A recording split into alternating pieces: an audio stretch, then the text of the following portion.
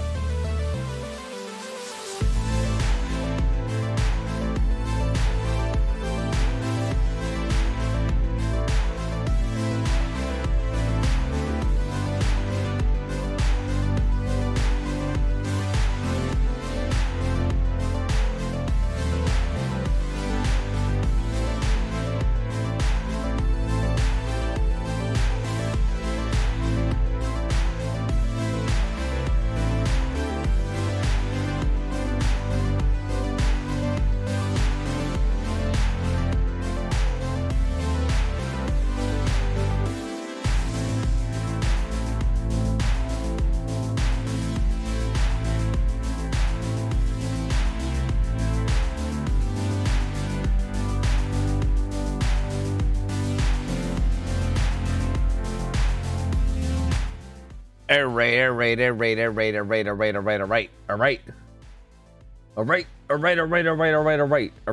Chat, how you doing? Hello.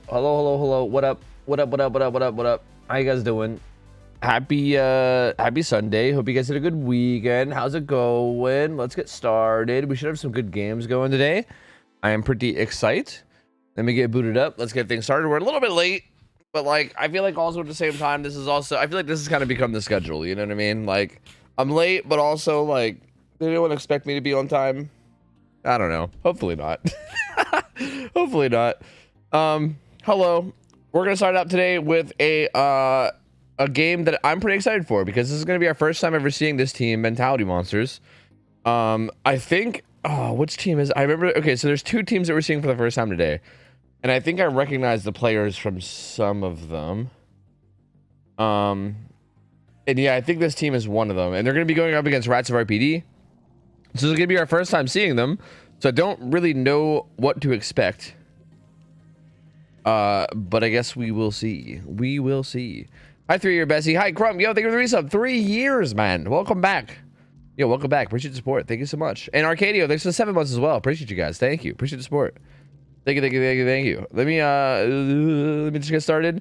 So, schedule today. This first set is going to be an Oni game, a Deathslinger game, and then possibly a Legion game. And you know what's sad? This is the only guaranteed Oni game of the day.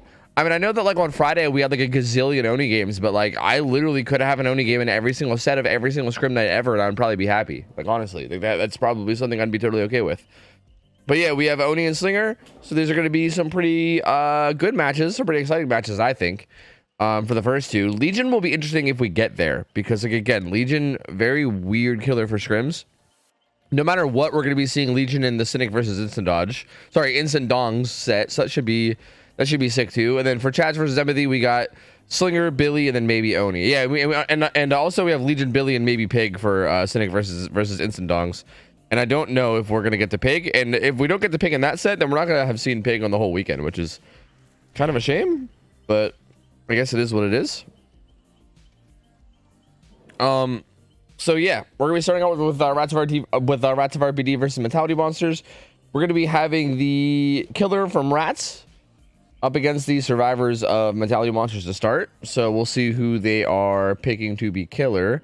I think initially it was supposed to be Dami, but then I think there was like some issues with that because Dami is like from South America or something. So I think they're going to have someone else play. I'm not exactly sure, but we will see. Oh God, that just made it look really ugly, didn't it? Oh God, that made it so ugly, huh? Bam, there we go. It fixes it. Nice. Yeah, Eternal disbanding is kind of wild, but also kind of expected, if I'm going to be honest with you. I don't know, like, I mean, I don't even really follow the scene that much, but just from, like, hearing people talk, I've heard a lot of people say that, they kind of just don't, like, they've kind of lost, like, their, like, passion, you know? Like, people were telling me that, like, in the most recent tournaments or whatever, they, like, weren't even, like, practicing. Like, they would have, like, no practice games going into it, and they would just, like, show up for a tourney game and play, you know? Like, that was happening, like, a lot. Like, as a matter of fact, I'm pretty sure there was a, like, the one set that I casted with Hens, in Outrun the Fog, it was, like, I'm pretty sure it was, like, it was, like, Eternal versus Elysium, and I'm pretty sure they told us that neither one of those teams had, like, really practiced. Like, both of them had just kind of, like, shown up and played, essentially. Like, well, I mean, I shouldn't say they don't practice, because, like, obviously they practice a little or whatever, but, like, apparently they had both been spending, like, a lot of time not scrimming or whatever, and they kind of both had been, like, coming off big breaks or something, but they still got to the grand finals or whatever the fuck, which is wild. I mean, I don't know. That's crazy. But, yeah, I don't know. Cynic's in the middle of Blast Final Pro Best of 7. We might need to ad-lib before the middle set, depending on how quick the first set of games goes. Okay. That's cool.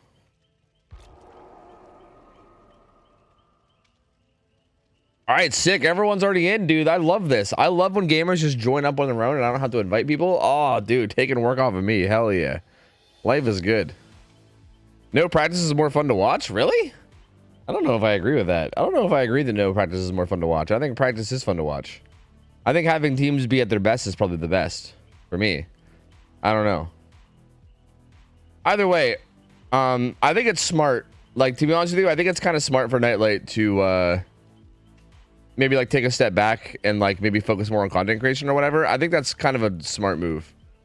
Because if we're gonna be real, like if we're gonna be 100% honest, just like for the sake of your own like life or whatever, there's definitely a lot of like potential in like content creation for DBD. Whereas like Calm DBD, don't get me wrong, it's like awesome and it's fun and stuff, but like realistically, like between like the money they're making or whatever from like winning tournaments, it's not like that much when you compare it to like building a stream career that could last you even when DBD is gone, you know? Like, I feel like him wanting to back out and, like, focus more on, like, content creation and stuff seems totally reasonable to me. Like, that seems totally,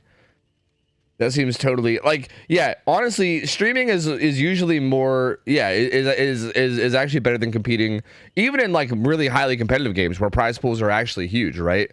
Like, even if you're, like, a pro in, like, a game where, like, the esports scenes are getting, like, you know, $50,000, $100,000 prize pools and shit, even a lot of those times, gamers will, like, still focus on content creation if they can, because it's like a lot more relaxed, and also just like the long term like career wise it's like better, like fucking money can be better. Like, I don't know, it's it's just not surprising to me, I guess, is what I'm trying to say, you know what I mean? So yeah.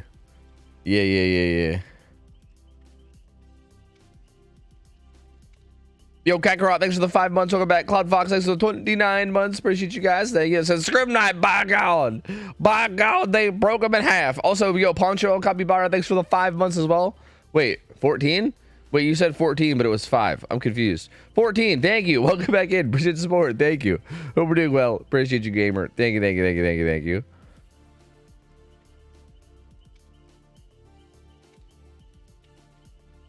I've been loving watching Scrims and Nightlight plays, so if he does regular gameplay, I'm definitely watching. I can't tell if you're bringing up Scrims randomly. Are Scrims and Nightlight like duoing? Is that what you mean? I hate you and you're dumb. Wait, why? Oh. Yeah, you know, I thought that might be the case, Mariah, but you didn't specify. So, like, that's on you, bro. That's on you. I don't know what to tell you. That's on you. That is your fault. You should have said that. You literally said, even if I'm asleep. That implies to just save it. Like, what the fuck? That's literally what that implies. What are you talking about? You didn't specify.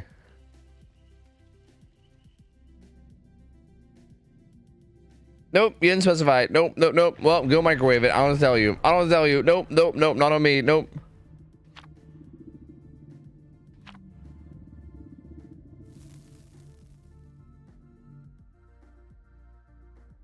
Look, Mariah, whatever, man. It's still made. It's still all in there, okay? So have fun with it. You're welcome, by the way. You're welcome. It's all made. You're welcome. They've been doing a bunch on Scrim's channel. Oh, interesting. I didn't know that was the case. Interesting. Well, yeah, I mean, that's probably also a good thing for Nightlight too, then, right? Like, I feel like if he's like doing with Scrims all the time, that's also like I think a good opportunity as a content creator too. So yeah, that's even more reason, you know? All right. Anyway, here we go. Icy on Oni up against the Survivors of Mentality Monsters. Again, don't really know what to expect out of these Survivors. This is our first time seeing them. I do recognize some of their names. I feel like I have high hopes for them to be a pretty solid team, but I guess we'll see. Unbreakable Deli is going to be on Hashira. And the anti-tunnel build is on Rise. Looks like Icy's going to be rocking a Keto Scratch and Splintered Hall, so more blood and faster in power. No Lion's Fang, so opting out of that one. Running double regression with pop and pain res, but brutal strength as the 4th perk. So we pretty much always see crypt intervention. You pretty much always see pop pain res if they're available because they're just such good regression. The 4th perk is usually like the more wild card perk. I mean, sometimes you can circumvent one of these, but the 4th perk, which is usually the wild card perk, sometimes you see things like end game perks. Oh, this is gonna be a hit. This is gonna be a hit. Oh, he actually let him get there. That was actually, I think, really bad from Icy. He had him at such a bad spot there.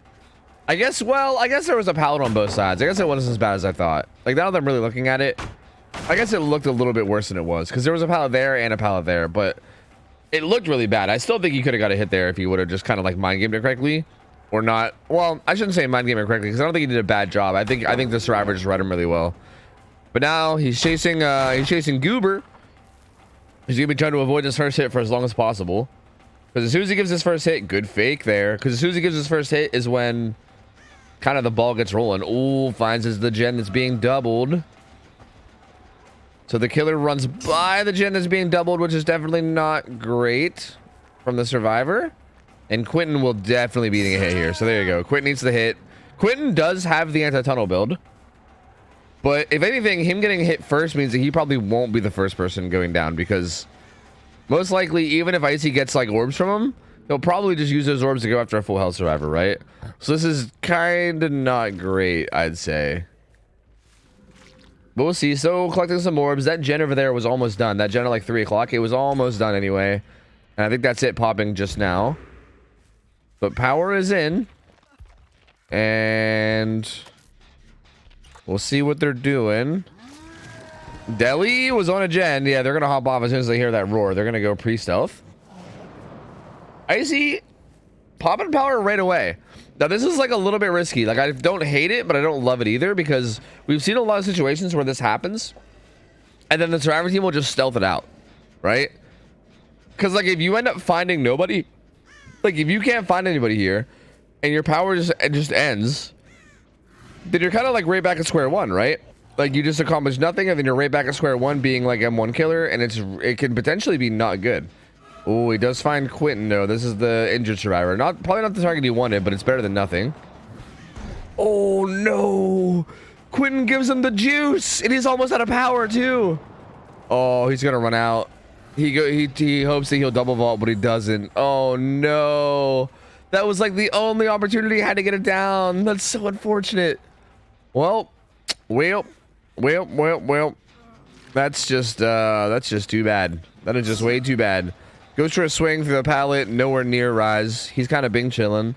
It seems like it's probably going to be a pretty good result for these survivors. This is a very good start. I mean, that being said, anything can happen, right? Like, it's never over yet. Rise throws God pallet, forcing the brutal strength kick. This pallet was already used, but it hasn't been kicked. I think the pallet at the filler was kicked, though, right? If I'm not mistaken. So he's got to be careful in terms of how he transitions here. But he does get a lot of distance and does make it to the window relatively easy. So makes it to the T-wall. There's 2 maze house back to back here, too. So a pretty good area. He's going to be running towards main. And again, this is a long time without a down, man. This is a long time with no down. Finds Claudette, who has Deli. She gets chased off the gen at 1.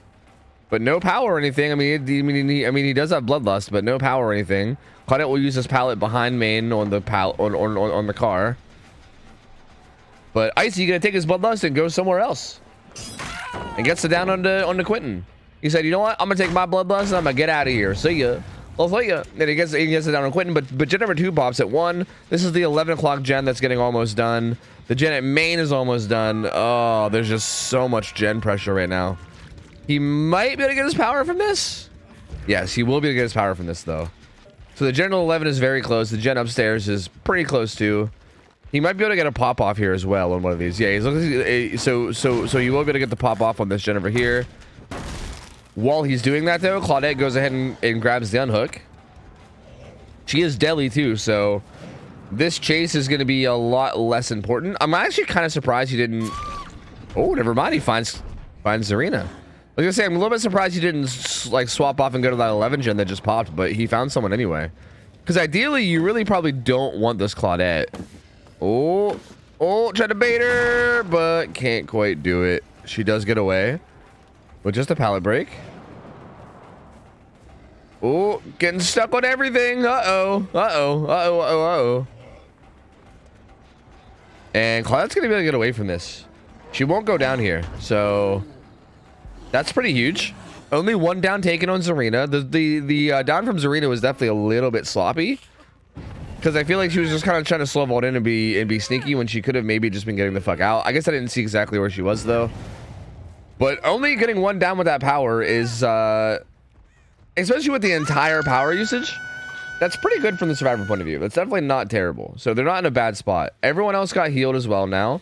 They did drop some orbs over here in the process, but not a crazy amount of orbs being dropped. 3 gens are done too. The gen upstairs in main also has a good bit of progress. It probably just got hit by Pandaris again, so it's maybe at like half now. But still, decent amount of progress up there too. No pallet here though. Oh, this pallet's still here actually. What? Wait, this pallet still hasn't been kicked. I can't believe he actually hasn't kicked this yet. He has brutal too. I'm very surprised. Him not kicking that pallet is actually coming back to bite him a lot because they're getting a lot of value out of that tile. They just keep using it as like a little transition tile to get back to this window. Whereas if that pallet was gone, that entire area back there would just be a dead zone. But they just keep, like, look at how much value that this Quentin got out of that pallet. Oh, man, that's so unfortunate. But Quentin doing work in that chase and just gets away scot-free. Killer even getting up to Bloodlust too, and does it, and it doesn't even matter. He has to just leave. He still has like a really scuffed 3-gen on this like bottom left. I don't even know if you can call it a 3-gen, but there's kind of, actually no, it's actually not bad. It's more on the bottom, just bottom side altogether, like kind of bottom right maybe. But there is like somewhat of a 3-gen down there. It's pretty bad, but it's at least something. So not like the best gen split ever for the survivors, but not the worst either. I'm assuming they're going to want to prioritize one of those gens bottom side, which is most likely why you see Goober running to main right now. Oh, Icy actually did get him to vault, but he actually needed to look up there. That was one of the situations where you need to look up with your camera. Because if you don't look up with your camera, then you just collide with the wall. But if you look up, you break that collision. So yeah, that was a little bit of a misplay from him. Goober does go down though, and Icy's going to immediately come over to these gens. Probably has a pretty good idea that they're going to be wanting to get one of these done. And really good bait there. That was really, really good. I didn't even see the Claudette. Maybe I'm just, I mean, maybe there's something he saw that I didn't. I don't know. Maybe I'm just a dumb blind bitch, but I didn't even see the Claudette. So that was really good from Icy. Sniffs out the down on the Claudette, gets it down here. We'll most likely be able to get a pain res here too. They pop main gen, and now all that's left is kind of that 3-gen at the bottom, but that's going to be the hardest thing to break now. There's hook number 3, another pain res. Pop goes the Weasel up too. Icy probably a little bit worried about gen progress over here. Wants to take a look. Yeah, like this really far deep gen is going to be hard to like work on, right? This is one of those weird 3-gens because there's like 2 of them middle and then 1 like really deep, and it's like, do you ever really go for the really deep one? It's almost like a 2-gen. It's not really. I mean, you can go for the deep one, but it's just, it's a little bit like scary to do, right? Because you're deep in a pocket, and if you use up all the tiles that are there, like if you use up all the pallets that are in that deep pocket, then it kind of just becomes a massive dead zone. Well, some orbs are on the map. I don't know if there's enough for power. I mean, if there is, he'd have to travel quite a lot for him. Looks like there was some over that gen. He doesn't want to give up this hook for free though. This is Delhi though, so like it doesn't really matter. They can just pull themselves off. To be honest though, they might still want to unhook. Like, to be honest with you, there is definitely value to unhooking Delhi. Because I like being injured for 60 seconds against Oni is honestly not great. But they're doubled up on a gen. Like this is really good pressure because they're doubled up on a gen. If the Oni was to leave and pressure the gen, then they would have just unhooked and like basically not had to deal with the 60 seconds of broken. But if he stays like he does now, then they can still just deli and be fine.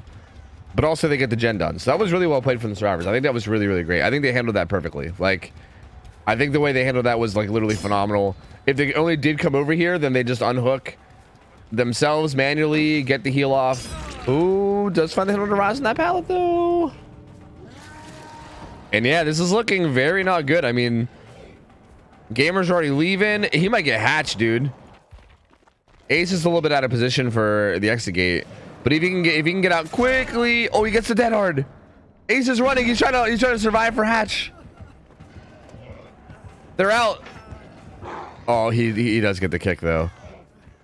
He's got to see if he can make it to the exit gate now against an Oni in power, which is probably not going to happen.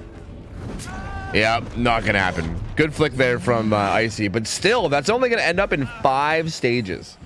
5 stages, 3 fresh is what is how that's going to end. So that's a really good result for the survivors. Mentality Moonstairs playing really, really well. God damn, that was disgustingly good. That was very, very solid. Obviously, like some minor mistakes there from Icy that could have made that a little bit better. Like Icy definitely didn't play it like horribly or anything, right? Like there was definitely mistakes there, but it's not like he played horribly. That was just the survivors looking really strong, dude. Very, very good set of Sorry, very, very good bunch of survivors here. Honestly, they just played that all around just phenomenal from start to finish. Made it really, really hard for Icy. Made sure that he had to work really hard for his power. Even once he got his power, made him have to work really hard to actually get his downs in his power, which is not easy to do, right? Like, I mean, getting away from an Oni can be fucking difficult, but they did a really good job of it. And yeah, man, 5 stages, 3 fresh. That's going to be not too difficult to beat. but then again, it's not gonna be impossible. Like it's not like that's a free win, but that's definitely an extremely strong result. So GG's, and we're gonna flip flop. I'm not sure who's gonna be playing killer for mentality monsters. I guess I'll just wait and see who invites me. And the survivors from Rats of RPD now have to they're gonna have a fucking insanely clean game. Like they're gonna have to play so well on their survivor side now if they want to keep up with that, because that was really good. That was really, really good. I still think, like, especially bringing brutal strength, I still feel like some of those tiles should have just been kicked, right? Like especially that one that was at like 4 or 5 o'clock, like that maze tile. I think that one's usually like 5 o'clock. That like 5 o'clock maze tile with that pallet. Like, I feel like if that just had gotten kicked at some point, like, I feel like they got so much value out of that in, like, the mid-game. Which is, especially considering you have Brutal, feels a little bit odd to me. But, I don't know. Again, in the heat of the moment, it's not always hard to, like... It's hard to, like, value, like, what is worth it and what's not in the heat of the moment, right? So, like, it's hard to blame the killer ever, right? Like, I don't know. It's always so easy for me to sit here as a caster and be like, oh, yes, I mean, this is clearly the obvious play, like, from the caster point of view or whatever, like, but it's so easy for me as a caster because I'm not actually feeling the pressure of having to fucking play, you know? So, I'm not blaming them or anything. I definitely have to wonder how different the result would have been had it gotten kicked, you know? Hey, so how does this work? Am I able to join as killer scrimming against the community, or do I need a team? You need a team. Yes. You need to join a team. Or you need to have a team, or one or the other.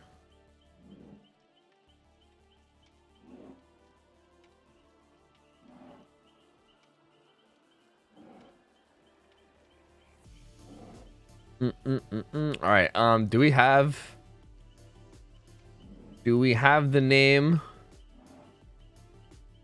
I don't know if I actually know who's playing killer here. Yeah, I don't know. I think I'm just gonna wait for the invite.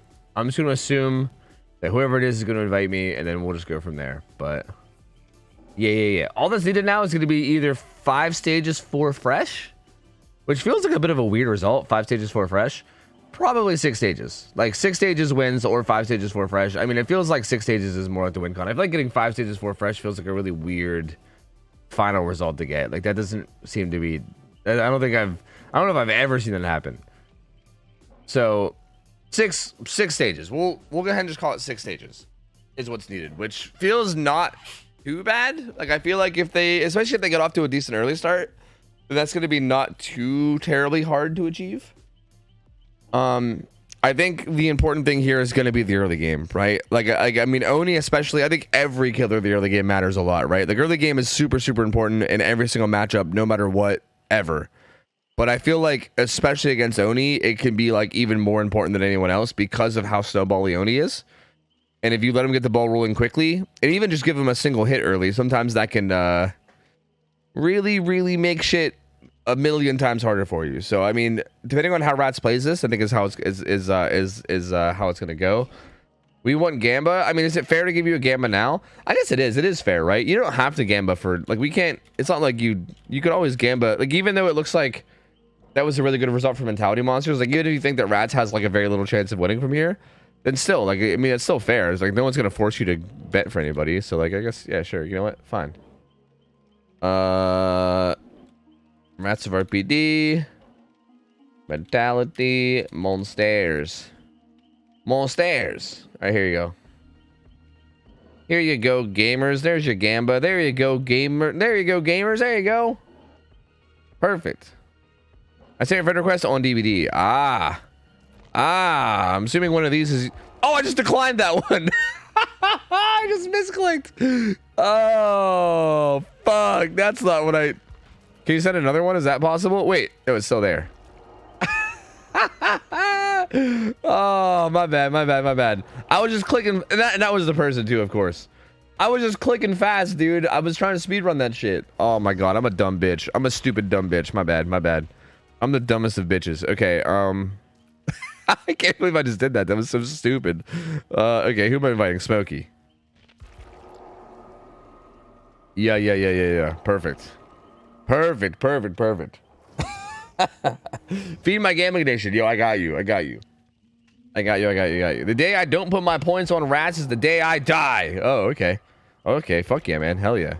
Well, Rats is gonna need to have a really good game here to win. I mean, if we're just gonna be honest with you guys, like I love Rats of RPD too. Okay, trust. Like they're one of my favorite teams. I love that they burn RPD offerings every chance they get as a funny meme. Oh, I like this. Go Girl Squad. Hell yeah, go Girl Squad. Like even though I love this team, it definitely feels like there's a pretty good chance that Mentality Monsters is gonna take this first set. Again, it's not guaranteed, right? Like, it's not guaranteed by any means. Like, this killer could definitely have a tough time. These survivors could come in here and play very, very well, right? Like, there's no 100% guarantee yet, but it seems like there's at least more of a chance that Mentality Monsters is going to take this. So I guess we'll see how it goes. Double Maria. Yeah, but, like, Maria and Cheryl? That's probably fine, right? Yeah, that should be fine, right? I mean, technically, they're different characters, right? Because Maria's a different char. You're a different char. Can we do Maria and Cheryl? You're a char. You're a char. I think so, actually. Yes, right? Right? I don't know. Am I getting word from the admins that yes, I'm hearing production is actually telling me in my ear that yes, I believe you should be able to. Yes. I don't see why not.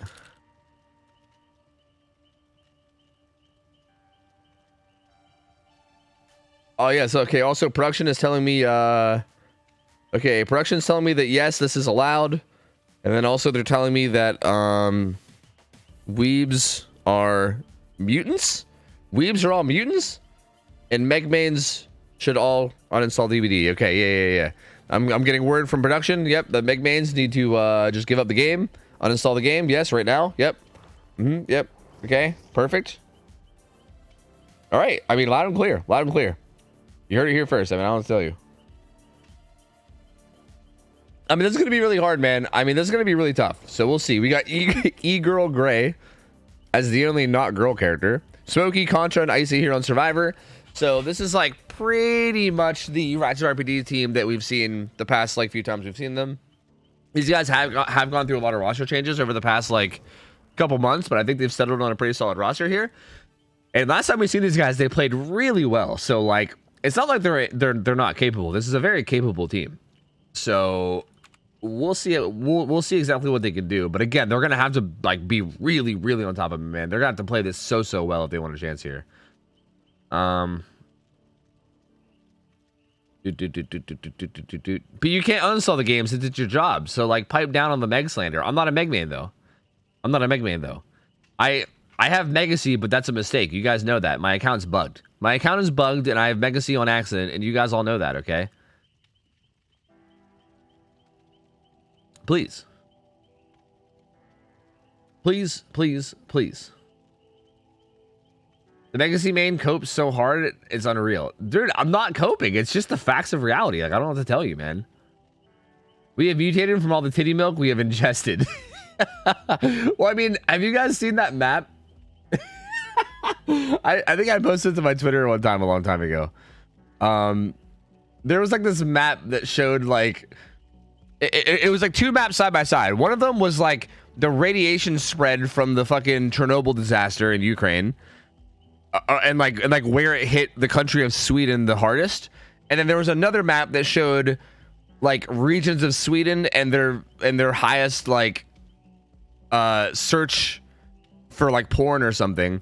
And all the like fucking, what the fuck you call it, hentai, was like concentrated exactly where the most like fucking radiation was. Like all the radiation poisoning caused all the weebs. I'm telling you, it's like mutated humans. There was some fucking radiation that went through. It like mutated human beings, and then they came out with weebs, and that's it. There's a direct correlation. There's literally statistical direct correlation that weebs are probably mutants, you know. Just saying. I mean, there's stats, there's data. Okay, correlation equals causation. Yeah, everyone knows that. Everyone knows that that's a fact. Correlation does equal causation. That is 100% true. Yeah, exactly. So I mean, what I mean, like, what's there to say? You're a weeb though. I'm not a weeb, GBC. I'm not a weeb. No. I'm not a weeb. No. I'm a good, pure boy. You're saying Swedes are weeb? No. Only some of them. Only some. Can confirm. Japan suffered the most radiation and actually created anime. Radiation. Wait, that's a pretty good point. Oh, shit. Wait a minute. Wait a minute. We might be onto something here. We might be onto something here. I just bought I just bought Guacamole Gamer Fart and Titty Bug from Gamer Subs. Let's go. I couldn't figure out your code, so I was literally trying everything. Tofi, Tofina, Mr. Tofu, the machine. Then I figured it out. Yeah, it's just tofu. Wait, how did you try all those things before trying tofu? Yo, thank you, Say Sweeper. Appreciate it. Yo, hope you enjoy your titty milk and your Guacamole Gamer Fart. All right, here we go. What do I call this gamer? We got Blood on Killer. He's got Lion's Fang this time. Lion's Fang, so no Aikido's Crutch, so he doesn't have any extra speed. It's just Lion's Fang and Splintered Hall, so more speed and more duration and power. So he's not running Pop Pain Res. Again, before we saw Pop Pain Res, and I said that the fourth perk is usually like a kind of a flex perk. This time around, not running those, just has Pain Res, no Pop Quiz the Weasel. Instead has No Way Out and Bamboozle. No Way Out definitely seems pretty good in this scenario because like I feel like if you get kind of close to your win con and then get to the end game, No Way Out can definitely kind of help you secure that and make sure that, you know, just that little bit of extra time that gets bought with it can help you kind of just guarantee that you can get the win con that you need, especially with a killer like Oni that is like, if you have Blood around the map, can start snowballing really hard. Oh, good little triple fake there on that pallet and gets a hit really early. This is definitely not what the survivors need. They really, really needed a good start, and this is so far not good at all. That is really, really bad. That was basically instant. I mean, no pallets thrown yet, just instantly getting a hit. So, and with Splintered Hall, look at that. Bam, already enough orbs. Just like that. Splintered Hall is so good for this too. Because now Blood already has his power. Does a little ballerina spin. Does a little curtsy, but it's not enough. Nia's going to make this pallet, and I think Blood wants to try to get this down before even using his power if he can. Oh, good little fake there. Nia just does a little teabag. Kind of fakes like she's going into the animation. Good bait on the double vault by Blood, though. It does get the down. And yeah, that's going to be... So this is going to be a down and a hook and power and a bunch of Blood Orbs here before a gen even pops. Probably. Pain Res? Yeah, Pain Res coming in before the gen even pops. So... that is certainly not ideal. Oh, and he's also going to interrupt it too. He finds it and interrupts it. Who's... okay, wait, who has Deli? I didn't even see.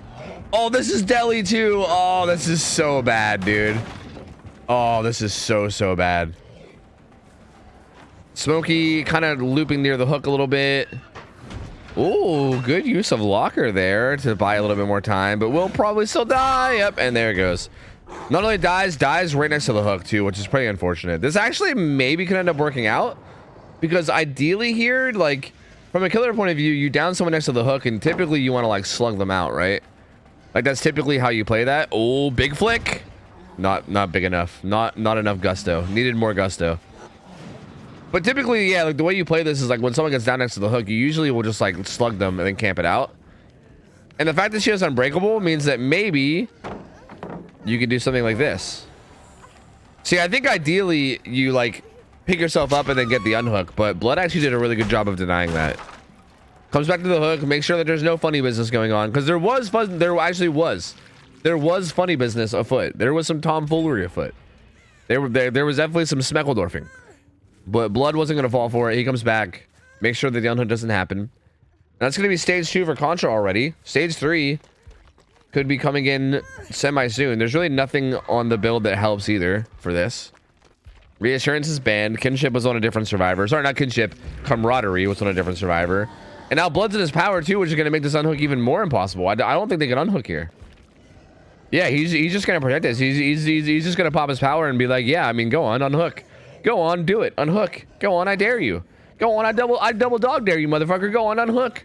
And they're going to be like, nah, you know what? Nah, I don't think we will. Nah. And what's unfortunate here, though, is that they're not even really getting gens done either. So this is essentially it. Like, so, to be honest with you, I think what they're doing right now might be the correct play. If the game was like, if the win con wasn't like 6 stages, I think this would maybe be the correct play. Because this is like the safer play to try to get a good result. Because doing gens here is more risky. Wow, and you find Smokey on the outside of the map. Wow. But sorry, what I was gonna say is I think it might be more worth it for them to be risky and like do gens, right? Like they clearly know that he's camping out that hook. So I feel like you should use that time to get some gen progress done, right? And then maybe like stealth later. I still feel like that's probably the right play no matter what, to be honest with you. Because like you know for a fact that he's like camping that out. Like I know that you're worried that he might leave at some point, but I don't know. They went with the stealth route, but it ended up not mattering anyway because he still found somebody. He still found Smokey and got the down on him. So even all that time that they just took there to not do gens and stealth instead ended up meaning nothing because he just gets a hit and a down regardless. So yeah, I mean that's just wild. This is like I feel like everything is just going poorly for Rats of IBD here. This is just not going well for them at all, really, at all. Blood's gonna vault through here. He's got bamboozled. They still have this pallet. Blood's just gonna leave. He just said, nah, you know what, I'm good. I'm good on this jungle gym. No, thank you. He's just gonna bail. There is still this 3 gen top side. They also did get the unhook, and I think he's heading back towards the unhook. He's gonna find them resetting here. Finds a bunch of orbs. Oh, all right. Finds Smokey again. Smokey has sprint burst though. Throws that pallet. Sprint burst away. We'll be able to make this one gigantic loop. Gonna force the kick. And they're gonna run off. And this should be a time to hopefully get some gens done. So currently 2 hook stages off of the win right now. Ooh, bamboozles in. Is gonna get a hit here on Icy. Probably. Yep. Let's get that hit on Icy. That's gonna get power again. Bamboozle being very, very valuable here. Has power. Has Lion's Fang, so the power lasts a long time too. Lion's Fang has also been like really strong here. Again, Lion's Fang is a big reason why he was able to camp out that hook and then still have time to like run around the map and then find Smokey earlier. So Lion's Fang definitely putting in work this game. Some gen progress here at 11. He's gonna kick it. He's gonna pop power. These guys are resetting down by Shack. Kind of. They're not resetting. It looks like they're hiding. Blood heading towards Shack.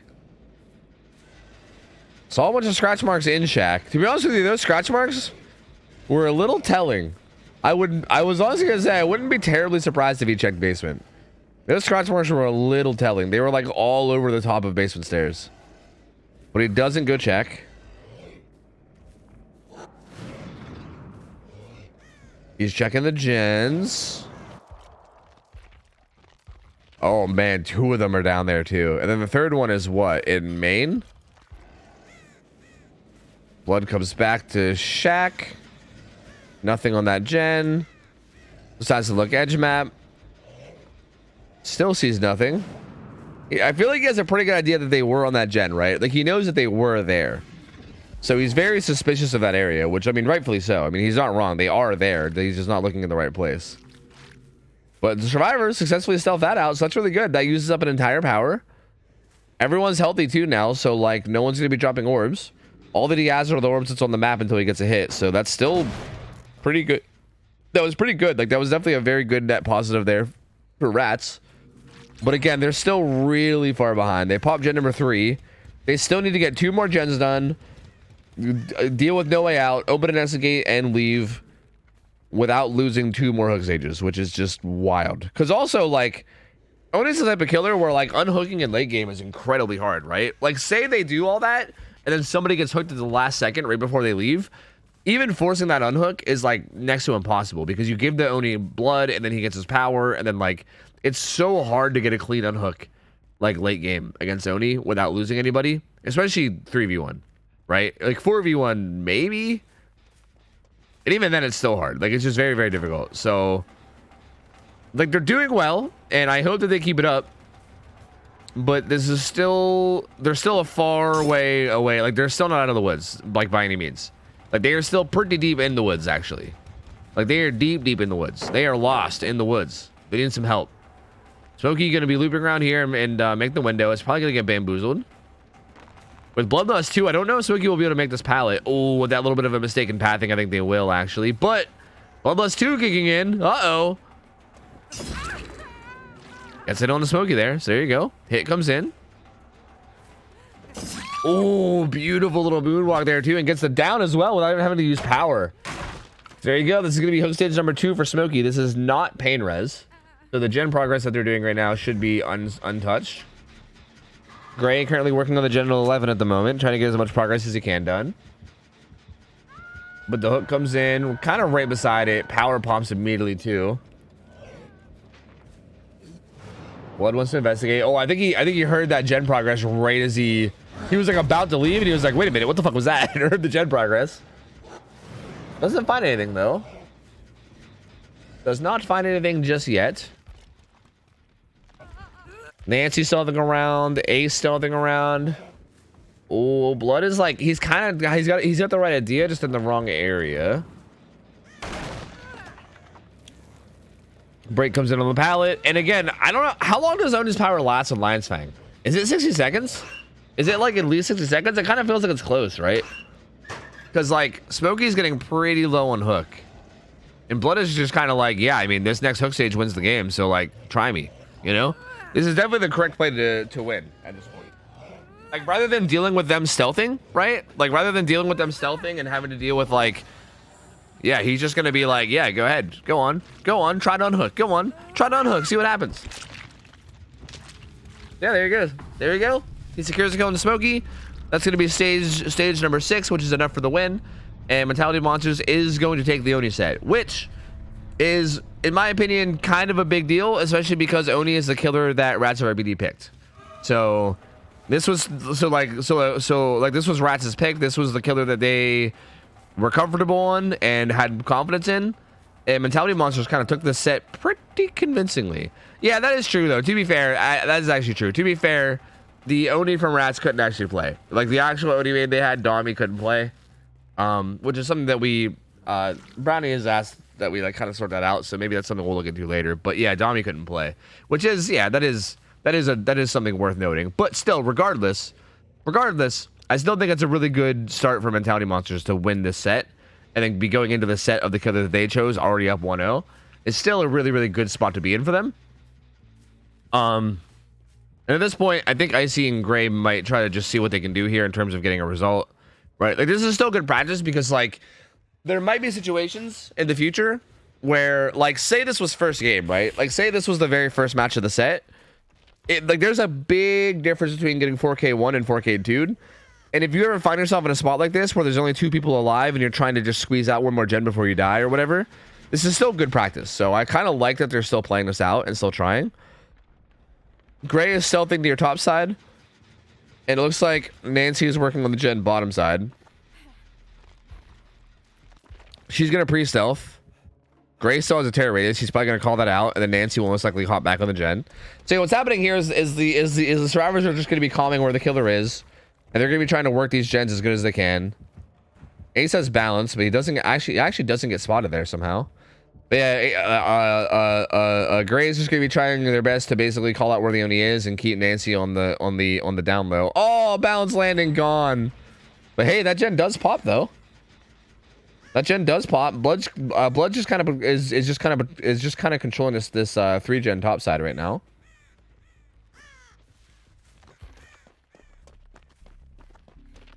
And yeah, at this point, I feel like there's basically no way they're getting this one done, right? Like the Gen 11 does have a good bit of progress. It's at like 50. But like I still feel like there's very little chance. Like I think they're gonna try anyway. But like that gen bottom side seems likely, right? Like you're probably gonna be able to get that done because it's way far away from the 3-gen. But these gens up here, especially because like as soon as Blood even gets a single hit, right? Like as soon as he gets a single hit on anybody, that's when it's gonna start to get even more impossible, which is gonna happen right now. Like this isn't like an M1 killer, right? This isn't like Legion that we're talking about here, okay? This is fucking Oni. So like he gets his hit, now he has his power. Like even with balance landing here on Ace, you're still not safe, right? Like balance landing makes you a little bit. Oh no, that used it. Oh, what? He was trying to drop down before the exhaustion went away, and I thought he got it. What the fuck? I can't believe that used it. That's so unfortunate. Even with balance landing, it's still not safe. FYI though, like it's still not safe, even with balanced. But balance definitely helps your case, right? Definitely helps your case at least a little bit.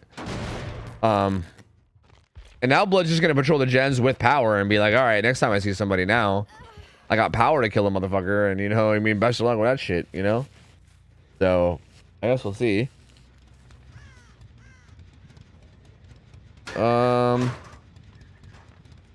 Checking lockers. Oh, baiting that one. Yeah. Good. Yeah, no, I was spectating them both times it happened too, right? Yeah, like how often might this stuff actually be happening and then we just never catch it? Like it's such a weird thing that like I feel like stuff like this might be happening all the time in games, and I just never catch it. I just happen to be spectating them both times it happens. That's so sad. That's so sad. Fucking bounce landing, dude. Oh, I think he saw him there. He saw him. He had to have seen him, right? Yep. I think Ace realizes too and he starts running away. And yeah, this is where it's gonna start to get a little hairy. Bamboozles that window preemptively. Oh, has the hill for balanced. Intended bounce landing this time around. You love to see it. Uses the pallet, takes the window. Has firecrackers. Good firecracker play from Gray. Oh, Gray is making this fucking difficult. He's doing a really good job here of making this difficult. It looks like he maybe went around the back. Oh, has a mention map now. Does get the down though. How's the gen? Does not look like the gen is anywhere near enough. Icy's gonna have to leave it. So yeah, the final gen's not gonna get done. Oni's gonna come right back. Maybe. He wants to come right back, but his power ran out. He definitely is gonna come right back. Probably gonna kick it. Maybe assess how much progress it has. I mean, that fourth piston wasn't even pumping yet.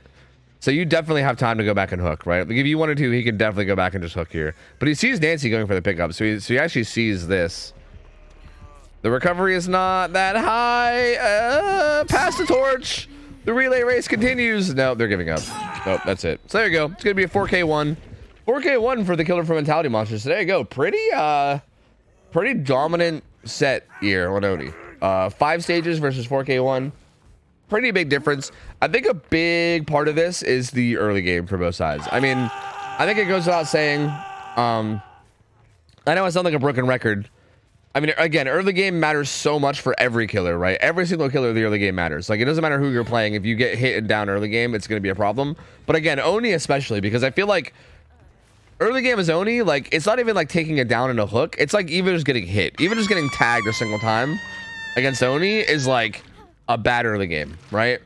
And yeah, I mean, just how long it like took to get the first tag in between these two games, like let alone the first down, was just such a massive difference that there was just really no way to like make that come back beyond that. So really good performance from Mentality Monsters, looking really strong, looking really strong in this first set. Now that's gonna be taking us into the Deathslinger set. So we'll see how it plays out in the next one. We're gonna have the killer from Mentality Monsters going up first in the Deathslinger set up against the survivors of Rats.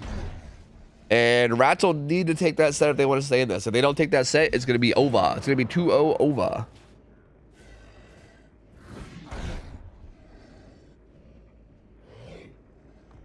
Sweet. Yeah, Killer played this very well. Played this absolutely phenomenally. These guys could just quit, by the way. They don't have to sit here and like hang with Hook. I mean, look, if they want to sit here and chill, I'm cool with that too. But like, they can just like, yeah, they can just like DC. You know, you don't have to wait out. You don't have to wait out the old death timer. You know, it's cool. It's cool. Hey, just joined in. Why was reassurance banned for survivors this go around? Well, it wasn't this go around. It's banned across the board, and it's been banned across the board for like months now. We just don't allow it. We just globally banned it like quite a while ago, and we just don't allow it anymore. It's just way too strong. It's a very strong perk. It just kind of like makes a lot of the weaker killers have like no play, right? Like, you can maybe justify it against the S tiers, but I feel like the S tiers usually just don't care anyway, right? Like, if you're playing a killer like Blight or something, someone gets reassurance, you almost just don't even care, and you just go fucking kill everyone else, right? And you can still usually make it back to Hook in time to like tunnel out anyway. But it kind of felt like against like lower tier killers, reassurance just kind of left them with like no play whatsoever, right? Like, if you sometimes find yourself in a position where you like need to like secure like another stage or maybe secure a kill on somebody because everyone's just kind of leaving them to die until the last second and then they get reassured, then you're just like double fucked. So yeah, reassurance very strong. We just kind of just globally banned it. Yeah. Shut up, Nikki. You smell. Shut up. Fuck you. You smell. Also, hi, Nikki. Good to see you. Yo, Poppy Fan. Thanks for the resub. 11 months. Welcome back. Joe Devil. Thanks for the 45 months, man. Welcome back, gamer. And then Sebe, thanks for the 13 months, dude. Appreciate you, buddy. Thank you, man. Thank you. Pay up. Yeah. Same killer for next game. Is this gamer on Steam or is this gamer on PC? Can he type? Got you. Thank you, Jasu. Okay. So we're keeping the same lobby. Okay. All right. So up next, we're gonna have Slinger. Slinger is gonna be played on Records Yard. So we're gonna have the same killer playing Slinger. It's gonna be Blood on Slinger up against the survivors of Rats of RPD again. So we'll see what kind of a result that he's gonna get this game. And again, Rats of RPD needs to win this set. They need to win this Slinger set if they want to stay alive here. So hopefully their survivors are not feeling too bad after that last loss. Hopefully morale is okay, because they're gonna kind of need to get it together, at least put up at least somewhat of a good result here. I would say Slinger has a much lower chance of getting a big result than Oni. Like Oni can definitely be one of those like feast or famine type killers where like you either get like a 5-6 stage result or you get like a fucking 4K, right? Like that seems pretty reasonable for Oni. Slinger, I think a lot less so. Like I mean, we have seen 4Ks of Slinger, don't get me wrong. It's not like it's impossible, but I feel like it's pretty likely for most good teams to be able to get at least some hook stages out against Slinger. Like I feel like for the Slinger to 4K, the survivors have to like the Slinger either has to like pop off and hit every single shot basically, or the survivors have to like mess up pretty badly, or maybe both, maybe even both. I don't know. So that being said, hopefully Rats of RPD can do a pretty good job and get the survivors out here because they're going to need it, considering the fact that their killer is going to be up against the survivor squad of Mentality Monsters, who was looking really strong against Oni. So I guess we'll see how it goes. Let me get the map changed up and everything, get it ready. You think Chucky, as it is with the whole scamper palette thing, would be insta-banned and comped? Probably not. No, probably not. It would just be really boring. I don't think it'd be insta-banned. It'd just be really fucking boring. Okay,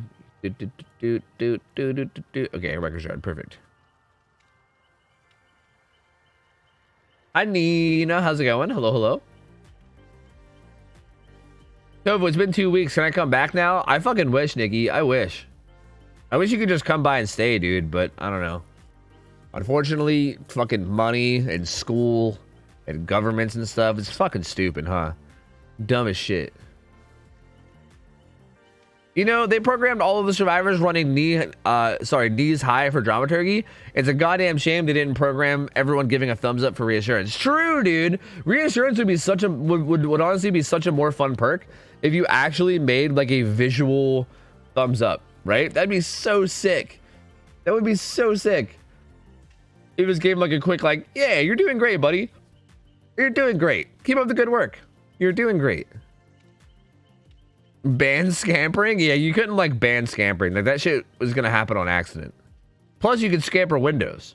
Like vaulting a window at all during power is considered scampering, so you couldn't do that either. I guess you could try to ban scampering pallets, but like that doesn't make sense either.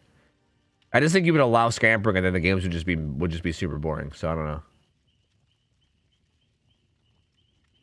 Do you think the third person view of Chucky would be a gateway for other killers to get third person? I mean, maybe. Like it proves that it's a possible mechanic now, right? Like it's possible for them to have killers that are third person. So like, yeah, I mean, I don't see why it wouldn't be possible for more killers to be third person now.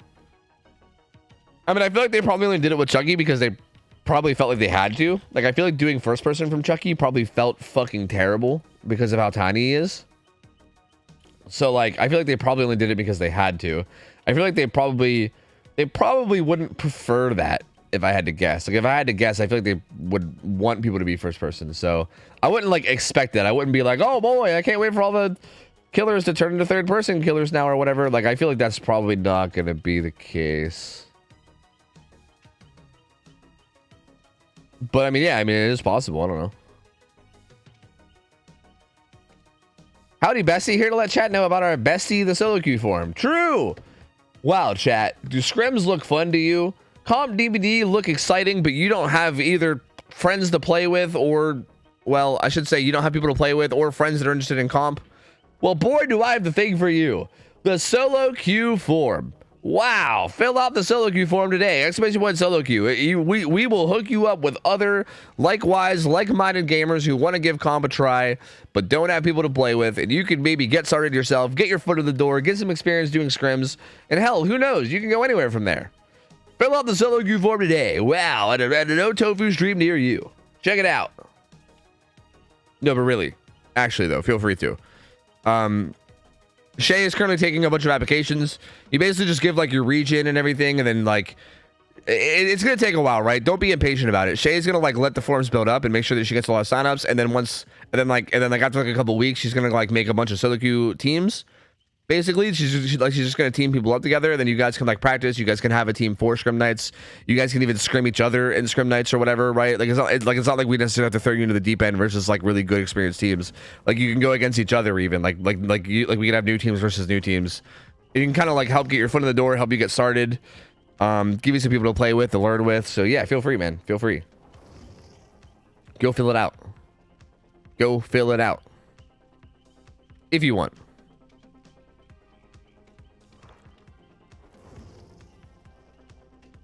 I worked really hard on the form. Please fill it out. Yeah, see, and Shay worked really hard on it. So there you go. Yeah. So even if you're not interested in it, you can just fill it out anyway. Just because Shay worked hard on it, you know?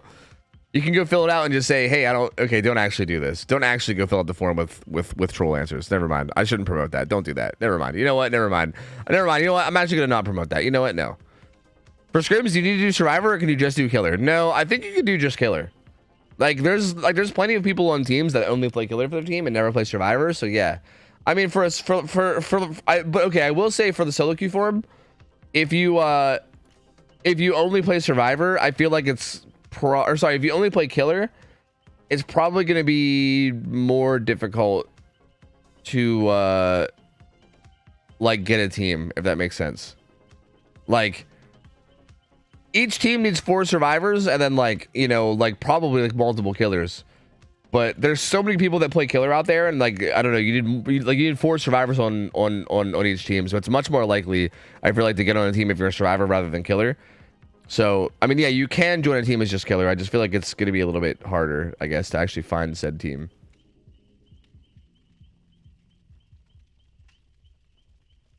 I'll make a team with all the troll answers. Oh, okay, well then there you go. You heard it here first. Go ahead and give troll answers. Go nuts. Yep. You guys good? Yeah, builds are taking a minute. They're figuring it out. It's cool. We at the moment we're just waiting on Smokey to ready up. Do we need to like titty milk? No. Titty milk has nothing to do with the solo form. I mean, titty milk's good, but it has nothing to do with the solo form. Those are 2 separate things. Those are 2 separate things.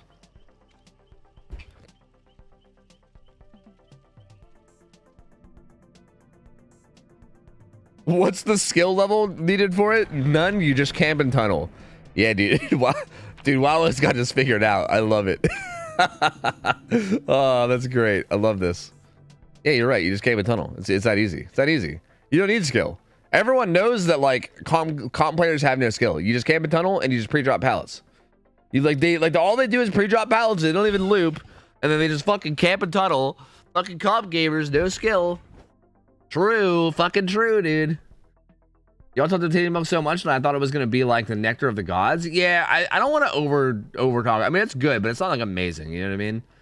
I shouldn't even say it's not amazing. It's not like the nectar of the gods. It's just like okay, you know, it's solid. Yeah, the Rats of RPD have this thing where they burn an RPD offering every chance they can. So because basement always spawns at Shack no matter what, they kind of just went without the basement offering and instead did RPD because they're Rats of RPD. So they have to figure out who's going to burn the RPD offering. It's very important. It's a part of their brand, okay? It's a part of their brand. It's very, very important here. It's a very important part. Anyway, here we go. Slobby, Pain Res, Corrupt, Noed.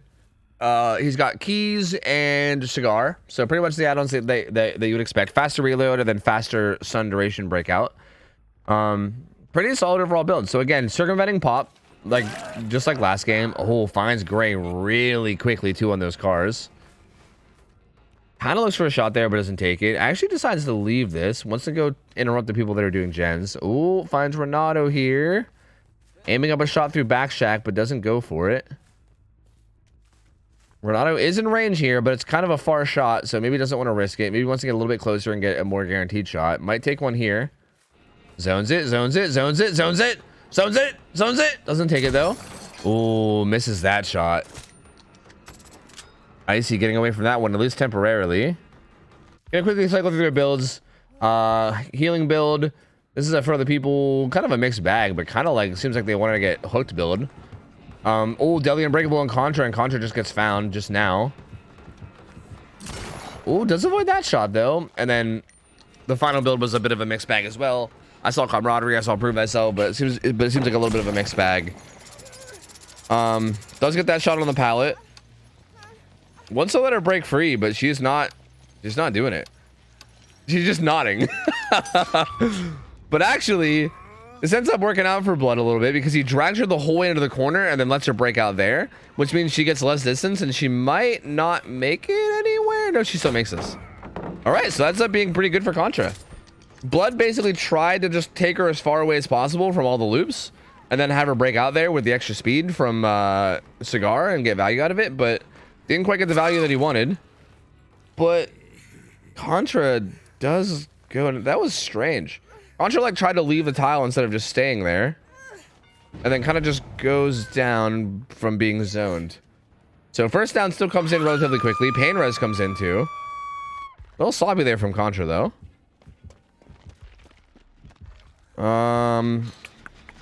Gray's got a gen at about half, and it seems like pretty much all the progress I'm seeing at the moment.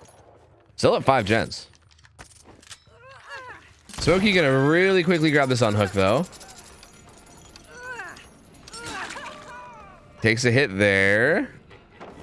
Contra though is the Deadly Unbreakable survivor. Doesn't really have any anti-tunnel in their build. And this is definitely not a good spot for rats. This is not a good spot for rats at all. That fast unhook means that this tunnel happens even faster too. This is really unfortunate. This is actually really, really bad. I think choosing to unhook there as fast as they did was also a bit of a mistake. I'm not really sure why they did that. They didn't really give him a chance to like get around the map or explore. Like typically when you fast unhook, you typically want to like give them a chance to leave first, right? Like you're like, okay, maybe they're gonna like go kick a gen with pop or something, and then while they're kicking the gen and they're the furthest away from the hook as possible, we'll grab the unhook then. But they kind of like instant unhooked like in his face, which I feel like is not great. Like that felt very not great to me. Like Smokey had a hit for it, and then he was able to very quickly tunnel Contra and get him back on hook. So basically, all that did was put Contra back on the hook and in struggle, like even faster than it would have if they just let him camp him out, you know. So I think that was a bit of a misplay there from Rats, and that puts Blood in a pretty strong spot. They did manage to pop 2 gens, but only 2 gens. That's it. Like honestly, only 2 gens, and now he's able to camp out Contra pretty well. He's going to try to secure this kill as good as he can. They will be able to get the unhook, but they'll have to die for it. Oh, they tried to take the second hit to hopefully get him away, but it didn't quite work out. And Icy's going to take a hit here too. And Blood honestly might just let Contra go. Yeah, because look at all this. Look at all this. Look at all the value he's getting here. Like he doesn't really need Contra anymore. Oh, he actually doesn't get that down onto Icy though. That was such a good shot, but he just didn't really follow up on it properly. That's really unfortunate. He's still going to keep taking this chase, though. Oh, misses that one. He might have to just go back and take the hook. They're currently healing up Contra, who's now going to be Death Hook. And it's going to need to be extra careful. Like, Contra's going to have to be really, really careful from here on out. Because if Blood sees Contra at any point in this match, he's going to go for them, right? Like, I feel like, well, I say at any point. At any point, at least until other people are Death Hook or whatever, right? At any point soon. Like, if at any point soon Contra gets spotted in any way, Blood is most likely just going to shift right over to them and then try to get the kill. So, they did manage to get him away for now. And honestly, it was really, really good that Icy didn't go down there, even though he probably could have.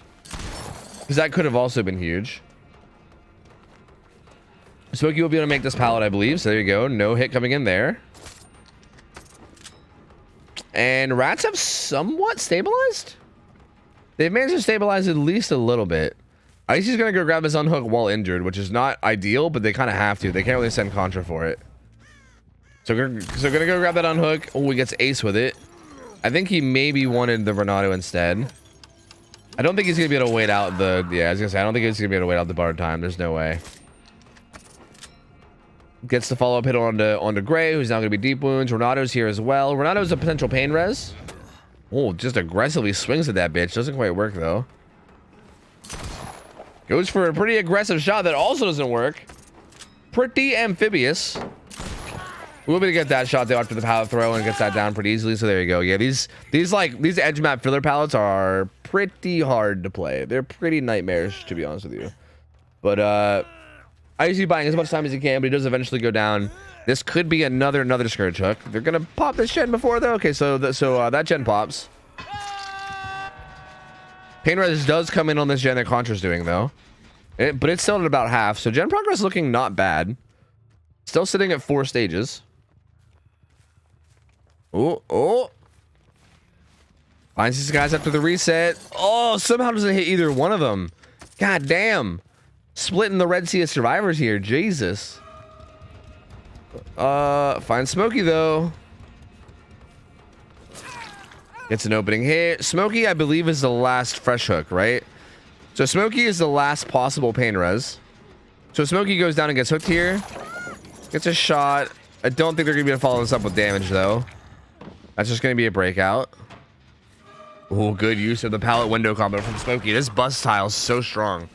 Interestingly enough though, this bust tile is where Contra was, right? Yeah, Contra actually left and got the unhook and is now healing. So again, important to keep an eye on what Contra's doing, because Contra is death hook and is kind of in danger of dying if they get found at any point. But they do manage to sneak away, get the unhook, and then get the heal off without really being in any danger, which is good. Good shot there from Blood though. Stops Smokey from making that pallet. Gets that down. This could be the final pain res here. And while this is happening, it looked like Ace was doing this gen. So like this gen's at about 75, and I think the gen of the bus was also at about 75. So I think that'll hit Ace's. No, that actually didn't even hit Ace's gen. So yeah, that gen of the bus must have been even higher than that, I guess. Ooh, Contra's here though. Did you see that crow fly? I think he did. I think he saw the crow fly. There was a crow that flew up on those tires, and I think Blood must have saw it. So Contra does get found, and Contra's now death hook, so this could be a survivor route. That being said, it seems like they may have gotten enough gen progress that this might not matter too much. Like that gen pops. The gen of the bus is a ton of progress. So especially if Contra can just buy like a little bit of time here. Like if you can buy enough time that they can pop that bus gen maybe, or at least get it like really, really close. This isn't really the end of the world, right?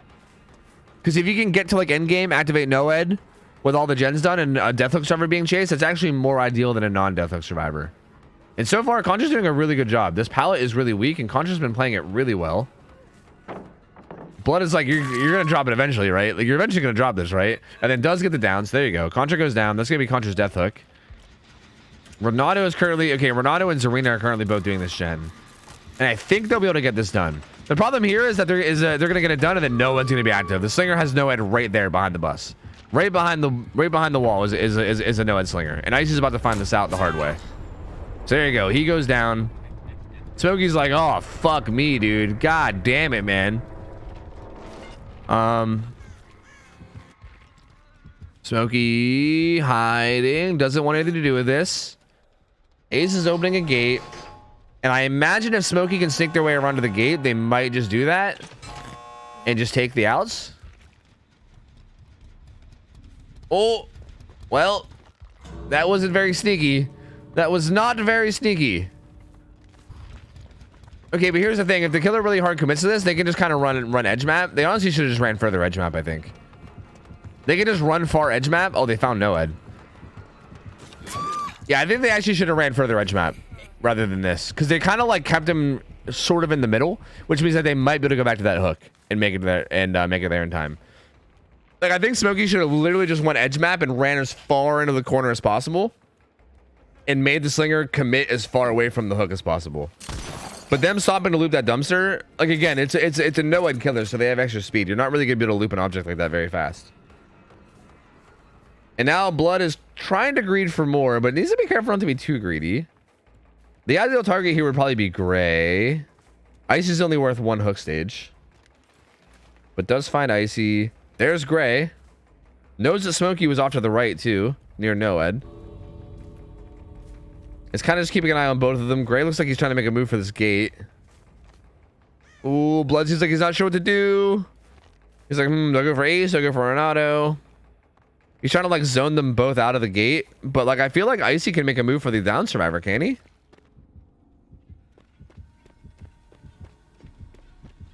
Oh. Misses the shot on him though. Oh, Gray actually made a move for him. Okay. Uh-oh. Uh-oh. Well, that didn't accomplish much.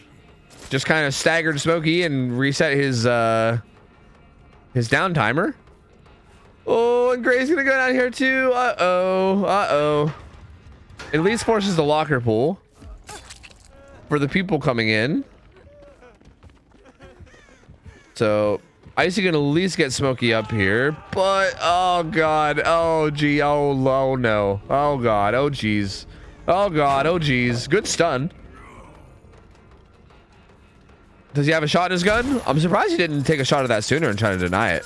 Maybe he just wanted to guarantee the hit on the Smokey, but good body block from Gray. Oh my lord, this is so messy. Oh, this is so messy. Okay, they both leave. Smokey's gonna go for Hatch. And I think they should be able to go. Whoa! They should be able to get shot in the fucking chest with a gun. Wait, just kidding. They should still be able to make it. Never mind. Like I said, they should be able to make it. And there you go. That's gonna be. I believe that was 8 stages. 8 stages, 4 fresh. I believe is what that was. 8 stages, 4 fresh ends up being the final result there. So they actually managed to recover quite a bit at the end. They ended up with the same amount of hook stages that they would have if they would have let that guy die, right? I think.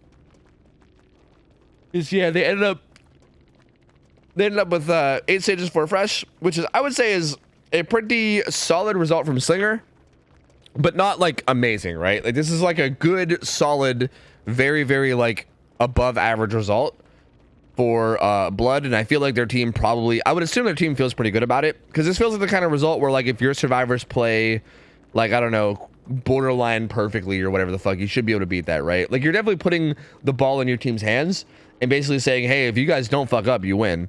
But that being said, I mean, even the best teams in the world will fuck up. So like saying just don't fuck up is a lot easier said than done. So we'll see. I mean, this definitely puts it in their hands where if they have a really, really good clean game, they can probably get a better result than this.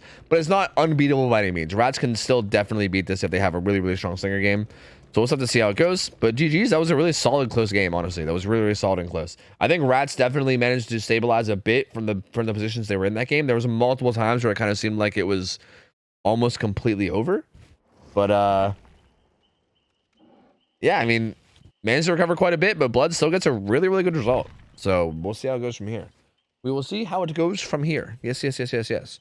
The killer from Rats, I'm assuming it might be Icy again, but I guess we'll see.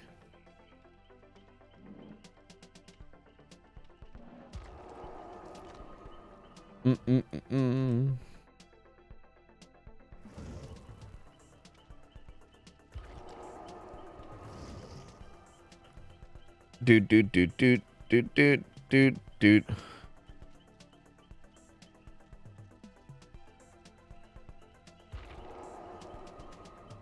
All right, I don't know if this dude is like, see, okay, I'm just gonna give you guys a fair warning.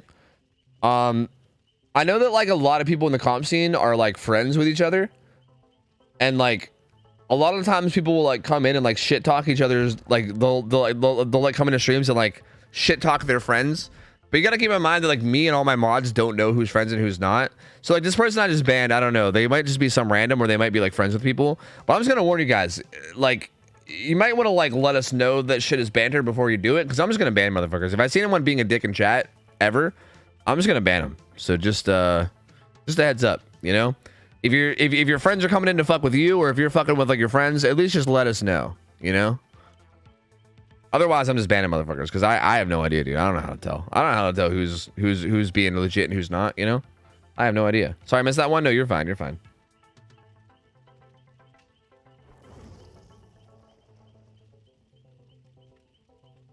All right, so survivors from Mentality Monsters here. Again, they looked really, really clean against Oni. Like these guys were looking really fucking good against Oni. So I'm a little concerned for Brownie here. Brownie is a good killer. We've seen him play what, artist, nurse. Have we seen him play anything else? Maybe just artist and nurse. But we've seen Brownie play both artist and nurse, and he's looked really good on both. OhTofu, guess what? What up? But Brownie on Slinger, chicken butt. Got him! Fucking got him! This motherfucker. I swear to God.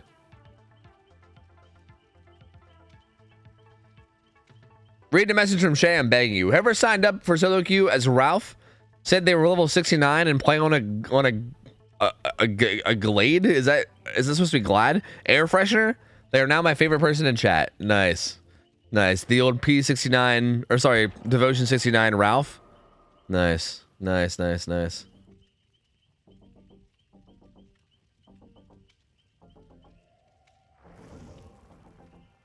We talk about bans, ban me because I'm addicted to Shadowborn. Dude, don't run Shadowborn. I'm telling you, man.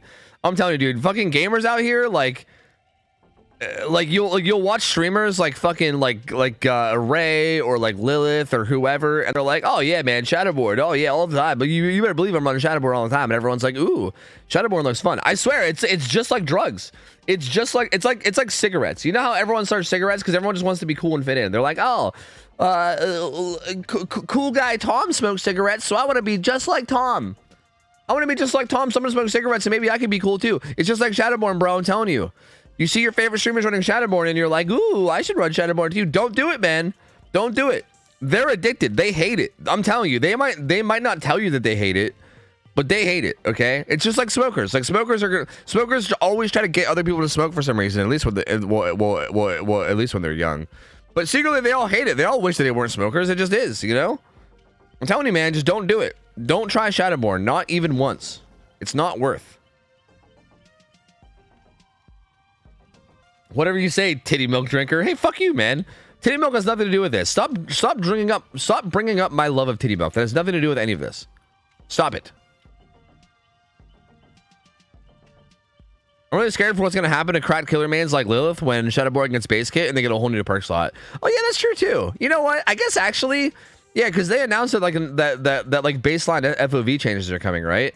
So maybe it's okay. Maybe you guys can hit the crack pipe because soon crack will be free. Like really, the main thing that makes smoking crack. Never mind. I'm not going to commit to saying that. That was hold on. That was probably something that was going to be bad if I would have committed to finishing that sentence. You know what? I'm just going to say it's okay. Soon the crack will be free. So, you know, it's okay. You can go ahead and smoke crack because soon you'll have all the crack you could ever want. You'll have just infinite supplies of crack. So it's fine. It's just for now, you're going to have to pay, you know? So it's fine. Clip it and play it out of context. Yeah. I mean, you guys know it. You guys know what I was going to say. It's fine. Don't worry about it. I just recently lost my home due to Shadowborn addiction. Don't mess around with that stuff. That's right. Lost my family, lost my wife, lost my home. Kids don't want to talk to me anymore. Little Timmy, he's embarrassed to even have me as his father. All because of Shadowborn. Oh, because of Shadowborn, I just can't give it up. No matter what I do. Oh god, I fucking hate this song. Hold on a second. That song is so awful, I swear. Every time it comes on, it's like, again, it's like anxiety in song form. I fucking hate it. God. Alright, we're good. I'm gonna start doing crack now. Thanks, dude. But hey, no problem, man. He said he's gonna run Shadowborn anyway because he doesn't like running 4 perks. That is the fucking most troll answer ever. That is the dumbest shit I've ever heard. Fucking Lilith, dude. My lord. My lord, my lord. Just don't do Shadowborn. Yeah, just don't do it. Just don't do it. Just simply don't do it. Hey, Ray's Ruins. Thanks for the 5 months. Welcome back. Esther, thanks for the 3 months. Appreciate you, gamer. Appreciate you, gamer. Thank you so much. Appreciate the support, you guys. Thank you. Thank you. Thank you. Thank you. Thank you.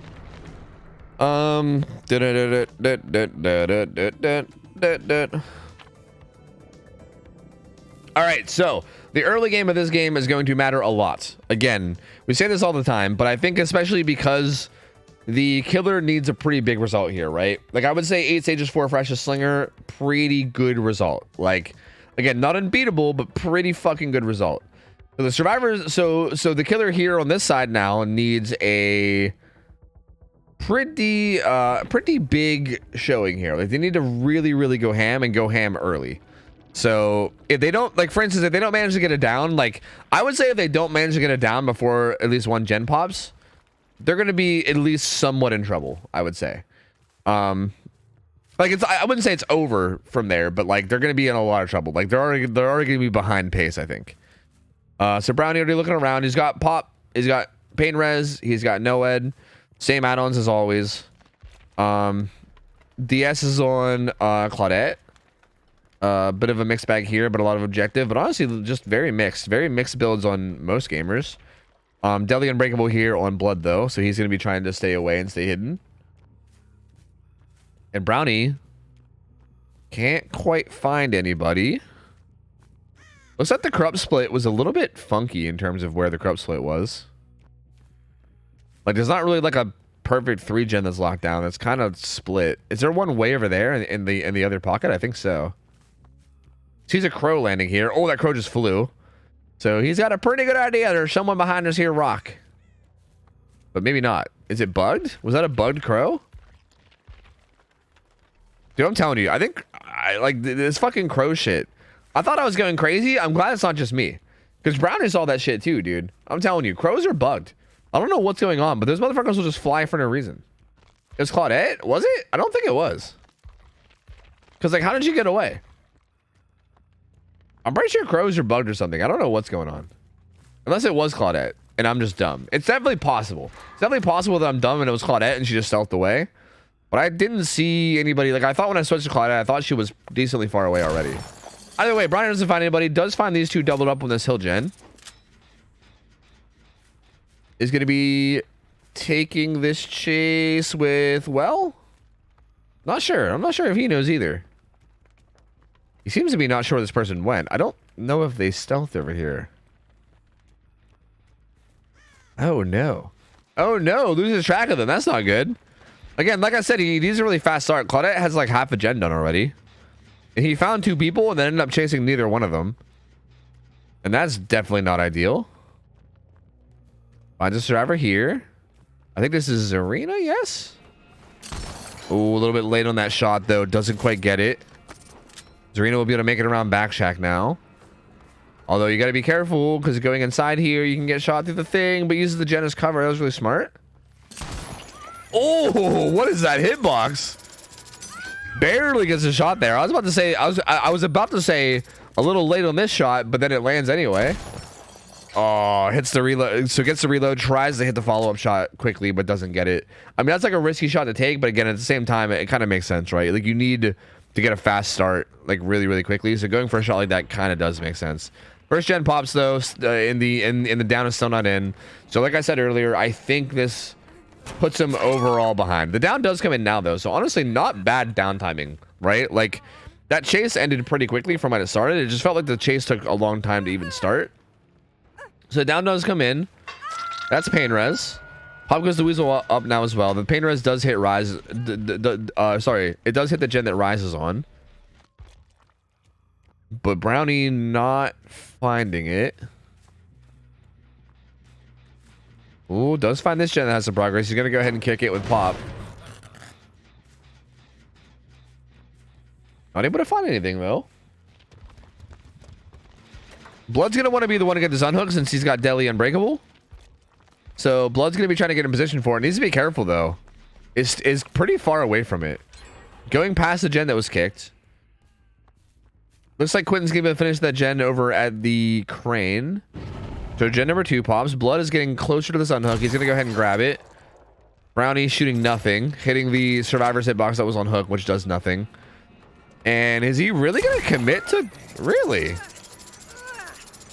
Huh. All right, he's gonna commit to code here. Is this borrowed time? No. Wow, that is horrible. You remember how, like, you guys remember how earlier I was saying that song that was playing was like anxiety in song form? I take it back. I think that's anxiety. I mean, you can't call that a song, but you know what I mean. Like, Jesus Christ, what was that? Like, it just never stops, dude. This is like a constantly building fucking crescendo sound. Like, what the hell is that? That's horrible. Anyway, Pop Goes Weasel comes into this gen. It's gonna be a ton of value. That gen had a lot of progress.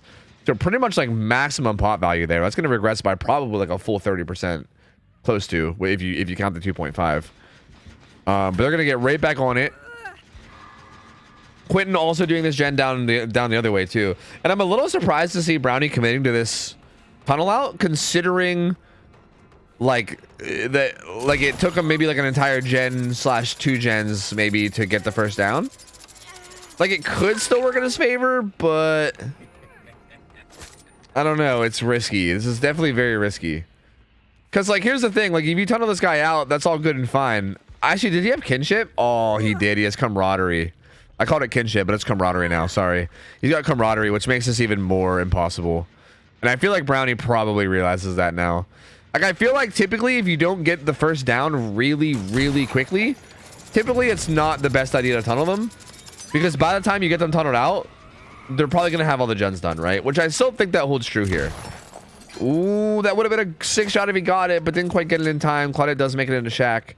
Like, right now, if he commits to tunneling out code, there's a pretty good chance that by the time he gets it done, the gens will be, if they're not all done immediately, they'll be pretty much all done. Right? Which makes that not worth it at all. Because you're also missing out on, like, all of your pain res, right? Like, if you go spread hooks, you kind of put yourself in a better spot late game to get, like, a big result, and you also get at least your pain res is done to help you, you know, maybe delay the late game, too. But that being said, I mean, he does need a big result, so, like, it does kind of make sense, I guess, a little. To, like, at least try to get a kill somewhat. Like, I do think you can kind of, like, try to passively tunnel code now, which I think is what he's doing. He kind of just, like, let code go. He let him get off the hook. He tried to just pressure that gen that had a bunch of progress. And I think now he's just going to keep an eye out for him. And if he sees Zarina at any point, he's probably just going to make it a point to go for her. But currently right now, only sitting at 2 stages, and there's only 2 gens left. One of the gens has a ton of progress, too. And as you can see, Brownie is, like, almost, like, tethered to this gen. Like, he doesn't want to leave it, right? Like, he does not want to leave too close of a... What the fuck was that? He doesn't want to leave too close of a proximity. Oh, wait. I think that was my... I think I was trying to record this to upload, and I ran out of... Okay, I see. Never mind. Okay, I know what that was. All right. Never mind. Anyway, he doesn't want to leave this gen too much is what I was trying to say. Sorry, that took me like 10 minutes to say, but he doesn't want to leave too much this gen because he doesn't want to walk away from it. He knows it has a ton of progress, but I think he's committing a little bit too much to it. Because, like, he has to know that, like, everyone else is pressuring other gens. He's only seen one person even making a move for this. So, yeah. Everyone else has been pressuring other gens. This gen now has even more progress. Good shot there onto Quentin, though. That'll put him into deep wounds. But, yeah, they're currently doubled on main. And where is Nancy? Nancy's not on a gen at all. She's kind of just running still. But, yeah, I mean, all that time that he spent protecting that one gen just means that they had so much time to do other gens, right? Like, I feel like in, like, a 4v1 scenario, it's kind of hard to justify that. And Zarina actually pops that gen in his face. Zarina also death hug, just doesn't give a fuck. But again, if he goes after Zarina, I think no matter what, I think it's just over from this point. The only way that he wins this is if he snowballs really hard with Noed. Ooh, that was a really good shot, though. Beautiful shot on a Nancy. Nancy, though, is deadly, so this is not that big of a deal for the survivors. They're also going to swing back around to that gen that got left and get to work on it again, but it might get hit by pain res. This may end up being pain res. Yep, pain res comes in.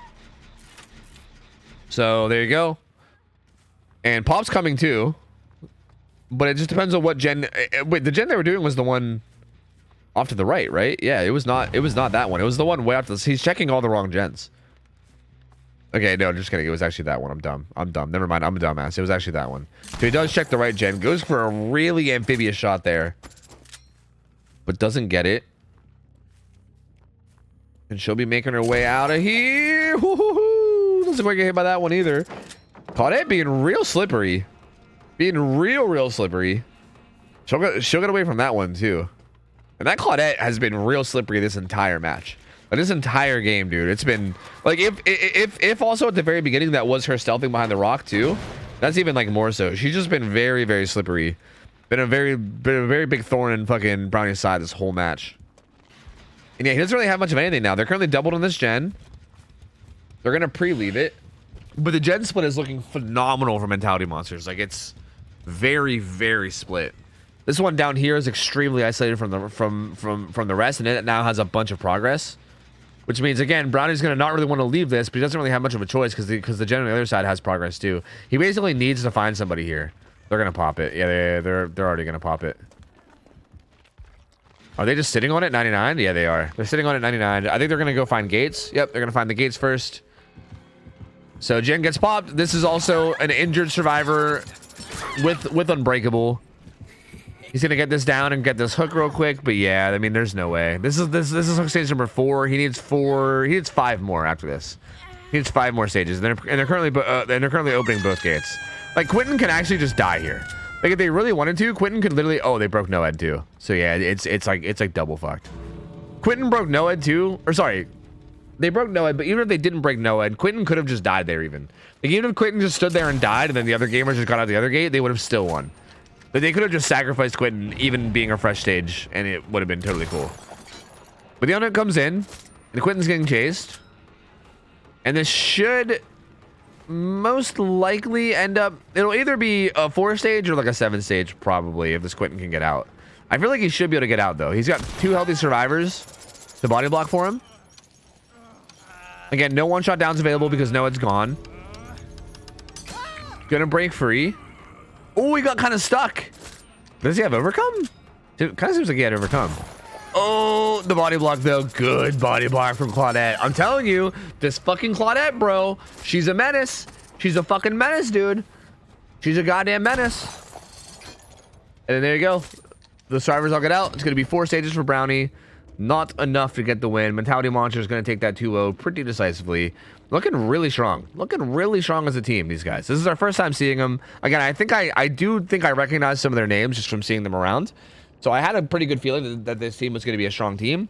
But, yeah, I mean, they were looking really good here. Rats just couldn't quite keep up. I mean, Rats played well, don't get me wrong. I think they did a good job of, like, giving them a good game, right? Like, they kept up decently well or whatever. But it just kind of feels like Mentality Monsters was just, like, one step ahead. Or, sorry, it was, like, one step ahead pretty much all across the board. So, takes a 2-0. And that's going to be the end of the set. That's going to be the end of the set. Just 2-0. No Legion game. Well, maybe. Apparently, okay. So, hold on. Let me figure out what's going on. Because apparently Cynic... So, the next match is supposed to be Cynic versus Instant Dodge, right? Or, sorry. Instant Dongs. Sorry, it's very important to make that distinction. This is not Instant Dodge. This is Instant Dongs. So, that's supposed to be the next set. But apparently Cynic is playing in, like, the finals of a tourney or something. They're playing in, like, the finals of, like, Blast Pro or whatever the fuck. So they might not be ready yet. They're in like a best of 7 or some shit. Bro, they're gonna finish that best of 7 and then come to a best of 3 here. My lord. We could always just watch the grand finals of whatever that tournament is, right? Where's it being streamed? Or we can do the 3rd set of this of these teams. I'm down for either or. Or maybe they're ready. I don't know.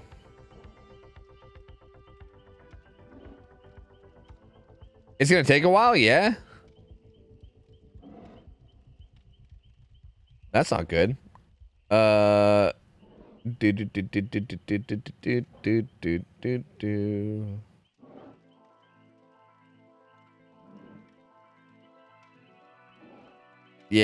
I see.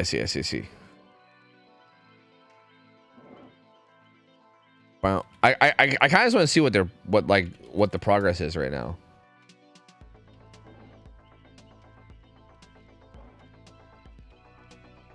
Oh, okay. So it's X9 versus Cynic, and X9 currently has 3 wins, and Cynic has 2 wins.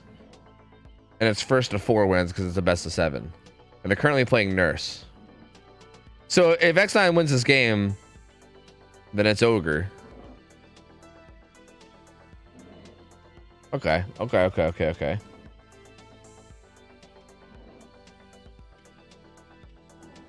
Just heard from someone on Cynic that the ending of the Nurse game starting is insane. Wait, the ending of the Nurse game starting. I'm guessing you about to say just the end of the Nurse game, right?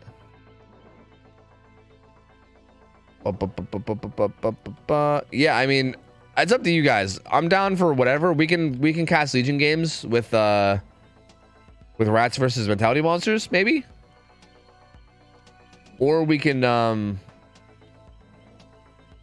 watch this tournament if you guys want.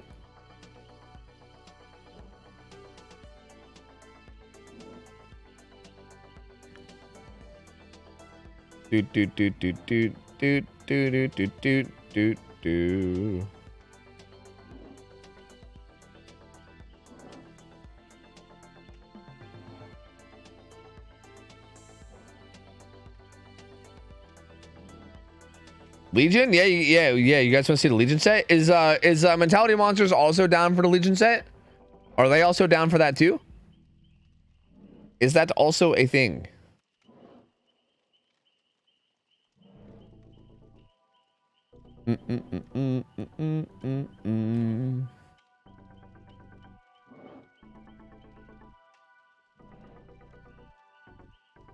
Cynic, please. I do kind of feel like watching the tournament might be a good idea, since like that's kind of what we're waiting on. Like, okay, don't get me wrong, I'm down for either. Like, I'm down to watch the Legion set just because Legion's interesting. But like the tournament's also but like the tournament also like makes sense logically, because that's what we're waiting on, right?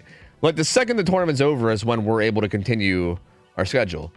So like I feel like watching it, like the second, like say it finishes this match and then we're doing the Legion set, then we got to do the entire Legion set even though they're already ready to go. You know what I mean? So like I guess logically to me it makes sense. Both teams want to play the third set if that's what you decide. Tournament and titty milk. Your titty milk. They do want to. Okay. Let's just do a pool. How about this? We'll do a pool. Here. We can be a democracy here, okay? What do? Legion set. Watch tourney. There you go. You guys have 1 minute. You guys have 1 minute to vote in this. So vote fast, you fuckers. Vote fast.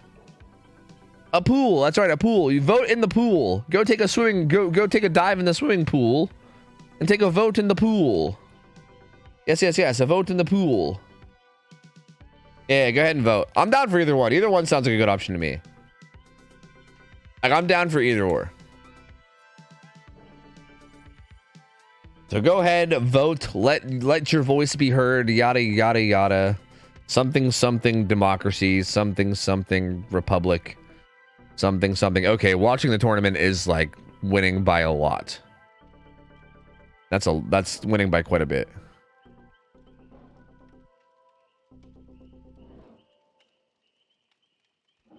Well, I'll let it finish. Currently it's 45 for the Legion set and then 110 for the tournament. The tourney has a VOD though, no? Well, the point is that we're waiting on the team that's in the tourney. Like we're currently sitting here waiting for the team in the tournament to be done so that we can have them play in scrims. Like it's not like we're just bailing on scrims to watch a tournament. We're just like we can't continue scrims. We can't continue the schedule until the tournament's done. Because the team that's in the tournament is the team that's playing in scrims next. Which I feel like this is going to be weird. Like I feel like Cynic is going to go from like the grand finals of a tournament with like two of the best teams in the world, basically. And then they're going to go into like tofu scrims. They're going to go from like heavy restrictions, everything's on the line, to like, all right, we're just going to chill and play some scrims. Like it's going to be such a change of energy, I feel like. But hey, you know, at least they'll be fresh and warmed up. So, all right, well, tournament won, so that's what we're doing. All right, that's what we're doing. Oh, is it Portuguese only? Really? I didn't see that the channel is from Brazil. Oh yeah, I don't understand a word. Aplica o grab então na Claudete. I like his voice though. E vai deixar dar o Eagle de novo, né? Esses corvos foi o próprio isso que expõe. I do like his voice. Okay, this is, by the way, Phenom BR is who's hosting this tournament. Just FYI. Shout out to this channel, Phenom BR. Okay, I am actively stealing content from Phenom. This is me, OhTofu. I'm actively stealing content from Phenom BR. Okay, credit goes to them. Phenom BR. Okay, I am Tofu and I'm a dirty content thief. Phenom is probably the one who did all the hard work for this. I'm assuming, or maybe someone involved with this probably did. So yeah, so just gonna throw it out there. So this is a best of 7 between Cynic and X9. And it looks like X9 has won 3 matches, and Cynic's only won 2. This is Nurse on Coal Tower, and it looks like there's 2 people dead, and there's only 1 gen left. So it's looking like it's gonna be close to a 4K1. I find it okay. Something I find interesting is that they never cycle to survivors in tournaments. Is it weird that I do that? Like, am I the weird one here? Wait, what am I watching? Why did they get right back on this gen and get grabbed again? Are they playing for Hatch here? I'm not sure what's going on. Overlay, sir. Oh yeah, you're right. I should ditch all my overlays. You're right. You're right. Thank you. My bad. So Wancy seems to just be dying on this gen over and over again. And Wispy is looking for Nancy, who is just trying to avoid crows, it looks like. Who is currently stealthing. Are they playing for hatch? Is that what's going on? Like, is Nancy playing to die? So they're just like sitting on this gen? It's just going to get hit by eruption over and over again. Do they not have hatch offerings? Guys, what's happening? Can you guys explain what's happening? Why is this happening? Is there not like hatch offerings here? Can't he just hook them? Like, but it seems like he wants to hook them basement. I'm confused. Why can he not just hook them and then go stand on hatch? X9 is the killer. And then the survivors right now are Cynic.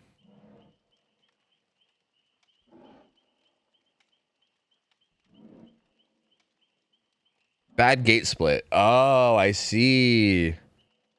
So there's one here. Oh, dude, they're doubled on this gen too. Uh-oh. Uh-oh. Uh-oh. Uh-oh. There's no way they pop this, right? Holy shit, they might pop this. Uh-oh. Dude, they're going to. They didn't get the save, but they do pop the gen. Huh. That's interesting. That is very, very interesting. Is there a mod I can DM? Yeah, I think, yeah, it looks like Tool Dope got you. Yeah, if it's something really important, you can even DM me too, since I'm not really doing anything important right now anyway, but yeah, you can help Tool Dope too. That also works out fine. Unhook comes in from Jabani. I feel like these guys are just gonna die now, though, right? Like they should just be dead now. But getting that 5th gen done, I would assume is probably pretty huge. I'm also assuming, do they keep the scores from both rounds? I'm assuming that Cynic's killer hasn't gone yet, maybe.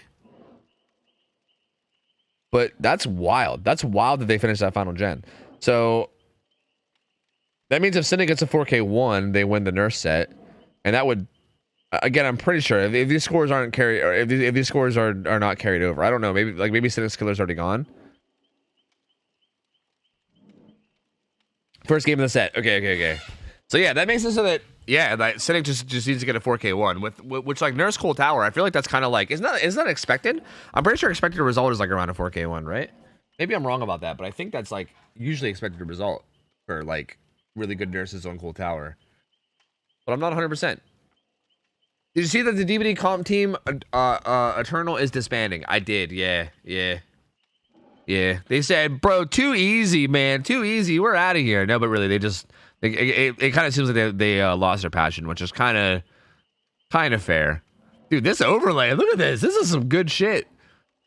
Picked. Okay, so you see like what Cynic picked, and then what X9 picked, and then the tiebreaker was Demogorgon. So Blight, Wraith, Wesker, Oni, Pinhead, Nurse, Demo. So we've already done all these sets. How'd the Blight set go? I know the Blight killer for X9 is Array. He was talking about it yesterday. It was like Array versus Osaka. I was curious to see like who won that. Osaka won? Okay. Yeah. I mean, Osaka is insane, so not entirely surprising, but you know, I was just kind of curious because Array is kind of the homie too. I mean, I love Array and Osaka, so I mean, I guess I'm not mad at regardless of who wins. I was just kind of curious to see how it went. Toby to sub is overlaid like them, bro. This is too much work. I'd rather just keep shit scuffed. It's fine. It's fine, dude. It's fine. I'll just keep everything scuffed. It's no biggie. I'll let them handle all the fancy, nice overlays. I'll keep my scuff shit. Thank you very much. I'll thank you very much. I love how everyone has like really good idle animations for the most part, except for like Chatterer, who's just like sitting there still and just like chatters every once in a while. Like his mouth is just like chit every once in a while, and that's it. Everyone else is just standing still. Fucking wild, man. What team are we waiting on? We're waiting on Cynic. Cynic is the team that's playing in scrims, but they have to get done with this tournament first. And this tournament's been a long time coming. I remember people talking about this tournament a long time ago because I'm pretty sure X9, this team, I'm pretty sure they beat Eternal in this tournament. I remember there was like a bunch of controversy about it or something. Well, not controversy, but like I remember hearing about it and then like, well, yeah, I mean stuff happened afterwards. But regardless, like I remember hearing about it, and that was like a month ago or some shit.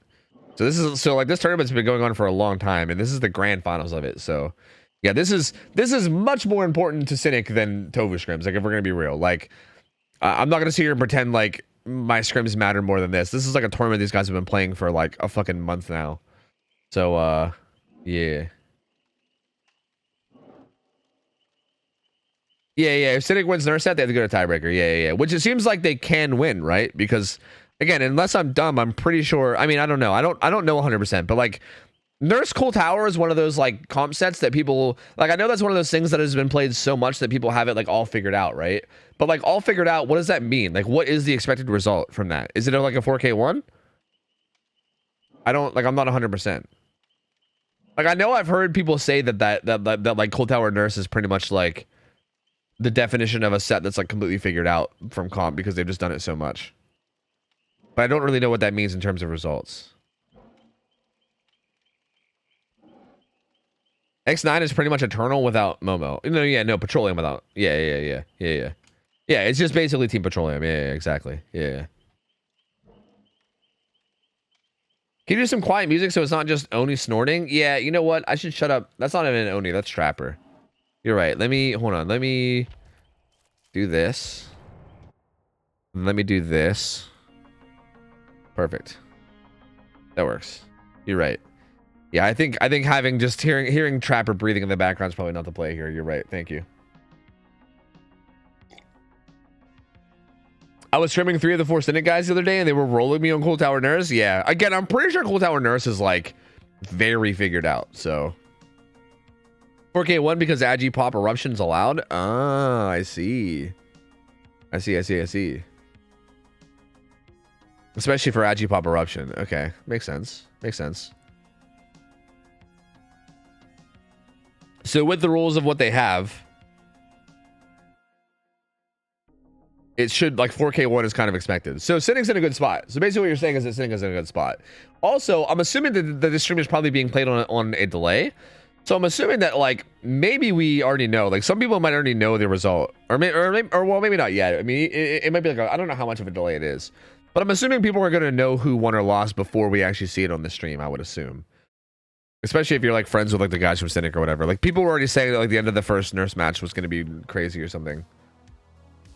Plays about 5 minutes. Okay, I gotta play ads, so I'm gonna go and get that out of the way. It seems like they're having a bit of a break.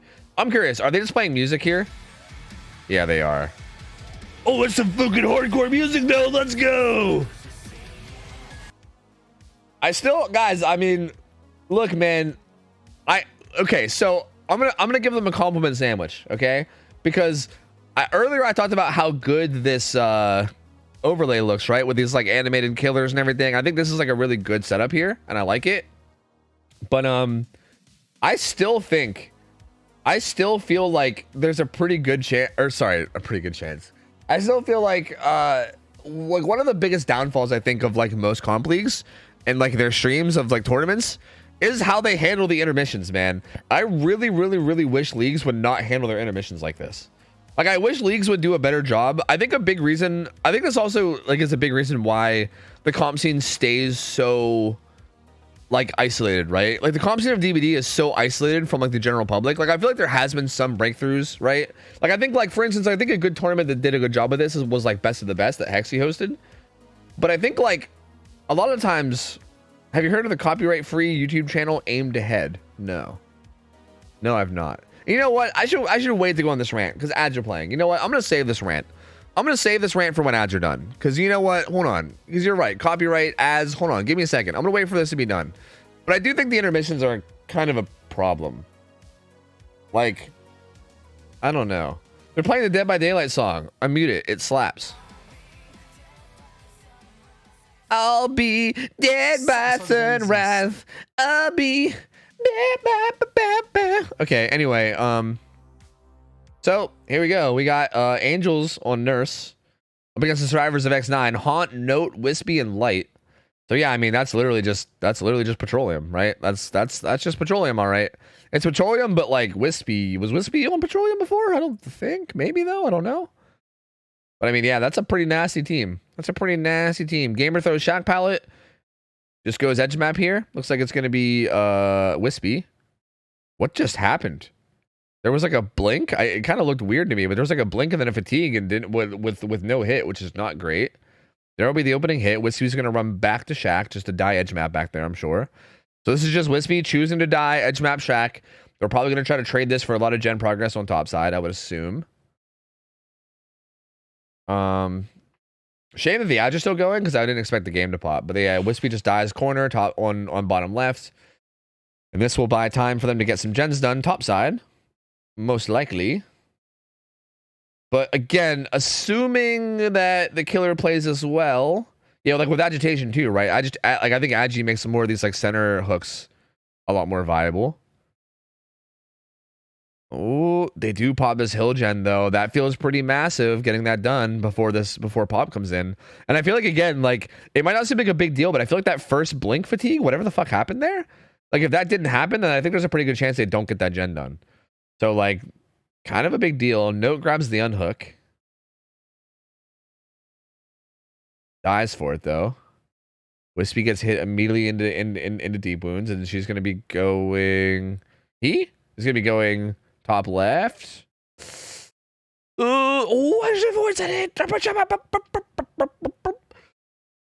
Okay, heading up top side. Die. Looks like they popped the gen at main, I believe.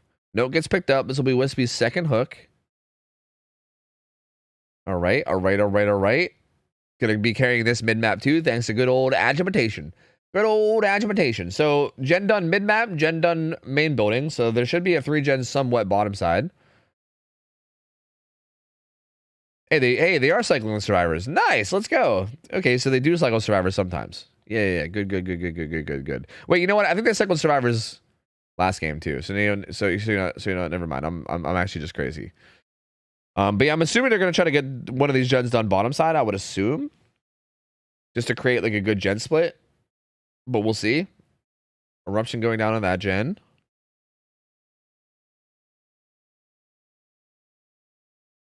If there's 4Ks this match, X9 wins. Really? Even if it's a 4K 0? What happens in what happens if there's a tie? Don't they just replay?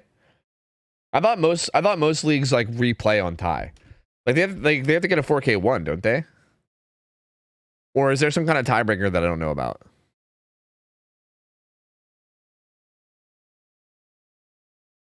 Camping this hook out though, just kind of standing in front of it. Look out! There's an anti-camp mechanic now. Angels, look out! I don't know if you know, but there was a patch recently where the survivor can Kobe. Look out! You gotta leave the hook. Look out! Sitting win con is 4K1. Yeah, but what happens on a tie? Tie is replay. Okay. Tie is replay. Thank you, Jake. Thank you. Yeah. So so it's not just a 4K. It's a 4K1 that they have to get. If they finish all 5 gens, then they pop 2 of the gens bottom side. Uh-oh. And Wispy is still alive. Oh man. I'm telling you, dude, these top tier teams, I don't know what it is. It feels like they have a 5th person. Like I say it every time I watch them and cast them or whatever. I couldn't imagine playing against them. I swear, it always feels like they have like a 5th survivor doing gens with how efficient they are. It's fucking wild. It like literally always feels that way. But Wispy dies. Light's gonna get found. Oh, avoids that one too. Oh no.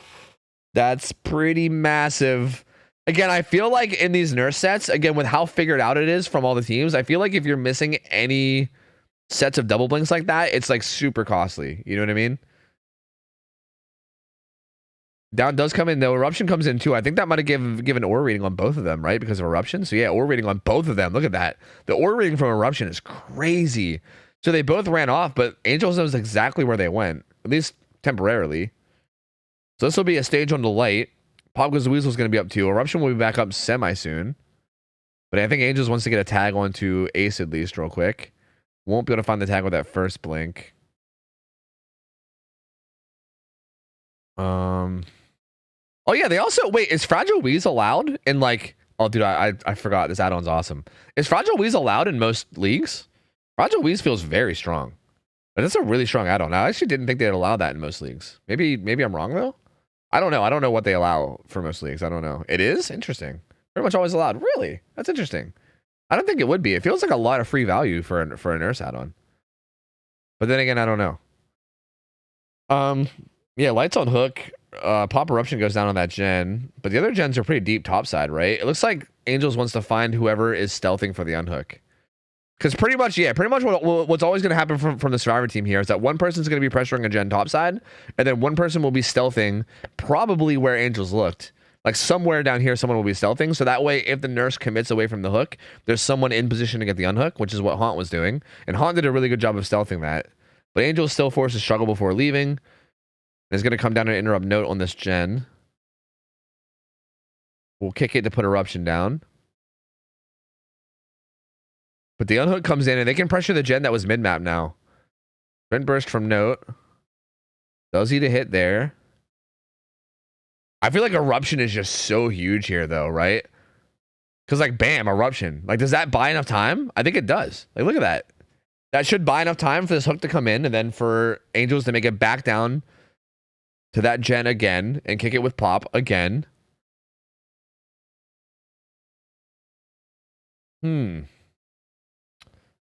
Interesting.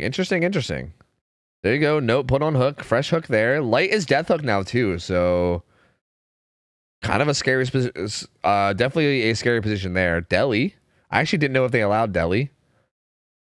Deli from note. So not bad right now for X9. Again, a lot of progress in that top left gen. That like that like 11 o'clock gen had a lot of progress. I'm hovering on the arrows as if I could switch with my mouse. I don't know if you guys are seeing that or not. That's like a really bad fucking habit of mine. Notes here with sprint burst. So I'm assuming they're just going to be doubled up on that gen on the path. And do they have time? Oh, I don't think they do. I think with agitation, I don't think they have time, right? I think this hook will. Oh god, it's going to be close. I don't know. Do they have time? I don't know. They actually, I think they do. I think they do have time. Oh, I think they have to die for it, but yeah, they have time. Yep, they have time. They got yep, they'll die for it. Maybe they actually won't die for it. They'll just get hit. So now it's just a matter of if they can get a hook stage out, right? If they can get a single hook stage out, then they win. So Angels needs to kill them here, and he loses track of whoever this was. Finds him now, and it's over. Yeah, it's over. It's over. I think Angels needed to get that down literally immediately because yeah, there's a gate 11. So yeah, it's over. It's over for sure. There's no way they can make it back in time before that gate's open. It's 100% over. Damn, that was so unfortunate. Yeah, X9's gonna take it. Yep, they're gonna take it. X9's gonna win this one for sure. They even split and they're on both gates because honestly all they need is just one stage. So even if Lori dies here, Note is almost surely opening the other gate and he'll just leave with his one stage because that's all they need is just one stage out. So yeah, there they go. Note's gonna go and that's one stage out. That's gonna be enough to win. And whoa, X9 wins the world championship. Woo! DVD World Cup. Oh my god, the world champions. And the crowd goes wild. Oh my god, $50 million cajillion going to Team X9. Woo! Holy shit, bro, let's go. But no, actually, I kind of wish we would have saw the rest of the set. This was probably a really good set. I don't really know much about this tournament. I've heard about it a lot over the past like month or so. But I know that this tournament's been going on for a while. But yeah, man, I mean, I'm kind of sad we missed these finals because I think this could have been like I honestly kind of want to go back and rewatch it because I feel like this could have been a really, really good set of finals. Both these teams are disgustingly good. So yeah. And again, I'm also kind of glad that we decided to watch the series instead of cast the game because yeah, it's over now, which means that Cynic should be ready, right? So yeah. Again, I want to say again, shout out to Phenom BR. I don't really know anything about this gamer, but I'm actively stealing their content. Okay, this is me, OhTofu. I'm actively stealing content right now. Phenom BR. Okay, this is who I'm actively stealing content from. Just FYI. I'm sure there was a lot of hard work done by a lot of people for this tournament. Tournaments, I feel like running tournaments and all things like this are not easy. It takes a ton of work, a ton of effort, and I'm sure everyone here worked really, really hard on it. So my dumbass just pulling up their stream for content, they deserve the love more than me. Just gonna throw it out there. Okay? I'm a dirty content thief. I'm sure these guys worked really hard. Okay? Go show them love rather than me. But yeah, there you go. Looks like X9 takes it. That's going to be the grand finals over. It's over. It's over. So that's interesting. X9 wins the whole tournament. Was Elysium in this tournament? I don't think they were, right? Because I know that Eternal was in this tournament, but I know that X9 beat them in like the first round, and then I don't know who they lost to in the losers bracket, but I think they lost in the losers bracket somewhere. So I know Eternal was here, but they just got knocked out. I don't know if Elysium was here or not. But either way, I mean, that's pretty sick of X9 to win that tournament. I mean, X9 is also in scrims too, right? Like they play in scrims too. So kudos to them, man. I mean, that's fucking sick for them that they won that whole tournament. X9 has to beat Cynic again because they're coming from the losers bracket. They play another best of 7 next week. Whew, I thought you were about to say that they play another best of 7 right now. I was about to go, what the fuck? I was about to lose it, dude. Oh no. I thought that they already did that. I thought I was looking at the bracket. Maybe I'm dumb though. I thought I looked at the bracket and saw that they had already come from the losers bracket and did all that. Okay. So Cynic was was like the winner of the winners bracket, and X9 came from the losers bracket. Oh yeah. No. I get it. So Cynic hasn't actually lost yet, and X9 has. So this is Cynic's first loss, and because it's a double elimination, they have to come back and play again, right? Okay, so it's not actually over. They have to do another best of 7. Gotcha. All right, ID is on a schedule, I think. Yeah. And it's already we're already kind of late. It's already 8:30, and the game should be starting at 8. So we're already a bit late. We're already a bit behind schedule, but again, understandable behind schedule for those guys. Like obviously, the tournament comes first. So pretty understandable. But I think we should be ready to go soon. Hey man, what's up, Ducky?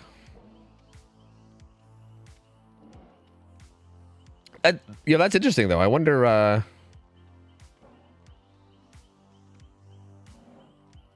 if I can catch some of the tournament next week, like some of the finals. Let me do bam.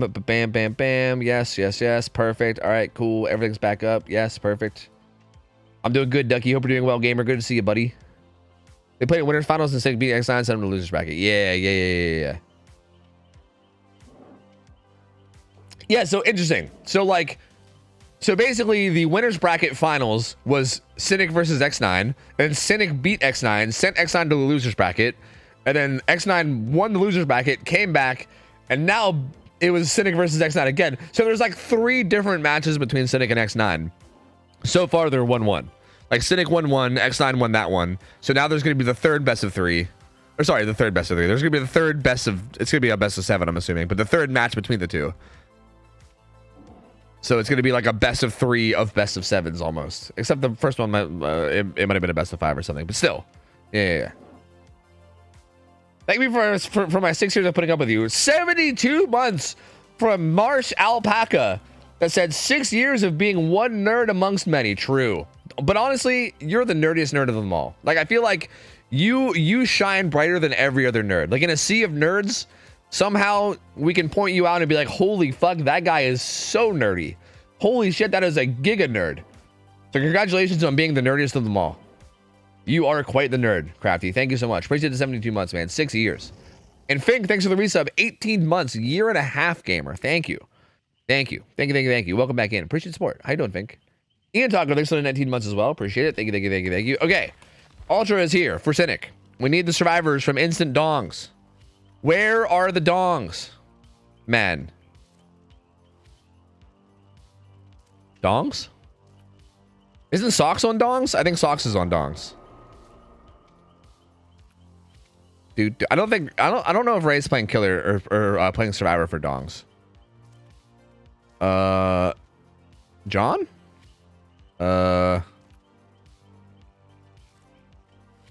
Ethic? I don't know. That's probably good enough. Sorry, the Dongs just started the best of 23 in the Behavior World Championship. Yeah, sorry, we're going to wait it out. Yeah, sorry. Yeah, they just started the best of 10,000. So they're going to be busy for the next 4 days. So I'm sorry, man. Sorry, man. Oh, shit. Pixie Dad, thanks for the 8 months. Welcome back. Appreciate the support. Thank you, gamer. Thank you. Good to have you back, dude. All right, there we go. John, Ethic, Socks, and Paige. up against Ultra. Wait, what killers are we even playing? This is Legion, right? We're starting out on Legion. Okay. This is going to be really interesting. I'm actually really curious to see how Legion gets played at like this higher level, right? We saw Legion in a set I'd say last week on Friday, with Overcome versus Waifus. And to be fair, they also were playing on really high ping, right? It's like, to be fair to them, like before I give them not the credit they deserve, they were playing on high ping too, which makes it really hard, especially on a map like Dead Dog, which is a really hard map to play on high ping. But regardless, the Legion got a 4K1 and a 4K2, which is fucking wild to me, because I don't feel like Legion should be getting good results at all, in my opinion. Legion feels like he should be one of the weakest killers in the whole game, right? So I'm really curious to see what happens in this game, where like these are like two very, very strong teams, and they're also playing with low ping too. So yeah, I'm curious to see how this plays out. I don't really know what to expect in terms of results. And yeah, you guys can have a gamble. Yeah. He said, John said, "Sup, bitch? I mean, bitch. Oh shit, I mean, bitch. I mean, bro." Yo, someone ban this guy, dude. Can we get a penalty? Can we get a penalty on instant dongs here for BMing, please? That's very not cool. Okay, Legion set. This is gonna be Cynic versus instant dongs. You guys got 2 minutes. Go ahead and gamba. Go nuts. Oh, the name is not compliant with our content lead. Wait, what? Can you not say Legion? Wait, what? Apparently Legion is not. What? The word Legion is like against the rules? Masked Kids set. The fuck? I can't say. Wait, what's wrong? Is it Cynic? Oh no, dongs. It's probably dongs. Oh, it's probably dongs that I can't say. Instant doongs. Is that better if I put a bunch of O's? That doesn't fix it either. Instant dick. How about that? No. Instant. All right, I'm sorry. I know that you guys aren't actually instant dodge. Wait, that didn't fix it either. Wait, what's wrong with it? Oh wait, you already did it. Oh, someone else did it. Thank you. Someone else did it. Thank you. Okay. Whichever mod figured it out. Okay, yeah, you got it. You just put a space. I see. Okay, good. Thank you. Yeah, apparently you can't say dongs in a gamba. Why? Dong is like the most like, bro, like it's not like we're saying dick. Dong is like the fucking 5-year-old kid way of saying it. Like it's like a 5-year-old kid going hee dongs, ha. Like what the fuck? How are you not allow the word dong? That's like the silliest way to say dick ever. Like what? It's like one step up from Willy. Exactly. It might even be more innocent than a Willy. Like I don't know. Like that's so silly. That's like the most PG way to say it ever. I'm so confused. Either way, there you go. The gamble's up. Go nuts. Go nuts. Go nuts, my friends. I'm offended and flabbergasted. I know. I can't believe my streamer said dongs. I am absolutely. I just cannot believe it. I cannot believe it. You can't say ding dong when talking about Wraith. Apparently not. No. Don't you dare say dong. How dare you? Yeah, Jasu, thank you for coming through once again. I appreciate it. Thank you. Apparently I just had to put a space there. I'm a bit of a dongus myself, you know? I could be a bit of a dong from time to time, so I kind of donged it up there. Unfortunate. Sorry, this is now actually a 18 plus stream because I'm just gonna say dong all the time. Sorry. Sorry guys, I donged it up there. I guess I'm a bit of a dong sometimes. Sorry. Make sure to cover your children's ears because we're donging it up in here, you know? You can always say peen or member. I feel like peen is worse than dong. Because like that's like half of the word penis. But I guess even penis is like that's like the medical term, isn't it? So like maybe that's actually okay. I don't know.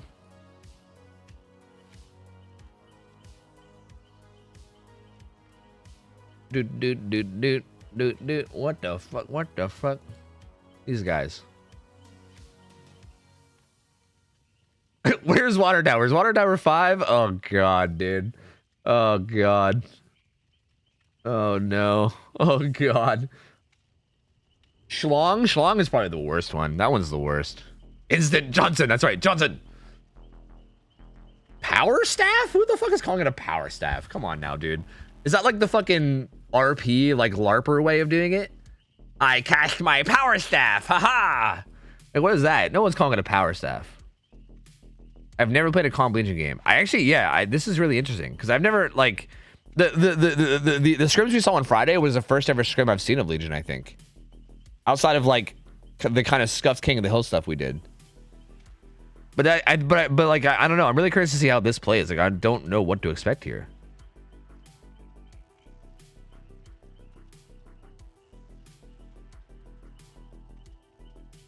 Legions doo-doo? Yeah, like they should be, right?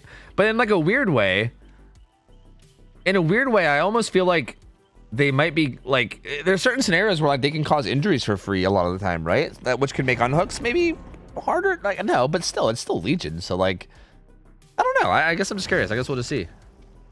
We will just see. Yo, what up, Ninny? Hell yeah, dude. Hell yeah. Are you going to be playing for Cynic?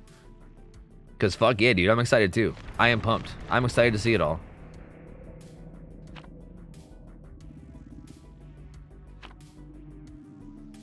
Dude.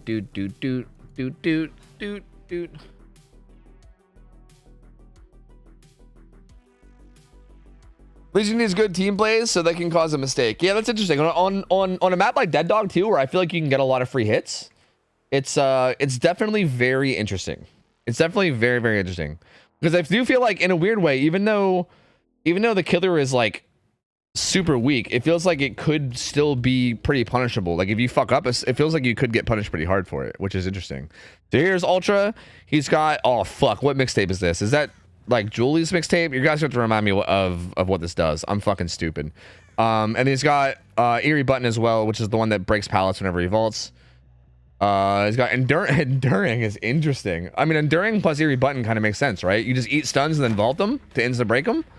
But it's still really interesting to see. Bamboozle, Pain Res, and Corrupt Intervention. You can do stuff like that, right? He can just face tank fucking... Oh, that has to be the one where when you get stunned, you get your power back, right?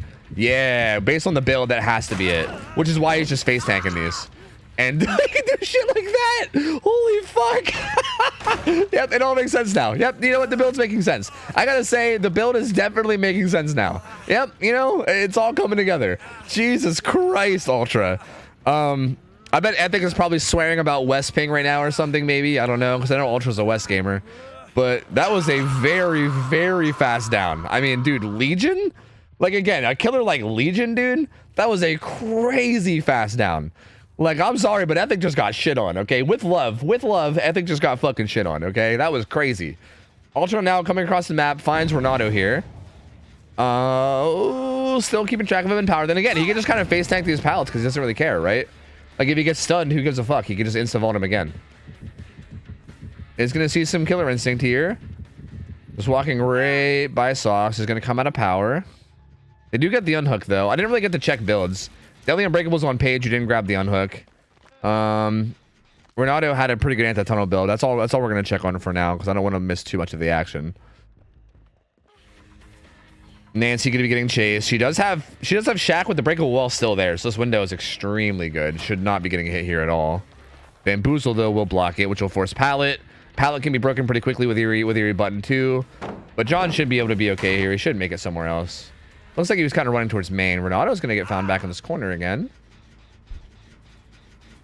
It's really interesting to see a build like this used in comp, right? This is like the kind of build that, like, you see, like, Aughts cook up for, like, a video or something. But yeah, I mean, it actually feels kind of insane in this scenario. Sock goes down in this bottom left corner. He's going to get hooked. No pain res is used yet, but this could be a potential pain res. They finished main building gen. Pain res does pop. I think I heard a Nancy scream for that. Yeah. So they're currently doing this gen at the very top of the street.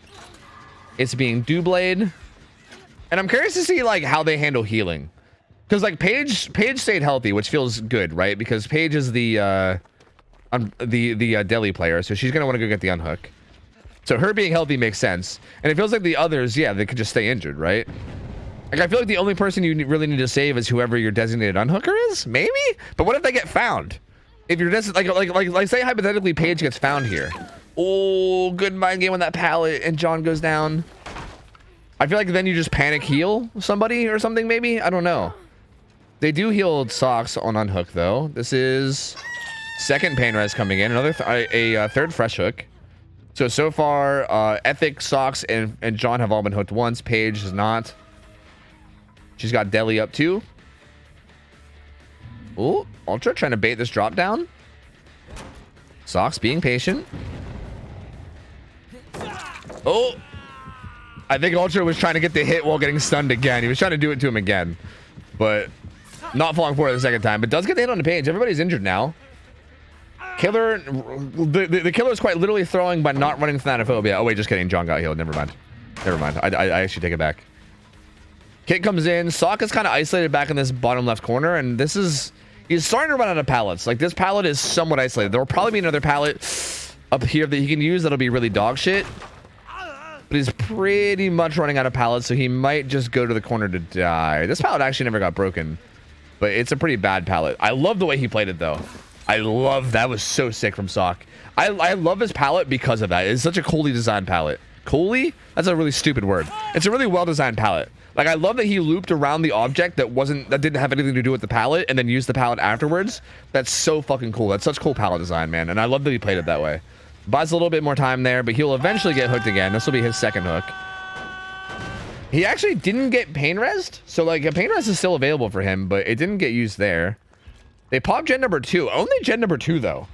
Again, this feels like a really dominant performance so far from Ultra here. Like, considering, I guess, again, I didn't really know what to expect. He got off to an amazingly fast start, but still has kept up the pressure since then. Sox is going to be on death hook now when he gets off hook. And the survivors have all healed up, but again, this is getting a little hairy. I gotta sneeze. Excuse moi. Currently, it looks like there was somebody beside main that got spotted. It's Ethic. He's gonna run as far away as possible, I think. I thought he would just run to the edge to maybe stop Killer Instinct, but he actually heads a little bit back in. I honestly think that was a bit of a mistake. I think he should have ran further away, and then maybe when he gets hit, run up the balcony just to keep the Legion away from everybody.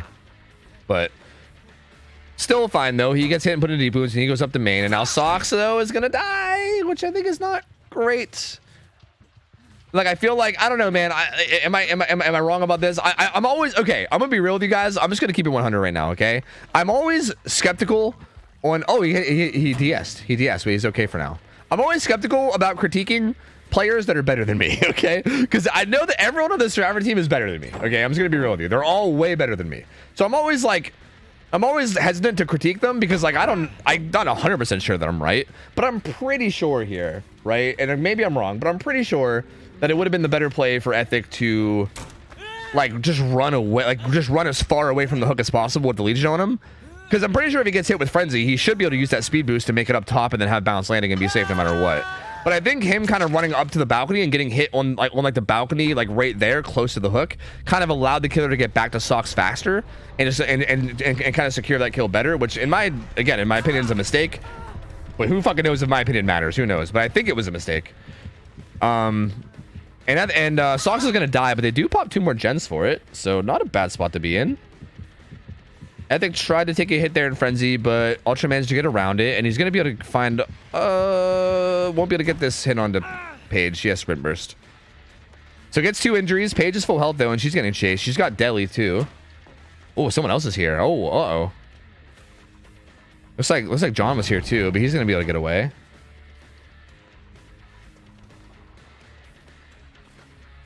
And again, Paige still being full health here. Not really too worried. Will eat 1 hit there. Ultra gets a little bit of information.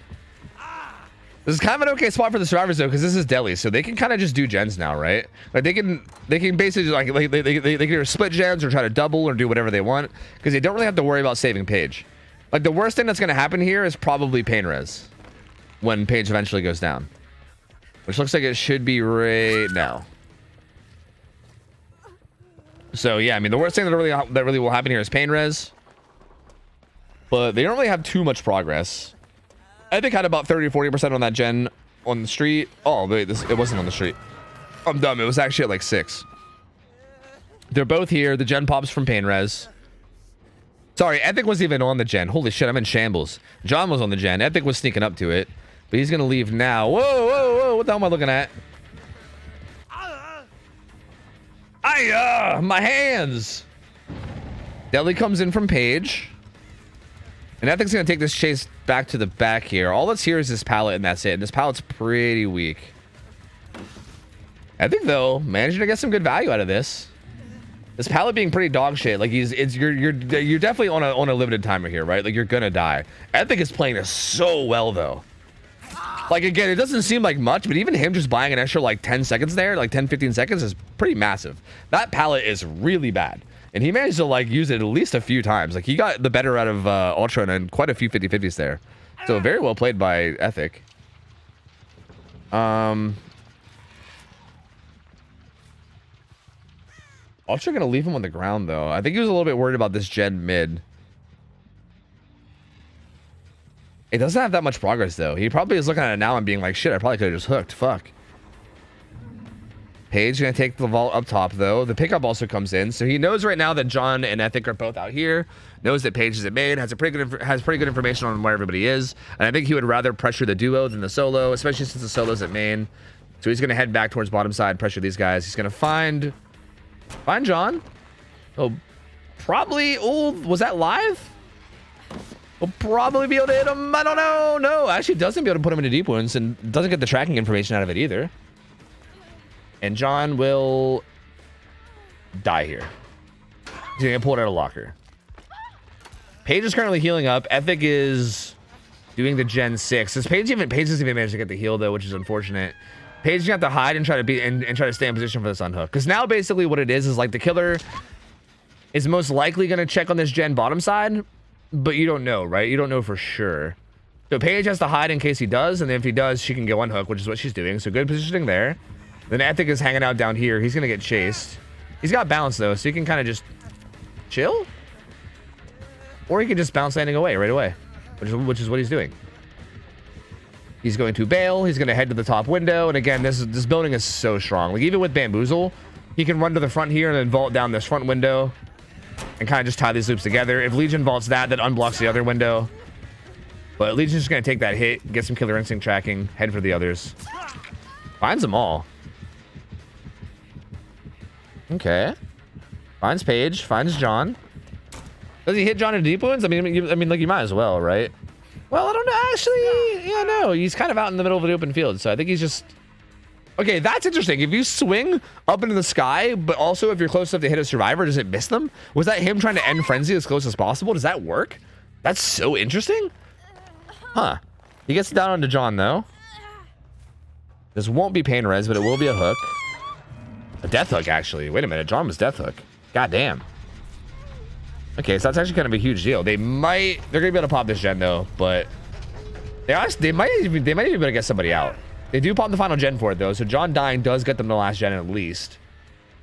And yeah, he's split now. I mean, he has to chase somebody, but whoever he chases, the other gamer has a pretty good chance to hop on a gate. Paige is down towards main building, and Ethic is hanging out at, like, bottom side near Gallows right now. The gates look like they're currently at, like, 12, maybe, like, you can count those like 11, and I think the other one was at, like, 3 or 4, I believe. Yeah, maybe even like 4 or 5-ish. Looks like Paige is going to be getting chased at main. This should... Oh, denying the vault. Paige being cheeky here.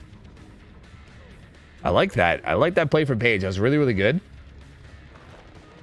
I'll show Bamboozle this window. This should be by... Ethic should be getting the gate open right now, though. And to be honest with you, Paige, if she plays this... Dude, she might... No, right? There's no way she gets around to Hatch, right? She might. I mean, Hatch will spawn right over there. Dude, she might. Yeah, I think she's going to be able to. Ethic leaves. Oh my god, that was so good. No. Oh, but maybe she can make the gate, though. It's right over there. She should have ran. Maybe she could have. Probably not, though. But maybe. Hey, maybe she stuns. No, he has Enduring. It doesn't matter. Never mind. Oh, that was so close. That was so close. The Hatch just took a little bit too long to spawn. And I guess maybe she didn't claim it right. I'm not sure. But so close to getting that extra out. And I think those extra outs would have been huge. Like, that could have potentially been, what, like 4 stages getting out? That could have been an 8 stage for fresh. Ends up being 10 stages for fresh. So, Again, I don't know what to expect. I don't know what expected result is here for Legion. I have no fucking idea, to be honest with you. Feels like from what I would expect, from what I would just expect blind, I would say that's probably a really good result for Legion. 10 stages for fresh feels really good to me for Legion. But again, I don't know, man. If you would have asked Tofu from like a year or two ago what I thought how Wraith would do in comp, I'd be like, yeah, he'd get shit on, right? He'd get nothing. But like Wraith Dead Dog ends up being this like really deadly combo, you know what I mean? So who knows? 10 stages 4 fresh feels really good to me. I feel like Ultra played it really good from start to finish. I mean, I think the early game especially was nuts. He got like a really fast down onto Ethic that got the ball rolling quickly. It didn't really feel like he let up at any point. Like I felt like he had pretty solid pressure the whole way through. I do think Instant Dogs did a pretty good job of like recovering and kind of getting their shit together, and they did end up getting all the gens done and getting some people out. Like again, they almost got 2 out. It was so close. So they did stabilize and handle the position they were in really well, but I still feel like it was a good game from Ultra for sure. There's a list of banned perks in the Discord. It's not a very big list. So like we basically try to minimize balancing because like we're trying to make this as like accessible as possible, if that makes sense. Like we want people that have never watched comp before to hopefully have a understanding of what's going on without needing them to like read a 10-page essay on what all the bans are, you know what I mean? So here, I'll just read them to you. Here's all the bans. For Killer, you can't run the combo of No Way and No Way Out, okay? You could run them individually, but not the combo. You can't run both of them, okay? But either one of them individually is fine. You can't run Haunted Grounds, Lethal Pursuer, Darkness Revealed, Deadlock, Blood Favor, or Ultimate Weapon. Those are the banned perks for Killer. They're banned globally on every single Killer, no matter what. For Survivor, you can't run Made for This, Dramaturgy, Plot Twist, Reassurance, Buckle Up, and Off the Record. And we have Repressed Alliance temporarily banned. Is that still temporarily banned? I know that was bugged for a while, so we got it temporarily banned. It might still be. I'm not sure. And then sometimes we have like individual bans per killer. Like certain perks are really strong on certain killers and then not on others. Like for instance, like Dead Man Switch is banned on like Artist because it's just insanely valuable on that killer. Like you just get massive amounts of free value for no reason, you know? Whereas like on other killers, it's not as much of a problem. So we have like Dead Man Switch banned on like a couple killers actually. And certain killers like Blight or Nurse will have more bans because they're so strong. But for the most part, like Legion has nothing special in terms of bans. I don't think. It's just the global bans. So yeah, we try to make it like as minimal as possible, which is to be honest, not really ideal for like really high level play. Like hypothetically, if we had like even like these teams are really good. So like for teams like this, I mean, there's a reason why most of the comp leagues have these like really intricate rules.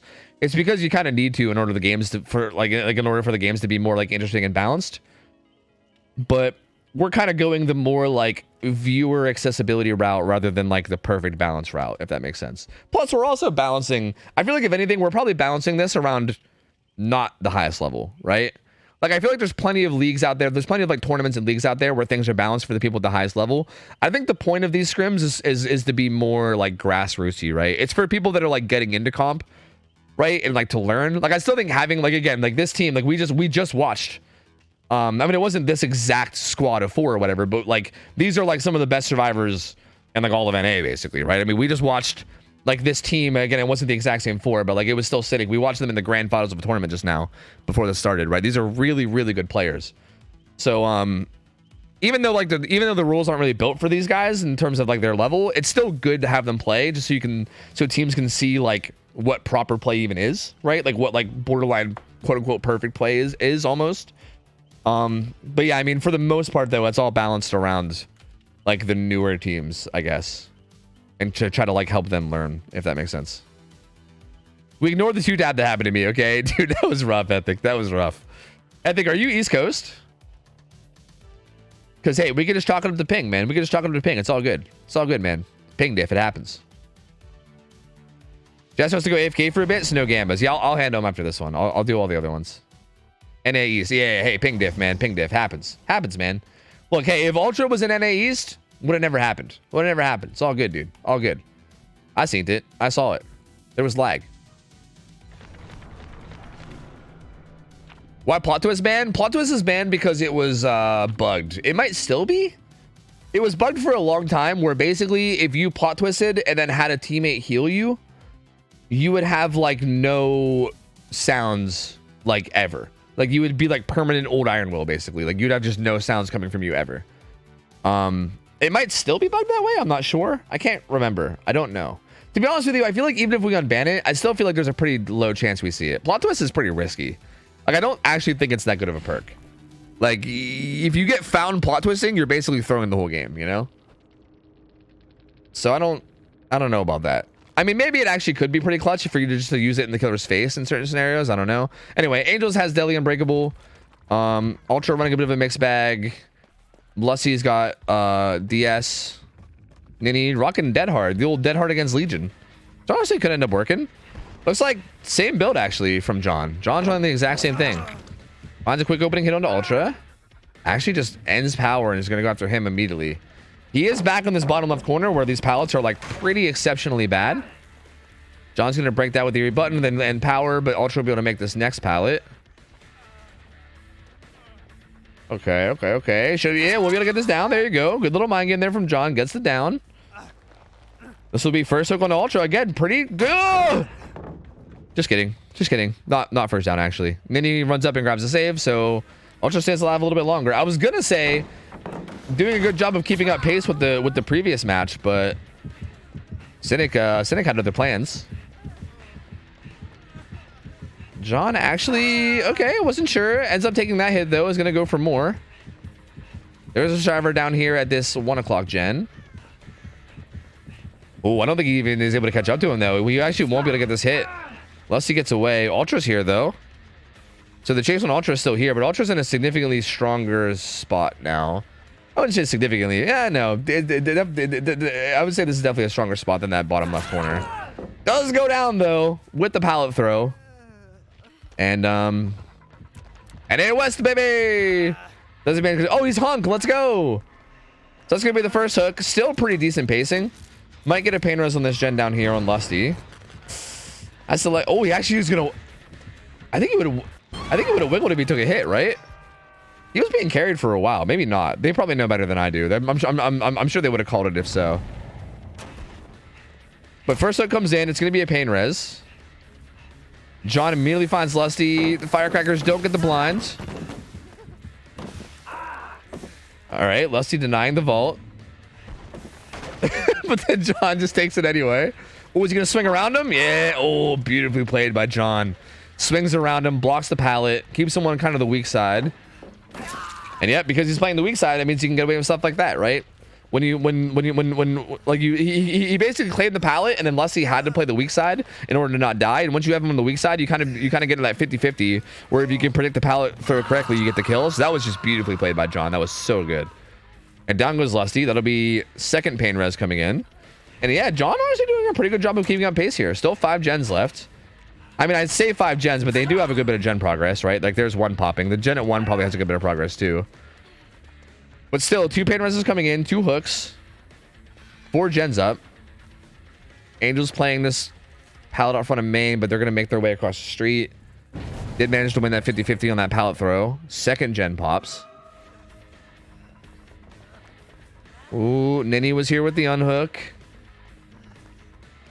They do get the... Oh, they get the fast vault, but the endurance was gone. Uh-oh. All right, Lusty goes right back down. Bamboozle on the window. Needs to be careful with the Yunjin. The Yunjin does have that flashlight. You got to be a little careful. Or sorry, not the Yunjin. The Nancy has that flashlight. You got to be a little careful. John's going to chase her away. You know what's funny? I don't think she has it, but... I mean, she probably has sprint burst, right? Because she's Deli. We do allow background player, which is kind of spicy. And like, I've been debating on whether like we should allow it, but we haven't really seen it be like hardcore abused yet. And I was curious to see if either one of these teams or anybody really would like hardcore abuse it. But these guys don't have it on currently. Okay, finds that hit onto Angels. With power at least. And there's gonna find some ore reading here. Nini is here. Only a little bit of power left though. Doesn't get the hit. That's pretty big. So Nini will be able to eat a hit for free and use that speed boost to go basically wherever he wants. Hit comes in. Nini is gonzo. And Cynic has done a really good job in the past minute have been very, very much in Cynic's favor. Like John's been doing a really good job, but like him getting that redown into Lusty and then not actually getting the rehook. Maybe he was worried about DS too. I don't know. To be fair, does Lusty have it? Lusty actually did have DS too. Oh, tries to get in front of Nini, but they still make the window.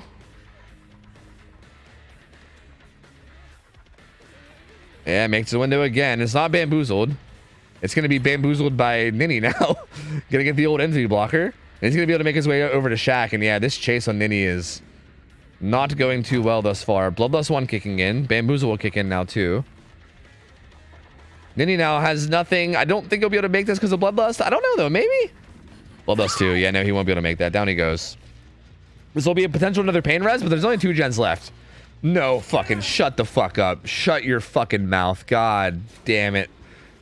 And there's Nancy with the flashlight. So, you know, now it's suddenly looking very, very much in Cynic's favor. They pop main building gen. There's only 1 gen left. There's a really good split. They have this gen down in the bottom left corner. Has a ton of progress. And there's also a gen at the end of the street on top side that they can work too. They just doubled a gen top side too at main. So they can easily just go from that gen right to the top side gen and double it to pressure if they want to. And now Angels is getting chased around this bottom side. They actually do manage to get some distance away. And yeah, this is looking pretty dunzo from this point. Cynic has just been absolutely on fire for the past like couple minutes. John got off to a really good start, and he has been making good plays, but these saves have been pretty rough. Angel's playing this palette pretty well too. A Survivor's going to come in for a body block if they need it, which is going to happen right now. Beautiful body block from Lusty. John's got Bloodlust 3, so he actually might be able to get around him. Lusty doing a really good job though. It might sound dumb, but it's harder than it looks. The body block a Bloodlust 3 killer. Like that's why, like if you wonder why Lusty was like going out and shit, like he was kind of like zigzagging. Like a lot of like if a killer's Bloodlust 3, they can usually just like go around you because they're so fast. But Lusty was doing a really good job there of like holding the right angles and positioning himself perfectly to make sure that John couldn't get around. It's a lot harder than it might seem to people. Like that shit is difficult to do. And Lusty's gonna lock her up here. Final gen's gonna pop.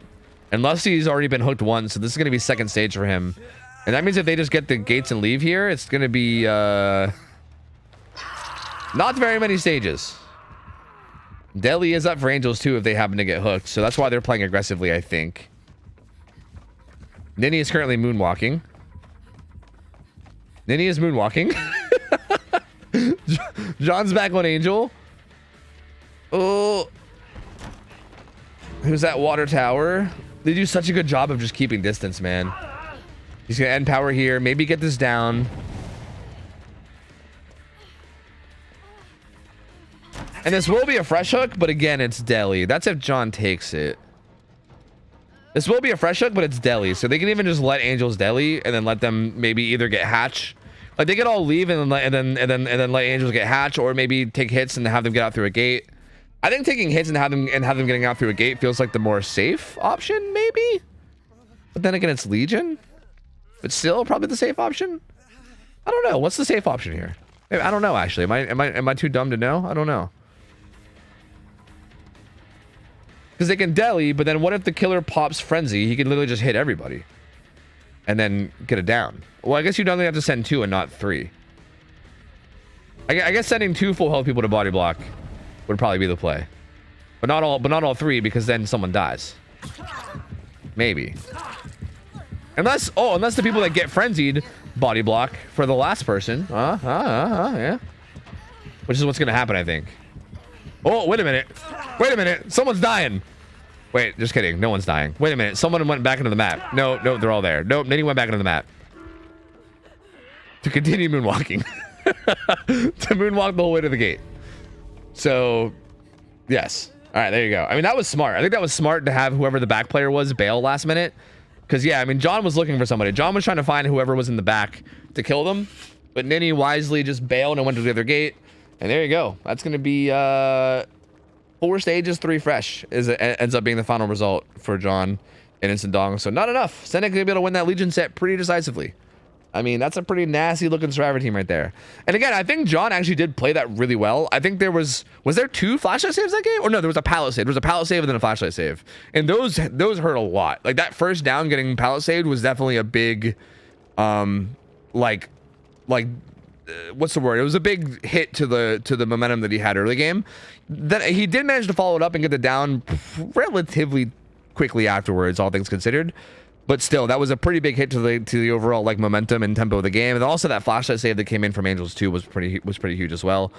Like I don't think John necessarily played it really badly. I feel like Cynic was just kind of all over it and just did a really good job. And yeah, man, they're gonna take that first set, so they're gonna be up 1-0. Legion set going to Cynic. Nasty looking team, dude. I mean, nasty looking team. I don't know. I mean, I guess I don't really know like really what else was there to expect. I guess really. We're gonna be going into the Billy set though. We're gonna be playing Billy. So Billy is playing on Thompson House, and we'll see how this one goes. Let me change up the overlays and everything. Billy's gonna be playing on Thompson House. I don't know. Is it gonna be the same killer? I'm not sure. But yeah, I'll give you guys a new Gamba. I also have to hold the lobby hostage and play ads. So let me hold the lobby hostage.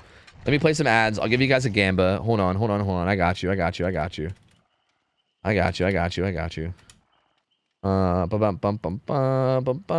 you go. Okay.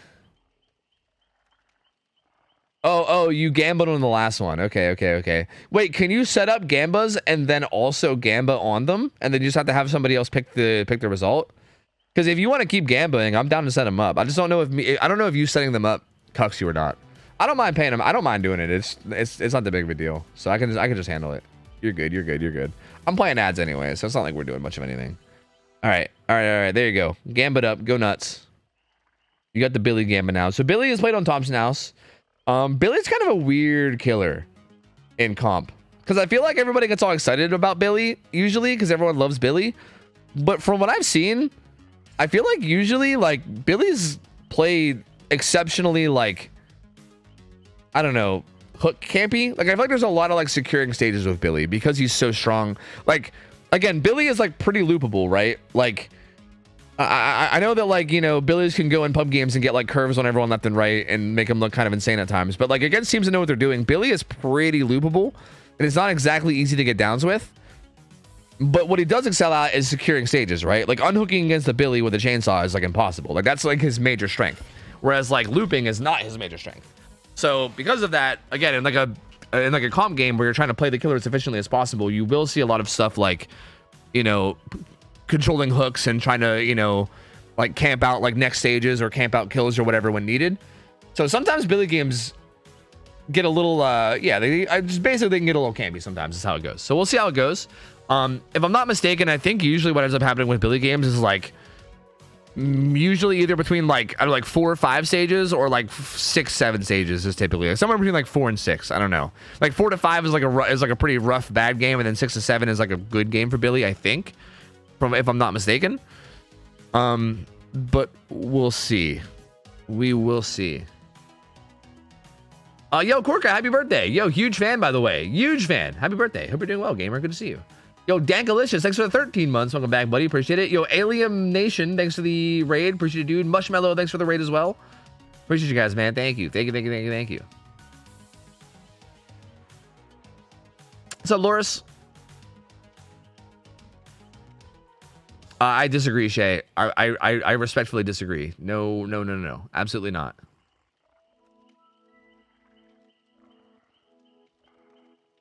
Are the boots add-ons also increasing turn rate in the first second? No. Just afterwards. Like the first initial turn rate with Billy is always the same no matter what. It has nothing to do with add-ons. Or if the add-ons do affect it anyway, like I don't know, maybe the add-ons do affect it, but if it does, it affects it at such a minuscule rate that I don't think it matters anyway. But I can't say confidently that it doesn't affect it. I'm just pretty sure it doesn't. All right, ads are done. These guys are all ready to go, so I'm gonna stop holding the lobby hostage. We can get going. What's up, Cuppa? How's it going? What up, gamer? So, I would be extremely surprised if we don't see low pro chains doom engravings. I know that like apparently there's some psychos out there that believe in the carburetor tuning guide. Well, sorry, it's not called carburetor. It's not called that anymore. Sorry, the tuned carburetor plus doom engravings lifestyle. Apparently some people are like, you know, swearing by that being viable, I guess, but I don't see it. I don't see how that's viable. I don't know. Call me crazy. I just don't see that being viable at all. I would be extremely surprised if we don't see Doom Engraving Slow Pro Chains as the add-ons, which is basically faster rushing while chainsawing, and then also you can chainsaw through pallets, but your chainsaw only does 1 damage state after you do it. And then for perks, I don't know, man. For perks, probably like Corrupt, Pain Res, fucking like No Way, either No Way or No Way Out, and then Bamboozle probably. But I guess we'll see. Yep, exactly. No, hey, he's a believer. Oh, he's a Tune Carburetor believer. Well, I guess I'm consider me surprised. Like I said, you were probably gonna see either Low Pro or this. This is Tune Carburetor. So Tune Carburetor, what this does is it makes you 4.4. So John's movement speed when he's not like when he's just walking around like this is like the same as like Huntress or Spirit or whatever. It's 4.4. It's slower. But his chainsaw speed, like you see how the bar is yellow, it charges faster. But that means that pallets become like with Low Pro, pallets become like less safe basically, because you can at any point you can chainsaw through the pallet, and also it resets your curves. You can like potentially get hits through pallets, right? Whereas with this, you can't really get hits through pallets. It makes pallet play much safer in the sense that like unless you're getting like mind gamed and chainsawed at a pallet, you should be mostly fine. He's gonna bamboozle this window, and he finds Celeste here at this cow tree. He's gonna go for yet another loop. He's gonna have to throw the pallet here. Oh, he gets the stun and the fire, the pre-dropped firecracker that kicks in right as he stuns him. Wow, that was beautiful. That was absolutely lovely. John gonna come back here though and find Ultra, who's gonna be running around main. Has to worry for this curve. Oh, not enough gusto from John though. Doesn't curve quite enough. To be honest, I actually don't know if it would have landed even if he did get it though. Like I think Ultra might have had the distance that it might not have landed anyway. Angels gets found in sprint burst towards Shaq. That sprint burst tells us that that is most likely Deli as well, right? Like Angels had Deli last game, but just the fact that they have sprint burst is typically seen on the Deli player when Deli's allowed. So more than likely this is the Deli player. John might know that too, so he might commit to this now, maybe. 1 gen done though. He's just zoning right now with his chainsaw. Ooh, should be able to get this. Well, beautifully done by John there. Did a really good job of just zoning, just holding out his saw, forcing Angels into the area that he wants that he wants them to go. Little sabo attempt from Ultra, but not going to go through. John's going to take the hook. It's not pain res though. It's not pain res, and this is the first hook. 2 gens done, and it's on Deli, I believe. No, wait, yes, it is on Deli, but I know it's actually going to come in really quickly. So John left for a little bit to try to pressure the map a little bit, and the unhook comes in instantly. 3 gens done now. Ooh. Well, we'll see what he can do from here. Pretty good start so far from Cynic. Oh, beautiful chainsaw from John though. Basically threatened the curve, and because he was threatening the curve, Ultra just left the tile, but then John managed to basically follow that up. And that's tough, right? Because as Ultra, what do you do there? Like you can maybe use the hook as cover for the incoming chainsaw, but if John just doesn't actually finish the rev and just keeps revving, then he can just walk up to the hook and then you die, right? So John doing a really good job of putting Ultra in a tough spot there. Manages to get the better of him and gets that down pretty quickly. The unhook comes in instantly too, though. John just leaving the hooks altogether. At this point, maybe just wants to get some pain res value. Again, anybody he hooks like late game is basically a guaranteed kill because he's Billy and he can just rev his chainsaw. So he might just be trying to get some fresh hooks and maybe set himself up just to get like a good like. He also has no ed too, right? So he might be trying to set himself up for like a late game situation where he can secure some stages and get a good result based off that. Ninny though, not a survivor that I would want to chase, that's for sure. Playing his palette pretty well. Gets the stun as well and the blinds.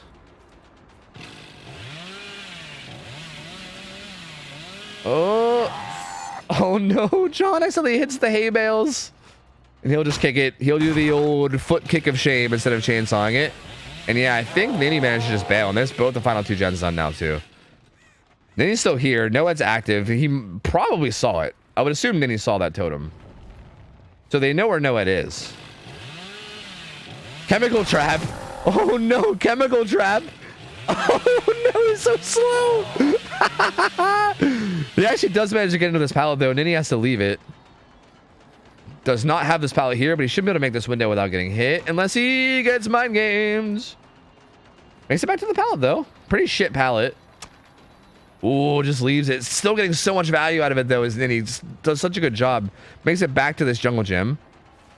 Bamboozle comes through. The pallet's not here anymore. There's nothing here now. He'll have to try to make it back to that pallet again, and I don't think he makes it this time. He should die now. So down he goes. And I'm assuming they're probably just going to leave. They're breaking Noed, but like, whoa! They're kind of greedy to get this pallet save. They need to be careful not to greed too hard. Noed's being broken though. It's okay. So Noed's gone, so it makes him a little bit less threatening, but not a lot. He's still pretty threatening. Was that? Wait, how did she throw it from that side? What the fuck? That's crazy. I thought John was blocking it. Was he not blocking it? I actually don't know how that happened. Oh, they should be able to heal tech her.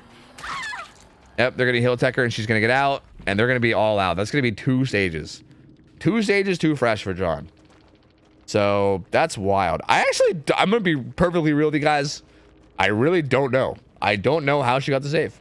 I feel like usually when the killer like blocks one side like that, usually you can't get the save from that side. I thought somebody was on the other side, but Nancy just didn't give a fuck.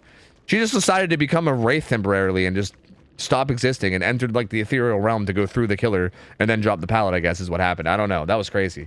But did manage to get the save even with John blocking it. And yeah, that was a rough one. That was a rough one, man. I mean, John definitely made some really, really good plays there, but Cynic also made some really good plays themselves, clearly. So again, it's not like John like played horribly and got completely dumpster or anything. Like he made some really, really solid good plays.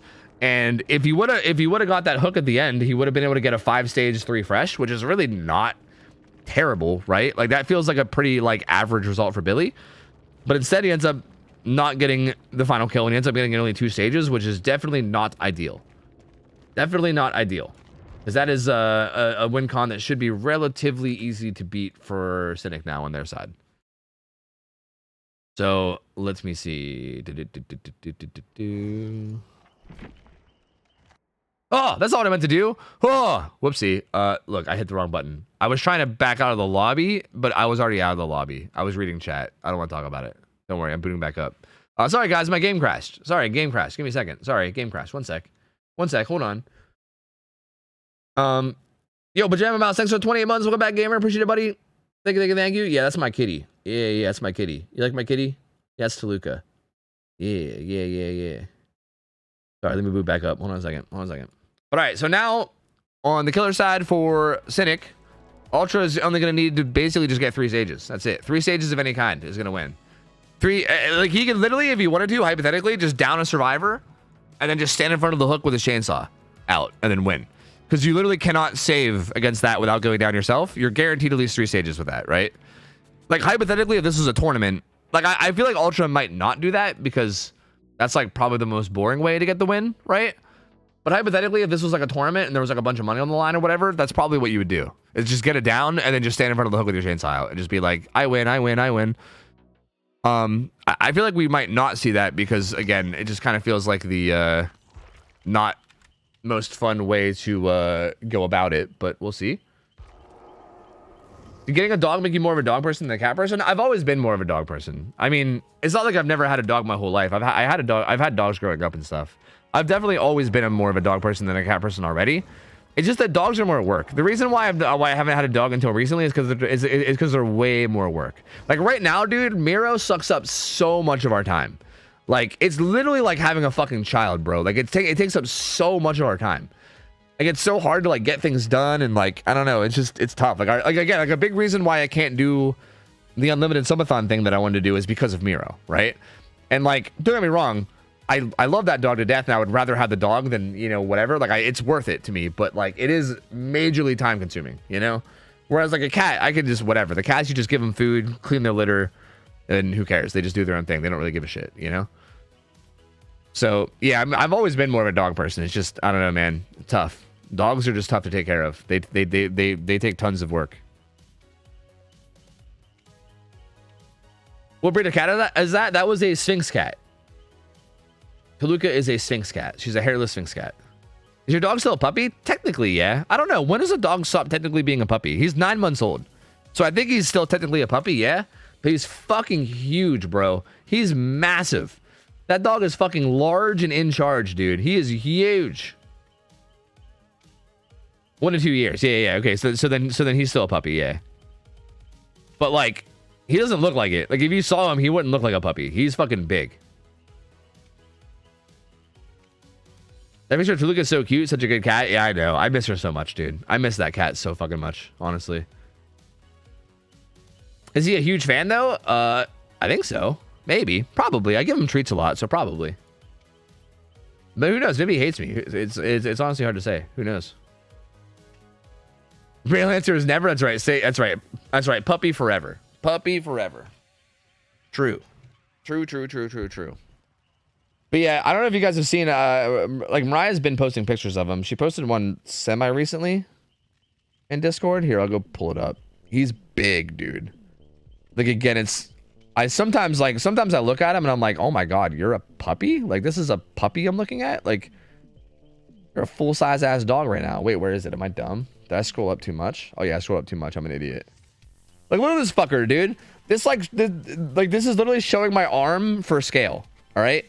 Like, I'm holding like a fucking chew for him to chew on. Look at him. That's my arm. Look at this fucker's head. Look at the size of this fucker's head, dude. That's my arm holding a chew for him. Look at how his head is like as big as my entire arm, bro. He's huge. This dog is fucking massive, dude. Yeah. He's a Newfie. Your arm's pretty skinny. Yeah, look, I'm not exactly the most jacked motherfucker in the world, so you're not wrong. I'm kind of scrawny, but still, even with my scrawny ass, this is still big. This is still a big fucking dog, bro. And yeah, he's 9 months. So yeah, he's still a puppy. He's a really large puppy. Like, he's basically like if there was a human that was like a toddler age human that was like 6 foot. like a 6 foot basketball player looking ass toddler is basically what this puppy is. Like, he's got the mind of a puppy, but he is fucking huge, brother. He's huge. He's big. Does he shed a lot? Actually, surprisingly, no. I think he probably will start at some point, but right now, not really. No, not yet. But yeah, he is adorable. Look at him. Look at the cute little man. He's so cute. I love him.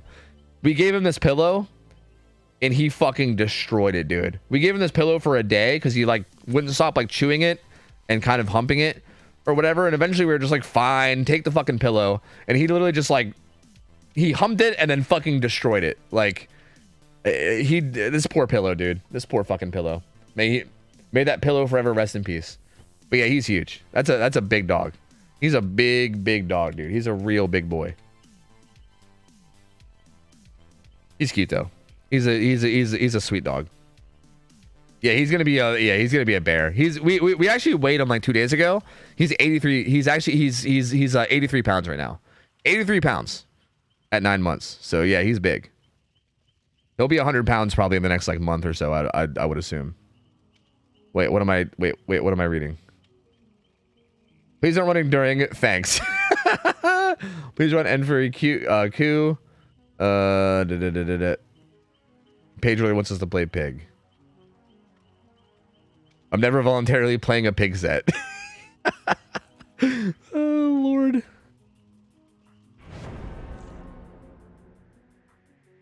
Sometimes I'm a pillow too. Wait, what? Wait, who in the what now? Wait, what are you implying with this? You glad it was the pillow and not you? He hasn't tried to hump us yet, which is nice. For some reason, he really likes pillows. Like, I don't know what it is about the pillows, but he really likes to seem to hump pillows. But he hasn't humped us yet, which is good. So I don't know. Hopefully that doesn't happen.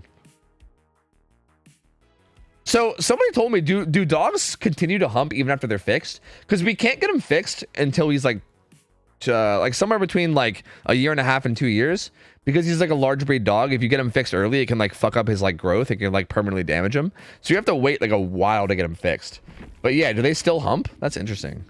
Because I figured he would probably stop once we got him fixed. Anyway, either way, here we go. Ultra own killer. Up against the survivors of Instant Dongs. What the fuck is this build? He's got game afoot and fucking machine learning. What the fuck? What in the fuck? And he's got low pro with doom engravings. Bamboozle.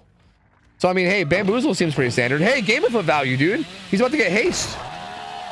Breaks the pallet. 5% haste, baby. Look at this. Uh-oh. Look out, socks. Oh. Oh, he actually had it blocked, I think. Did he? I think he had it blocked. I couldn't tell. He might have been able to get that chainsaw. I think he might have had the window blocked, but I'm not sure. Socks will be able to make his way around and make it to this pallet, but he needs to be careful because of low pro, but he needs to be careful because of this curve. Ultra took the curve wide thinking that Socks would flare it, but Socks didn't flare it. So, being able to win that 50-50, but that pallet break and now the haste too. Uh-oh. The haste killer catching up quickly. Socks not gonna be able to make it anywhere. Down he goes. So there's hook number one. And again, technically, like, if Ultra wanted to, he could put him on hook and then just rev his chainsaw and win if he wanted to. Like, hypothetically, that's possible. But, we'll see. He'll put him on hook. I think he was seeing that gen on progress. He probably wanted to kick it so he could activate machine learning, right? Hypothetically, he can get, like, if he activates machine learning and then also gets game afoot to pop at some point in chase 2, he can get, like, what, like 15% haste or some shit? That's pretty intense. That's pretty wild. He's gonna leave that hook. He's gonna find John at these T-walls. He's doing a pretty good job playing them so far. Both windows have been vaulted once. He's gonna force the M1 now. He does eat the M1. Oh no, but just goes right back down. It kind of feels like he reacted a bit slow to that M1. He's gonna go down really quickly there to those T-walls. So down he goes. Pretty quick 2-tap from the old M1 Billy. And he's gonna be getting put on hook here too. And this secures the tie. But I feel like both these teams may have just accepted this is over at this point. I don't know. He's going to be leaving, checking on these gens. I want to see him kick some gens. So machine learning is weird because you have to kick 2 gens, right? Like the first gen you kick doesn't activate it. It's like the second gen you kick. It's really weird. So he hasn't even kicked the first gen yet. So it's nowhere even near being activated. Gen number 2 pops. Okay, he's gonna go over here. Is he gonna kick this one? He's gonna do it, right? Yeah, kick number 1 coming in. So it's not active yet, but that primes it. It's primed and ready. It's ready to go. Next kick, it's gonna activate. Oh, finds Paige. That was pretty sick. Again, the low pro, if you guys don't know, low pro resets your curve. So like plays like that are really cool. You can like come at an angle that normally you wouldn't be able to curve around, but then once you break the pallet, it resets it and you can just curve really hard afterwards. So that could have been a really sick hit. It was honestly really close too. Goes for a bit of a spicy curve there on Paige. Doesn't get it. This is a really hard tile to curve. He's just gonna leave it.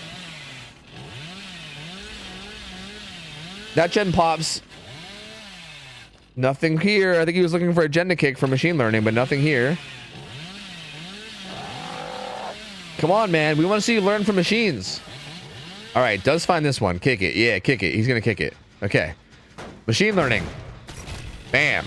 Going to go down to that gen. So now, if that gen pops, it's what? 10% haste and then stealth for like 30 seconds or something? Like a long time of haste and stealth if that pops. John should be able to make this window or this pallet, whichever one he wants. He's going to go to the pallet. Low pro will not be able to get a hit there. Window's not bamboozled yet. John will take it. Ooh. John being really patient with this window. He's going to take the medium vault. Ultra will go ahead and just bamboozle it now. He should be able to make it to this pallet as well. But if he pulls the chainsaw, you can zone him. Yeah, he's going to zone him. And yeah, that's tough because you have to get the you have to time it so perfectly. Like the only way that John lives there, is if he gets pallet saved. Or sorry, flashlight saved. Or sorry, flashbang saved. Sorry, firecracker saved. I was wrong 4 times. You know what I mean? Whatever. The point that I was trying to say is that if he doesn't get saved there. The only way he actually lives on that pallet is if he times the pallet perfectly to get the stun, right? If he doesn't throw it, then he gets curved, potentially, or he feathers the saw and M1s him.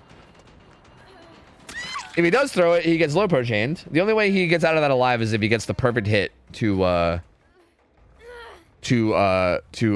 sorry, he gets the perfect throw to stun him. Sorry, my brain's like short-circuiting. Machine learning kicks in. He gets the haste from that. He does get the down to John. That's going to secure the win. Hook stage number 3, baby. That locks it down. We actually don't see much out of machine learning here. Like, only a little bit.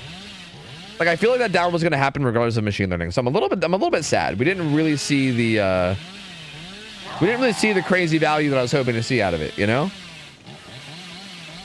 But a third hook stage does come in. Obsession also switches to John too because of Game Afoot. I don't know if that matters at all. He's gonna go after Paige here and go for a curve, but doesn't quite get it. Good job from Paige avoiding that one. We'll try to go for the low pro curve. I guess not. Has the haste from Game Afoot. Whoa, whoa, whoa! Socks is what the hell is Socks doing? He's chilling. I don't know what he's doing. He was just hanging out. He was hanging out, just waving. He's wanting to go down, I guess. I don't know. Good fake. Oh my god, the spectator bug is making this camera movement fucking wild. John will hop in locker. John's death hook, so he's worth the least amount of hooks, so he probably just doesn't care about dying. He's like, whatever. Oh, they're for the people from Paige on the Socks. Oh, no, it doesn't quite get that one onto John. Huh. Does Paige have Deli? Yes. And Unbreakable. Paige has both Deli and Unbreakable. So Paige is going to get hooked. Oh, the flashlight's actually going to kick in, though. So double blind. And they can probably all make it out. Oh, they have background player. Oh, let's go, dude. The background... Oh, that was a little bit sloppy. That was a little messy. Oh, okay. All right. Well. Oh, okay. Well, you too? Okay. Well, yeah, everybody at this point. Yeah, you know what? Might as well.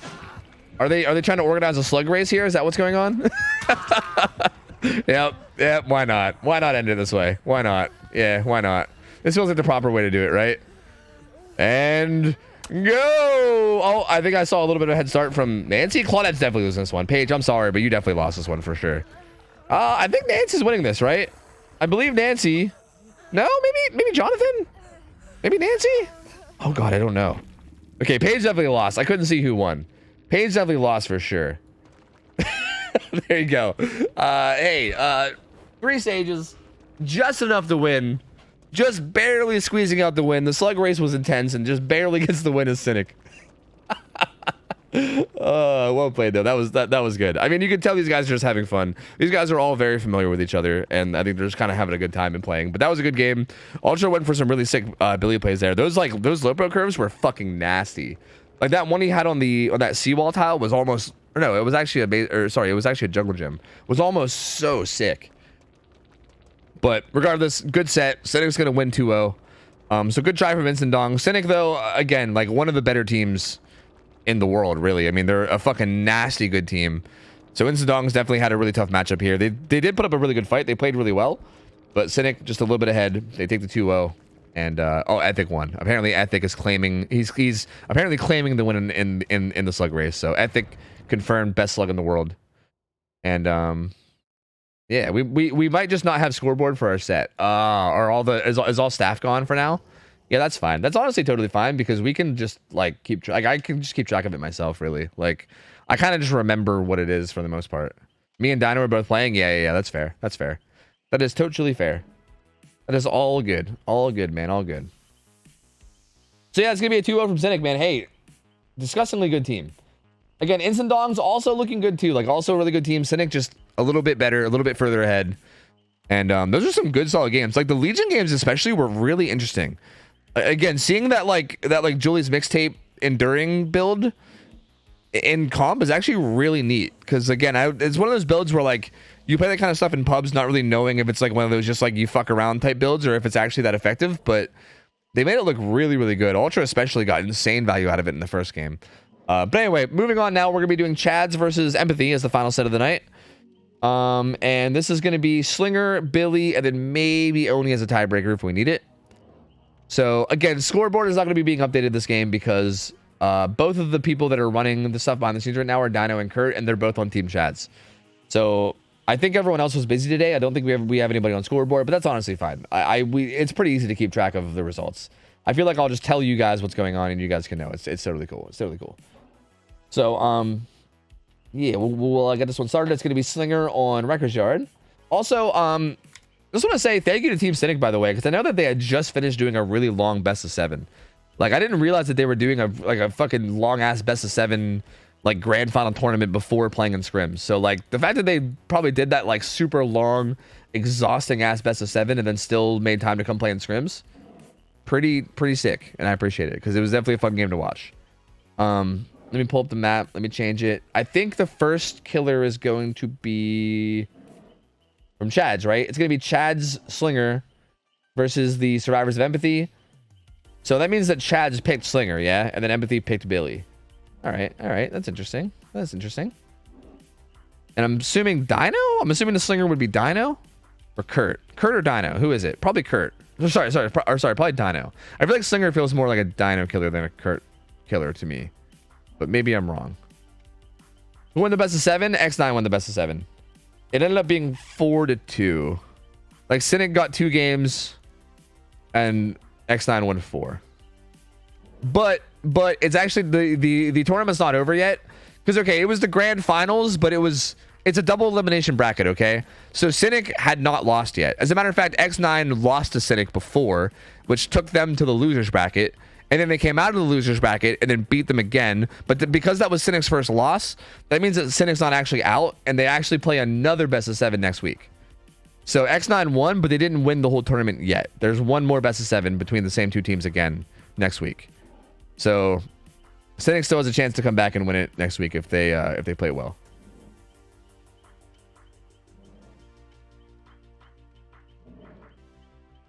That's so confusing. Yeah, double limb. Yeah, like a double limb can be kind of weird like that. I think the best way to look at it is just saying, okay, every team has to lose twice before they're out, right? So like there's a winner's bracket. So there's like a winner's bracket and a loser's bracket. Whoever wins the loser's bracket comes back at the very end of the winner's bracket. But whoever won the winner's bracket hasn't lost yet. So like if they lose, they have to lose again. They have to lose twice. Like every team gets one chance to lose before they're out. So yeah, Cynic hadn't lost before then. And they just now did. So yeah, they get another chance. Yeah. So it's like Swiss? Not really like Swiss, no. Swiss is just like multiple rounds. And then you do like Swiss is like Swiss is basically like round robin with multiple rounds. It's just every team gets one extra chance, is essentially it. That's basically it. Like a bracket reset, kind of, yeah.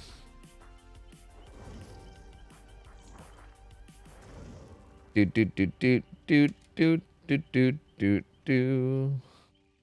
right. So let me pay out. Oh, done. I never paid out for the Billy set, have I? Okay, here. Let me pay out. Bam, bam, bam, bam. There you go. Let me give you guys a new one. So this is Slinger. Just confirming all killers are east, right? Pretty sure, yeah. Pretty sure both Kurt and Dino are both east. I could be wrong, but I'm pretty sure. And this is gonna be Chad's versus Empathy. There you go. Go nuts. So Empathy is Loris, Nos, Cookie, Billy Boy. Is this new? I know that this team has a couple people that we're familiar with. Frog. Oh, this is Jinxie. This is Jinxie. Okay, so yeah, Jinxie. So yeah, this is pretty much the team that we know them as. So Jinxie, Cookie, Nos, Loris, the team that we saw last time these guys played. Very solid team. Chad's though, also an extremely solid team. It's like Dino, Kurt, Tina. Is Flopper on the team still? I don't know. I know Borlord's on the team now. Dame. Who knows who else is even on their team anymore? I have no idea. Rain, I think Rain's on their team now. But yeah. So that's Team Chad. So yeah, feel free to Gamba, whoever you want. This is gonna be Slinger to start. Dino Melon's gonna be the killer up against the survivors of Chad's. Sorry, not Chad's. Up against the survivors of Empathy. And then we'll flip flop and we'll see. Flop left. We picked up Rain recently. Gotcha. Gotcha. Is that tournament broadcast anywhere? Yeah, the guy's name was like Phenom BR. Here, I'll give him a shout out. He's Brazilian, hence the BR. So it's all being casted in Portuguese, but you can see the VODs, and if you want to watch the gameplay, you probably, I mean, like unless you speak Portuguese, you probably won't be able to understand what the hell is being said, but you can watch the games there anyway. So yeah, we were watching it a little bit earlier on stream. I have to go on record. If I don't juice this time, it's because I've acknowledged I'm bad. Oh, Loris changing her ways out here. Now acknowledging the fact that there's no excuses anymore. It's just flat out skill diff at this point. Yo, Ashes to Ashes, thanks for the resub, by the way. 8 months. Welcome back, gamer. Appreciate it, buddy. Thank you. Thank you.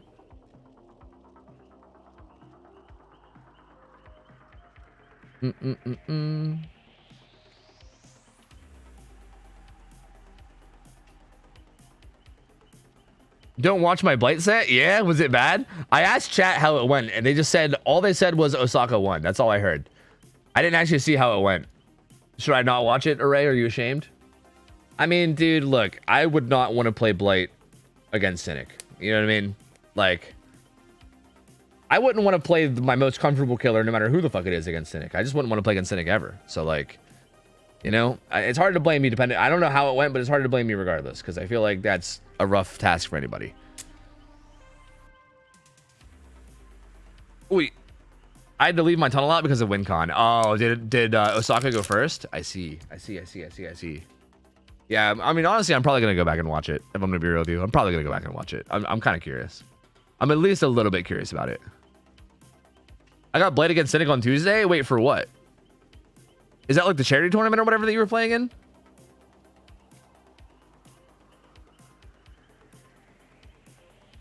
Have you seen the Blight set in Blast? It's a great showing from Cynic survivors. Yeah, Array was the killer, which is why he was telling me not to watch it. I don't know what happened, but now I'm kind of curious.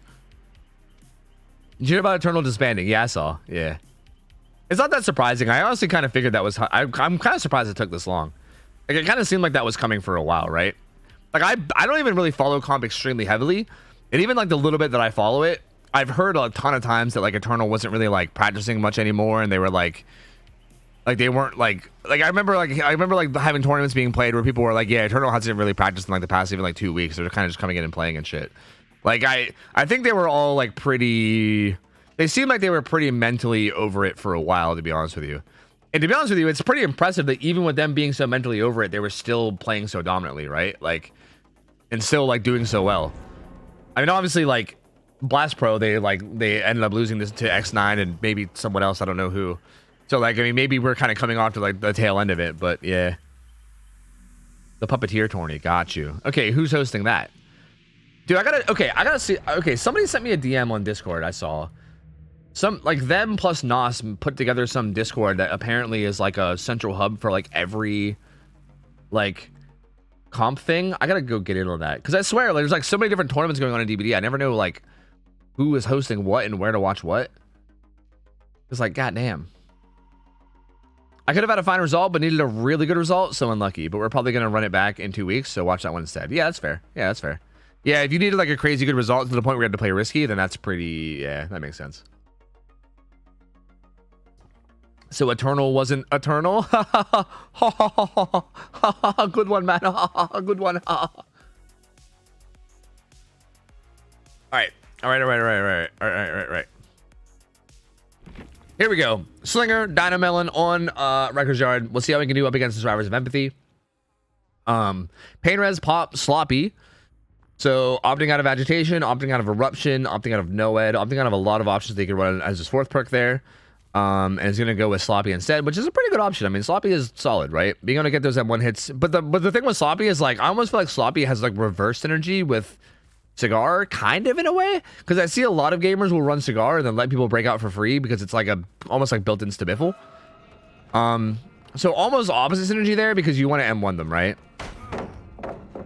Ooh, Cookie getting found, but playing this palette really well so far. This palette's pretty dangerous, though. It's basically guaranteed damage. I mean, most palettes are guaranteed at least first damage against Slinger, but if you can keep him here, it's pretty much a guaranteed kill. But Cookie's gonna bail. Oh, he runs into a tree! That's not good. Don't do that. Oh, and he runs into a tire wall, too. He's gonna go down. Deadly Unbreakables on Jinxie. This is the DS Survivor, though, which is none too shabby. But gen progress is not looking too crazy right now. Loris is a bit of an objective build. Nos is rocking a bit of a mixed bag. No urban evasion? Hello? Can we get like a ping / voice check on Loris to make sure that there's not a smurf? Make sure it's not like someone on her account. There's something wrong there. I don't see urban evasion. Dano's gonna get this first hook though. It's not pain res, so he doesn't get a pain res, but he does get pop on the middle gen. Pain res still available for Cookie.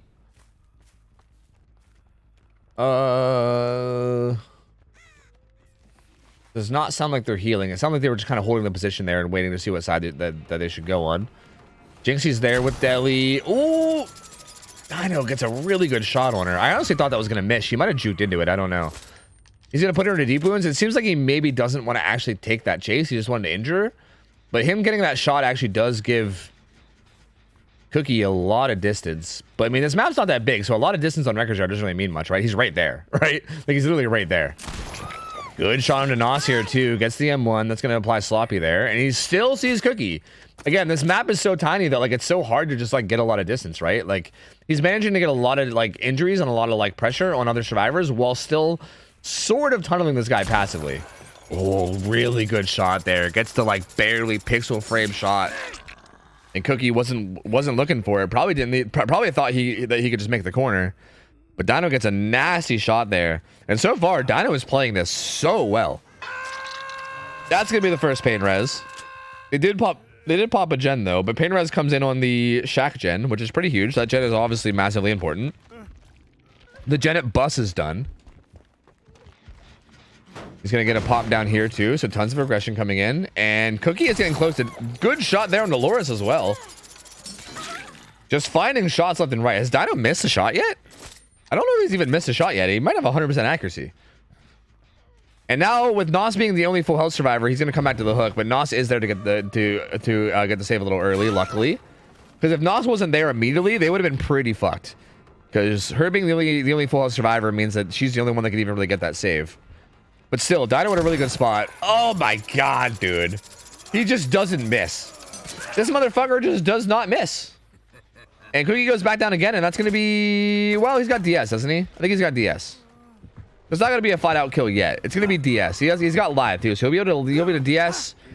Maybe, like... I thought he'd pre-throw that. He probably should have pre-threw that. He's going to try to use live to his favor at some point. Vault coming in. He's got to try to survive here a while, because if he dies at, like, 4 gens left, and without, like, a couple gens popping for his death... Live knocking in there. And he's going to go down. Dino.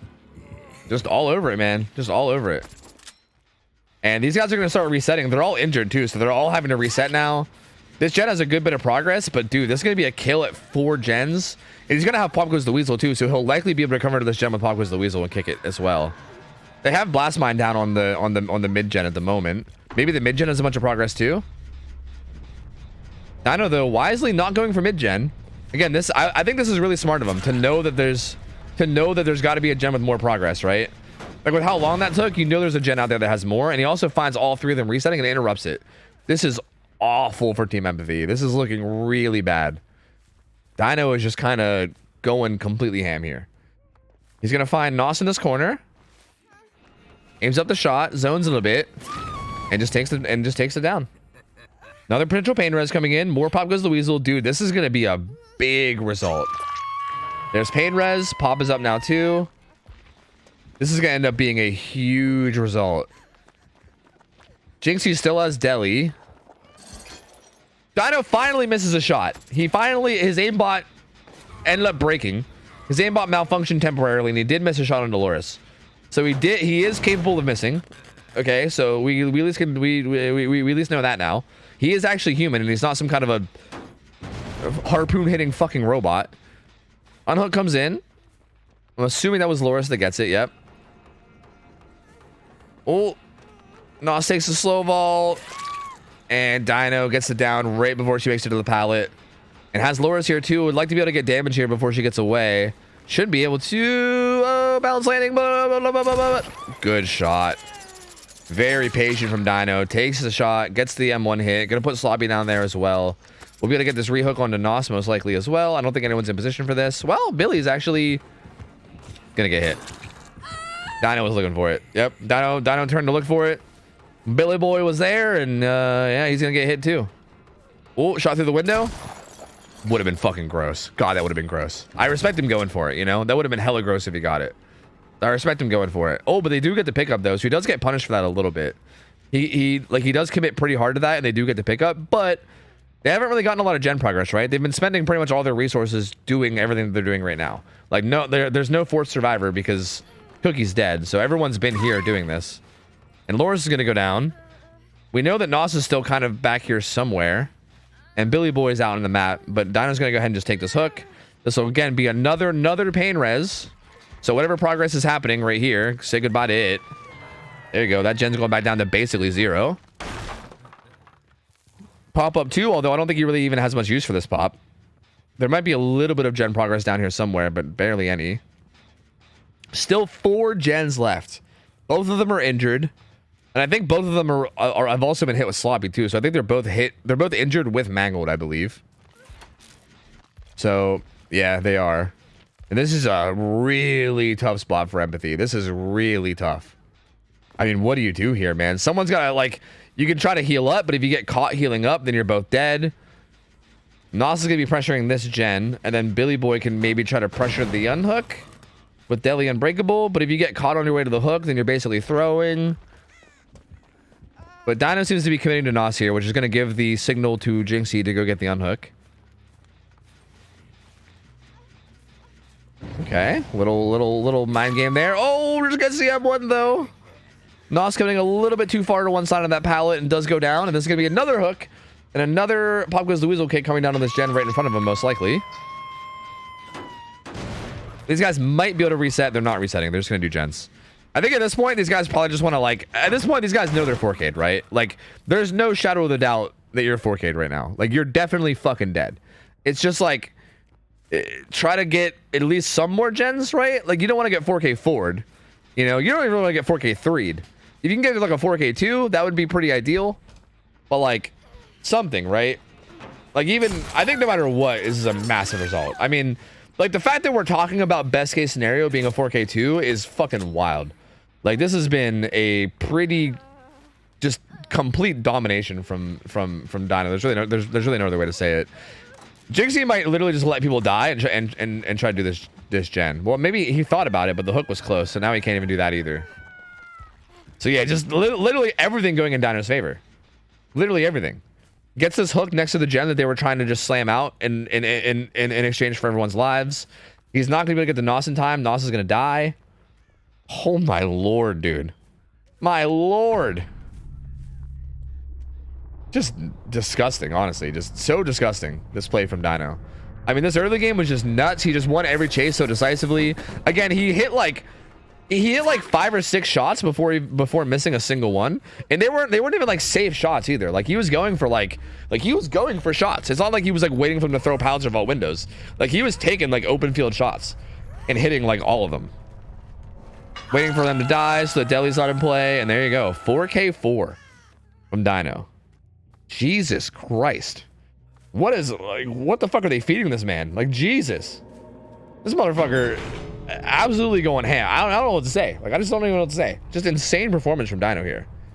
Did an insane job. Empathy, again, there's definitely a couple places where they kind of fumbled the bag a little bit, but at the same time, like, what can you really say about it when Dino's just hitting those shots, right? Like, it's almost like, from the side of empathy, it's like, don't get shot. But like, what kind of feedback is that? Like, what they needed to do was they needed to not get shot, but then Dino was just shooting them.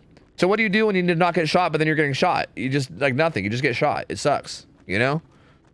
So I don't say, man. I mean, sharpshooter Dino out here, just kind of nuts. Hit pretty much all of his shots over the game, put so much pressure on him, was able to snowball the game from there perfectly, called out basically every play they were going for. Every like little thing, right? Even like Jinxie kind of like running up to that pallet that Nos was under to try to save her, and him like kind of sniffing that out and finding that hit on Jinxie, right? Like every little thing like that he did, like, it just felt like he was sniffing out every little play they were trying to make, and he just kind of kept up the pressure the whole way through and just never like once fell behind.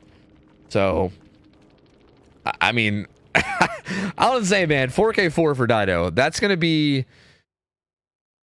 pretty much impossible to beat. I mean, like it's gonna. Okay, I am gonna say that. I'm gonna go ahead and say it. That's gonna be impossible to beat. I think the best case scenario here is gonna be a tie, right?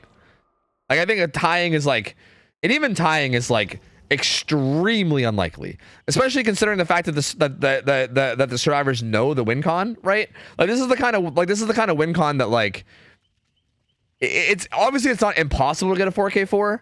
But I think it might be impossible to get a 4K4 when the team knows that that's their win con. Like, hypothetically, if Empathy knew that they can just finish 2 gens and then win, they probably could have got more than 1 gen done that game, right? Like, if they knew that was their win con, they could have played around it and been able to meet that win con, right? So, like, I think going into a game where the survivors know that all they have to do is finish 2 gens, again, I don't like to say that something is impossible. I don't want to say that there's a 100% chance. But like, if I'm also being real with you guys, it's like a fucking like a minuscule like fraction of a chance basically for them to be able to do anything here. But that being said, I mean, we'll still see, regardless of how the game goes. I mean, maybe we'll still just get a good slinger game here out of Billy Boy. And hey, maybe we could just disregard the first result and we could just look at this as an isolated scrim, and we could just see how they do. You know, because I think that's a pretty fair way of looking at it.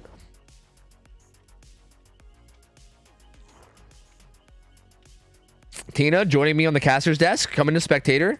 Actually, she's playing killer. Just kidding. She's actually replacing Billy Boy on Team Empathy. Oh wait, no, just kidding. She's back to Survivor. Never mind. I'm telling you, this is what happens when I'm not allowed to have Urban. Blame my team. Did they tell you to stop running Urban? I thought they replaced you with somebody. I thought there was someone else on your account. Because yeah, I saw that you didn't have Urban Evasion. I don't know what was going on over there. I was like, what the fuck? Thought we were about to do like ping checks and shit over here. I don't know what was going on. We doing a show match? I mean, we might have to consider this for the sake of keeping it interesting. We might have to consider it basically a show match, because I feel like, again, I mean, I'm not trying to be mean here, but I feel like both teams probably are pretty aware that this match is pretty much donezo, right? Like that's, I don't know, unless like someone literally like, unless like half their team like DCs midway through the game or something. Like I don't know. Like again, there's such a small minuscule chance of a tie or a win happening here for Empathy. So yeah, we can. I'm hoping that everybody on both teams here just kind of considers this like a show match and just plays it out. Like Billy Boy could maybe bring a build based on the win condition, right? Like you can bring like Devour Hope or something, or I don't know, Infectious Fright with like, you can maybe bring like Infectious Fright, Force Hesitation, and pray that the survivors fuck up and you can snowball, or you can bring like Devour Hope. Like you could technically like try for something, but even then, like I feel like no matter what you bring, it's just, again, I don't know, I don't mean to be like Doomsayer Magoo here, but feels pretty not reasonable. You know, I don't know. Starstruck, yeah, Starstruck Agi, right? Yeah, like you could go for one of those like really aggressive, like, you know, feast or famine builds. But to be honest with you, I'm cool with either one, right? If they want to go for the win con, even though it's borderline unreachable, I respect that, and I think that's kind of a Giga Chad move. But at the same time, I almost kind of hope that they just bring a build that they would bring normally, right? Like even if they bring like Noed or whatever, and you're like, why would you bring Noed? The win con is blah blah blah. Like I almost kind of hope that they just bring whatever build they would normally bring if they were to play killer first, and just kind of like play it out and see. Because yeah, we'll see. Because I feel like, again, like when you run one of those feast or famine builds, what usually ends up happening is like you're kind of like, again, like the build is kind of based around like hoping that the survivors fuck up really really badly, right? But if the survivors don't fuck up really, really badly, then you end up just getting nothing. Like you end up with like 2 hooks or something. And then it's like, oh, you know? Whereas I feel like if they bring like a more standard build, then we can maybe still end up with like a somewhat decent result, you know? Did something happen to Bruderson? I feel like I haven't seen him here in forever. Yeah, he's not, yeah, he doesn't hang out here anymore. A bunch of people left the community a long time ago, and he was one of them. Yeah. What just sew match? That's where people sew things. Both sides sew a blanket, and then you compare at the end, and then we judge it, and we give it a score out of 10, and whoever gets the cooler blanket wins. It's a sew match. Show some empathy and throw the game. Get it? Because their team name is Empathy. Oh. Yeah, Force Hezi, like again, Force Hezi, I agree. It's very rare to get value out of it. Like again, you're kind of banking on the fact that the survivors are gonna like group up all together and like die together, which again, in like a comp setting shouldn't be happening. Like you really need the survivor team to like just be fucking wacky, wild throwing, right? Like, it's most likely not going to happen. They meant so as in female pig. Is that what so means? Bro, I don't know. I didn't know that female pigs were called sows. I didn't know that was even a thing. Fuck. Oh, dude, we got, what the fuck, what was that called? Something competition? Friendly competition. Friendly competition gamer. Okay, yeah, this feels like a more standard build, which I respect. So I like this. I kind of like this from Billy Boy. I need to call them Jinxie. Billy Boy is such a weird, come on, Billy Boy. You know what? I am going to call him Billy Boy. It's Deathslinger. That's right. It's Deathslinger. It's old Billy Boy. Old Billy Boy. So Billy Boy here is running a more standard build. He ain't fucking around with that win con shit. He's trying to get a real result here. He's going to be chasing Dame here. Finds the opening hit pretty quickly. Both these regression perks are obviously insanely strong. It's pretty much the same build Dino had, but Dino had Sloppy instead of Agi. Which again, like that fourth perk is kind of like the quote unquote like flex perk, I guess, right? Like you usually see this same kind of stuff, but then sometimes you'll see, ooh, good fake there from Dame.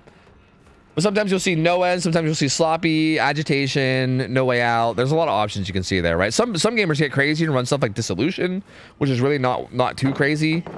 But Dame doing a really good job in this chase so far. I thought they were gonna die that tile. That palette is not easy to play.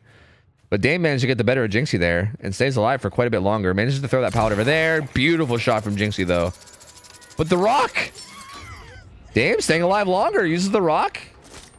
And doesn't actually get reeled in. Okay. Still gonna go after Dame here. Good fake on that pallet. Does call out Dame's fake vault and does get it down eventually.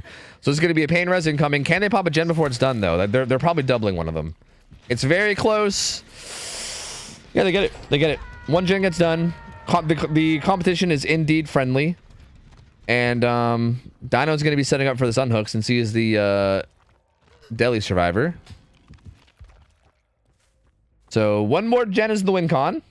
But again, we should mostly just ignore that because I feel like we should be treating this game as if it's like just the first game just to see what kind of result Jinxie can get. Good shot. Does he have borrowed time? He does. There's no way they get this. It looks like without borrowed time, it would have been close because borrowed time doubles it. And it would look like it was about at half. The sandbag! The brutal sandbag! Oh my god. Dude, hide your children's eyes.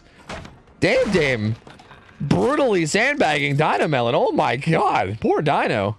Out here just trying to take a hit for his boy and then just, oh lord. Jinxie missing a shot on the rain. Doesn't quite get it. But like realistically, that's actually a good thing though. Like like the pallet gets thrown and Dame gets even more distance. So it's actually like I think Dino getting hit there is actually the best case scenario for Dame not getting tunneled at least.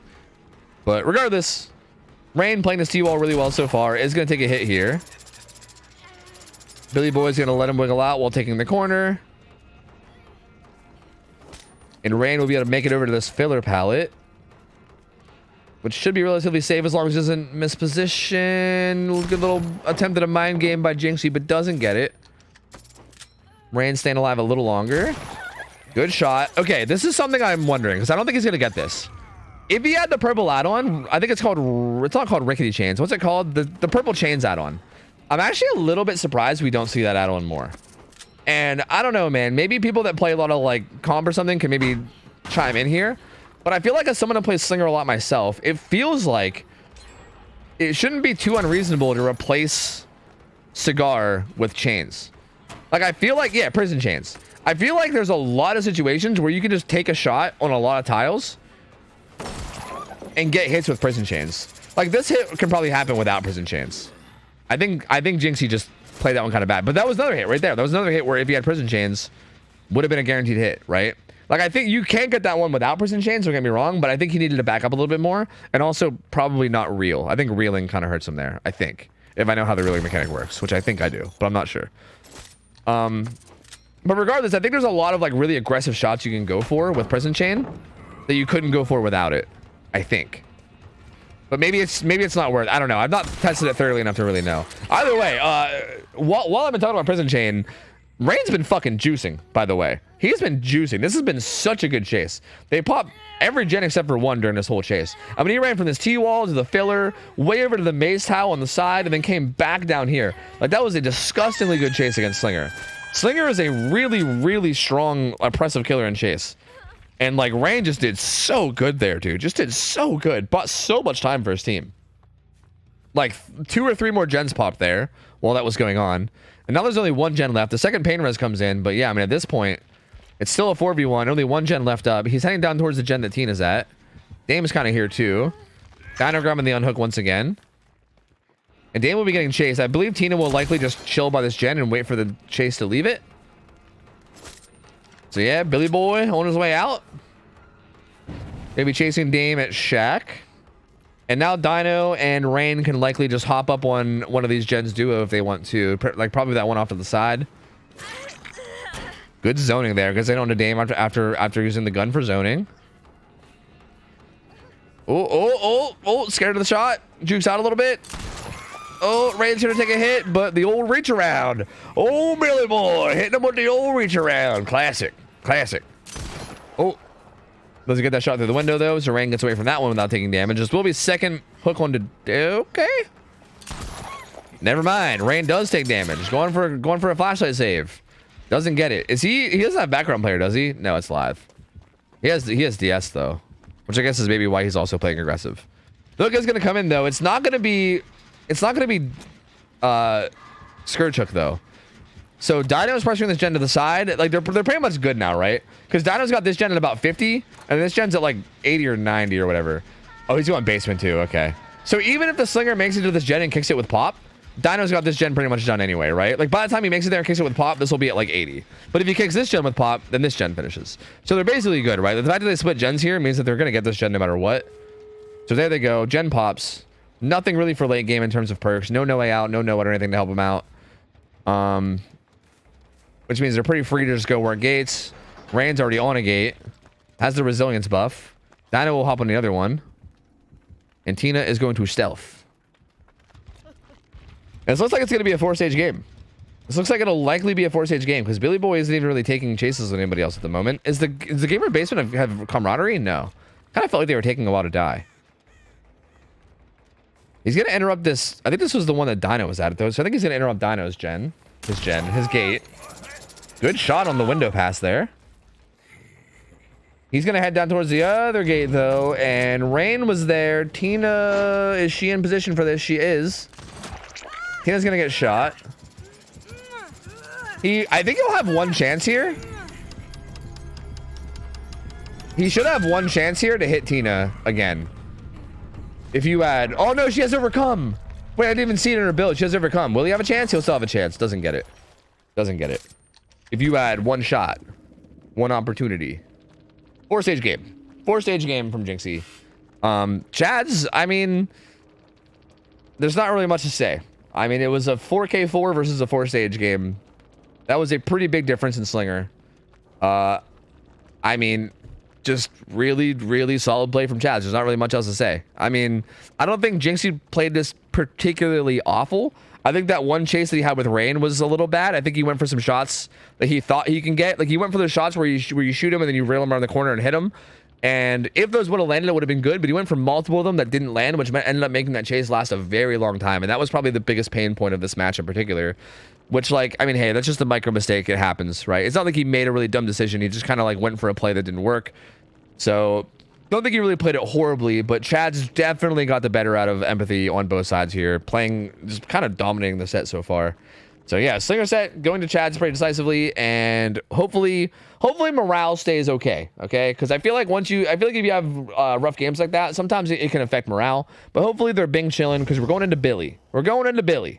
And I think I would assume Billy Boy is probably playing Billy. I might be wrong about this, but I feel like Billy Boy most likely playing Billy. His name is Billy Boy, after all. Dude, we got like the fucking redneck hick fucking match in this match, dude. Slinger and Billy. Good old Slinger and Billy. Is there like a third rednecky type killer that we could have included here? Oh man, we could have had the entire fucking backwoods Pennsylvania set. It was so close. Bubba? Yeah, Bubba. Oh, Bubba would have been perfect. Dude, we could have had fucking Backwoods, Pennsylvania set. Oh, that would have been sick. Guys, I gotta play ads. Keeping lobby, yeah?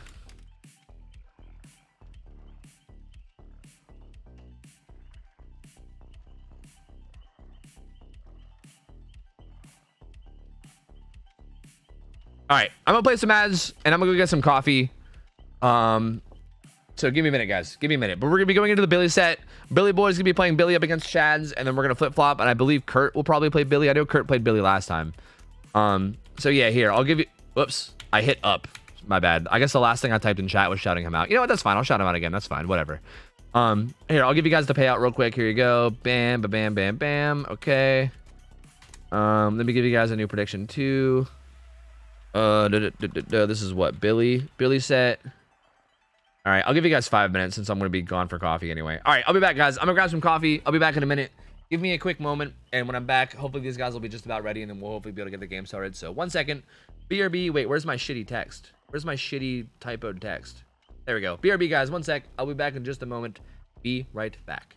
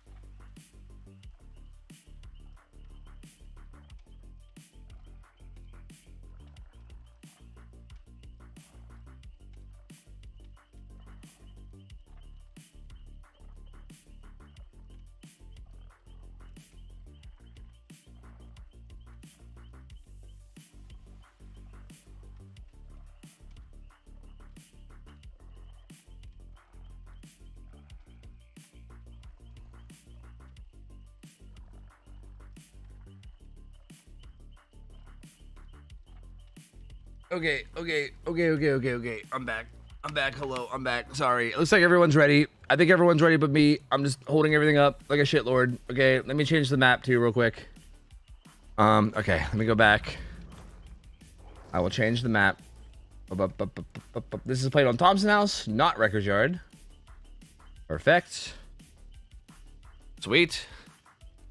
OhTofu to fuck with the ads? Who? OhTofu. Whom tofu to fuck with the ads? Whomshke.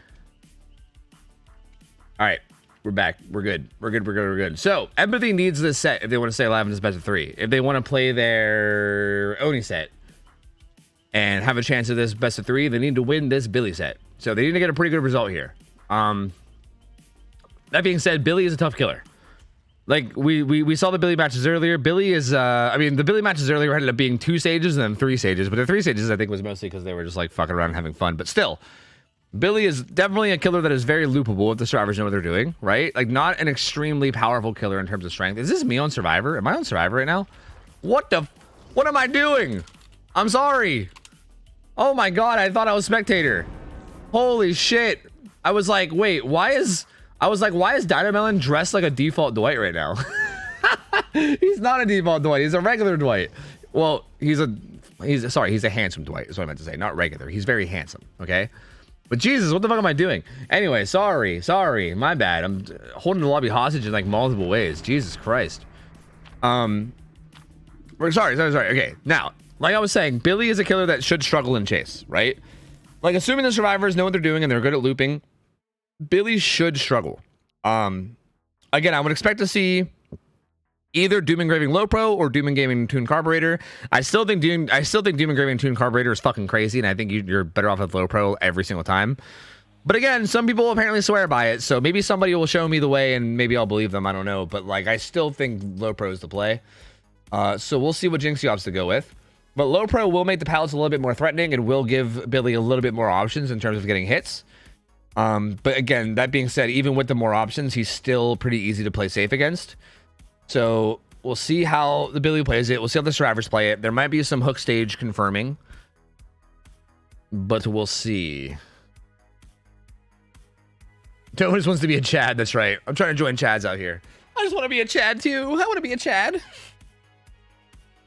Please, I'm too boosted. I'm too boosted to play Calm DBD, dude. I'd have to actually like commit to practicing and then get unboosted, but I'm just too lazy for that shit.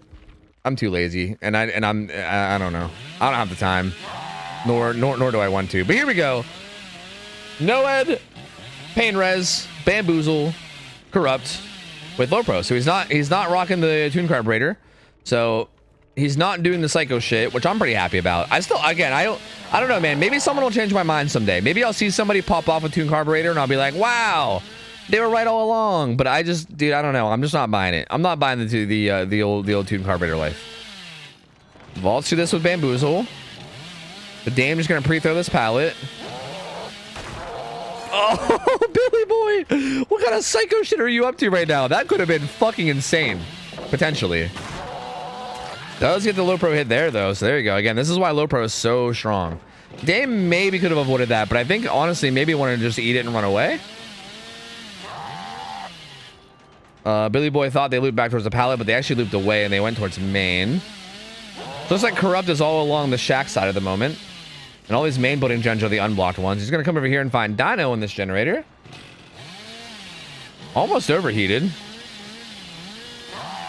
Goes for a curve though, and again, like these kind of curves should not be working against survivors of these caliber, right? Like I feel like if a survivor gets hit by one of these, it has to be from like a major survivor misplay.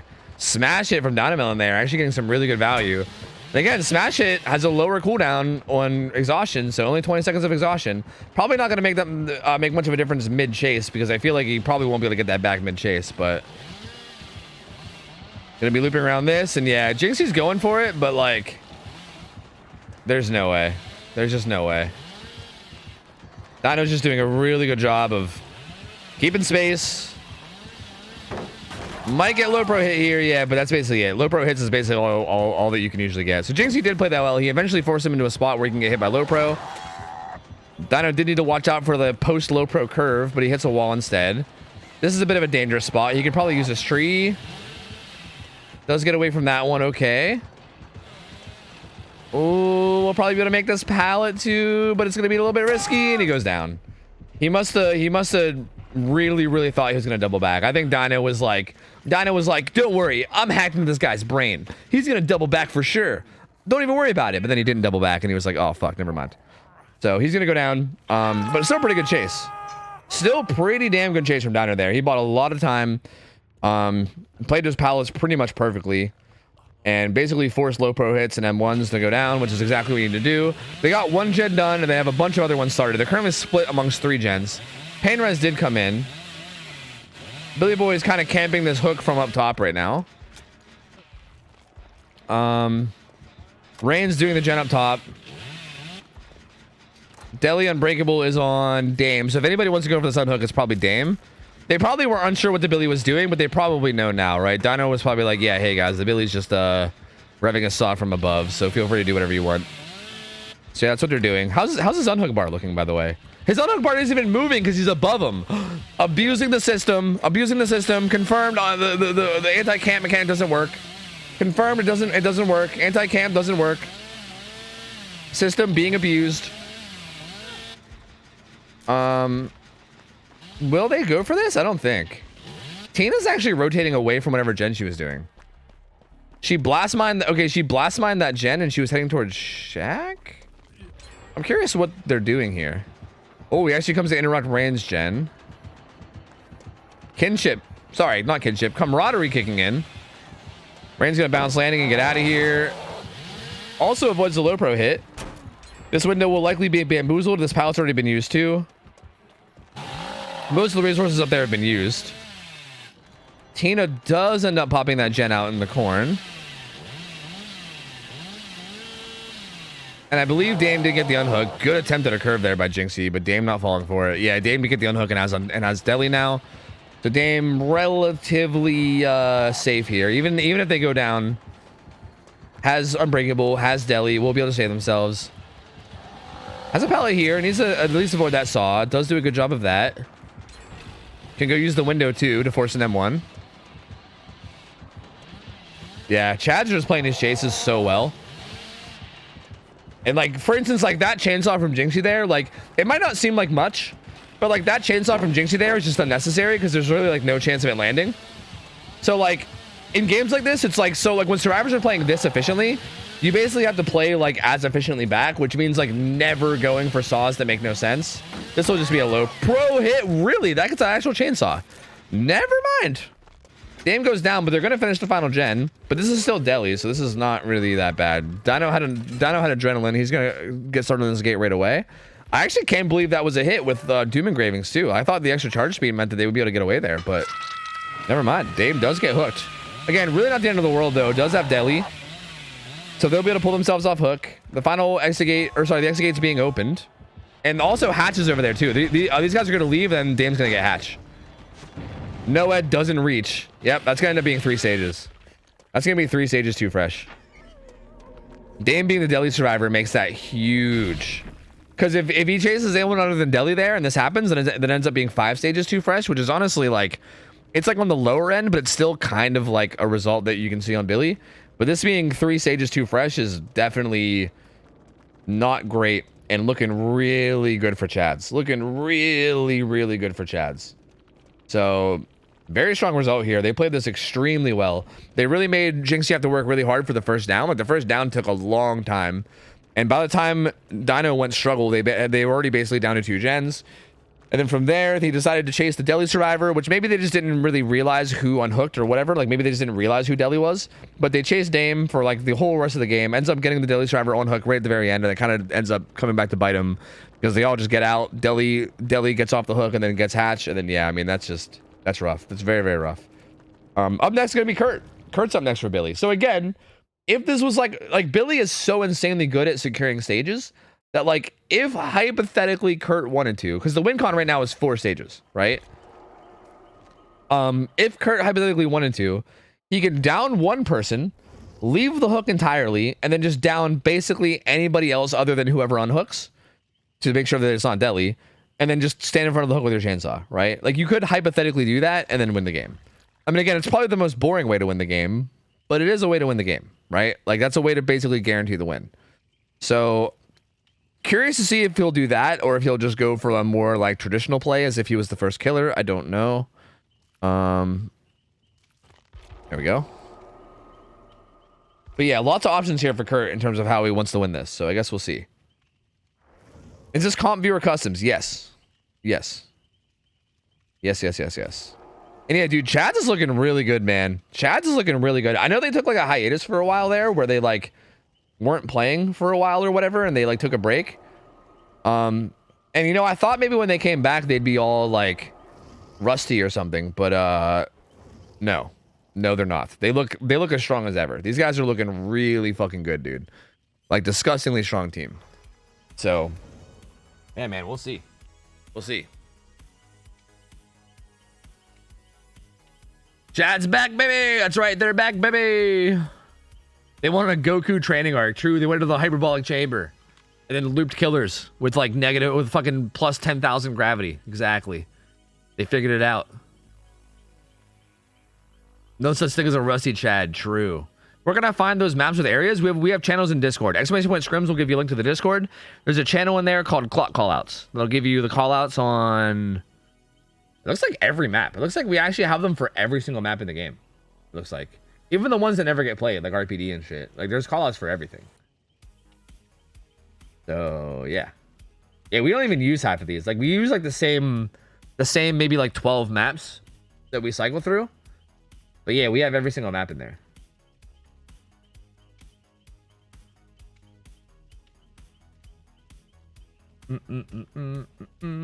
Oh god, the dead dog map's so weird.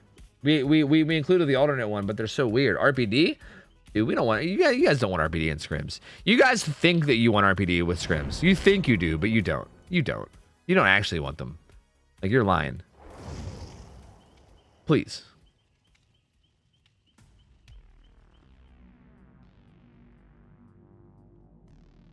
Can we see the numbers on the overlay? No, because both Kurt and Dino were the people running the overlays, and they're both currently playing in the set on Team Chads. So even though Dino is like not currently playing, he's probably in call with them in Discord because we allow people to do that. So yeah, there's no one really to run the scoreboard. The win con right now, like the last game was 3 hooks, 2 fresh. 3 hooks, 2 fresh.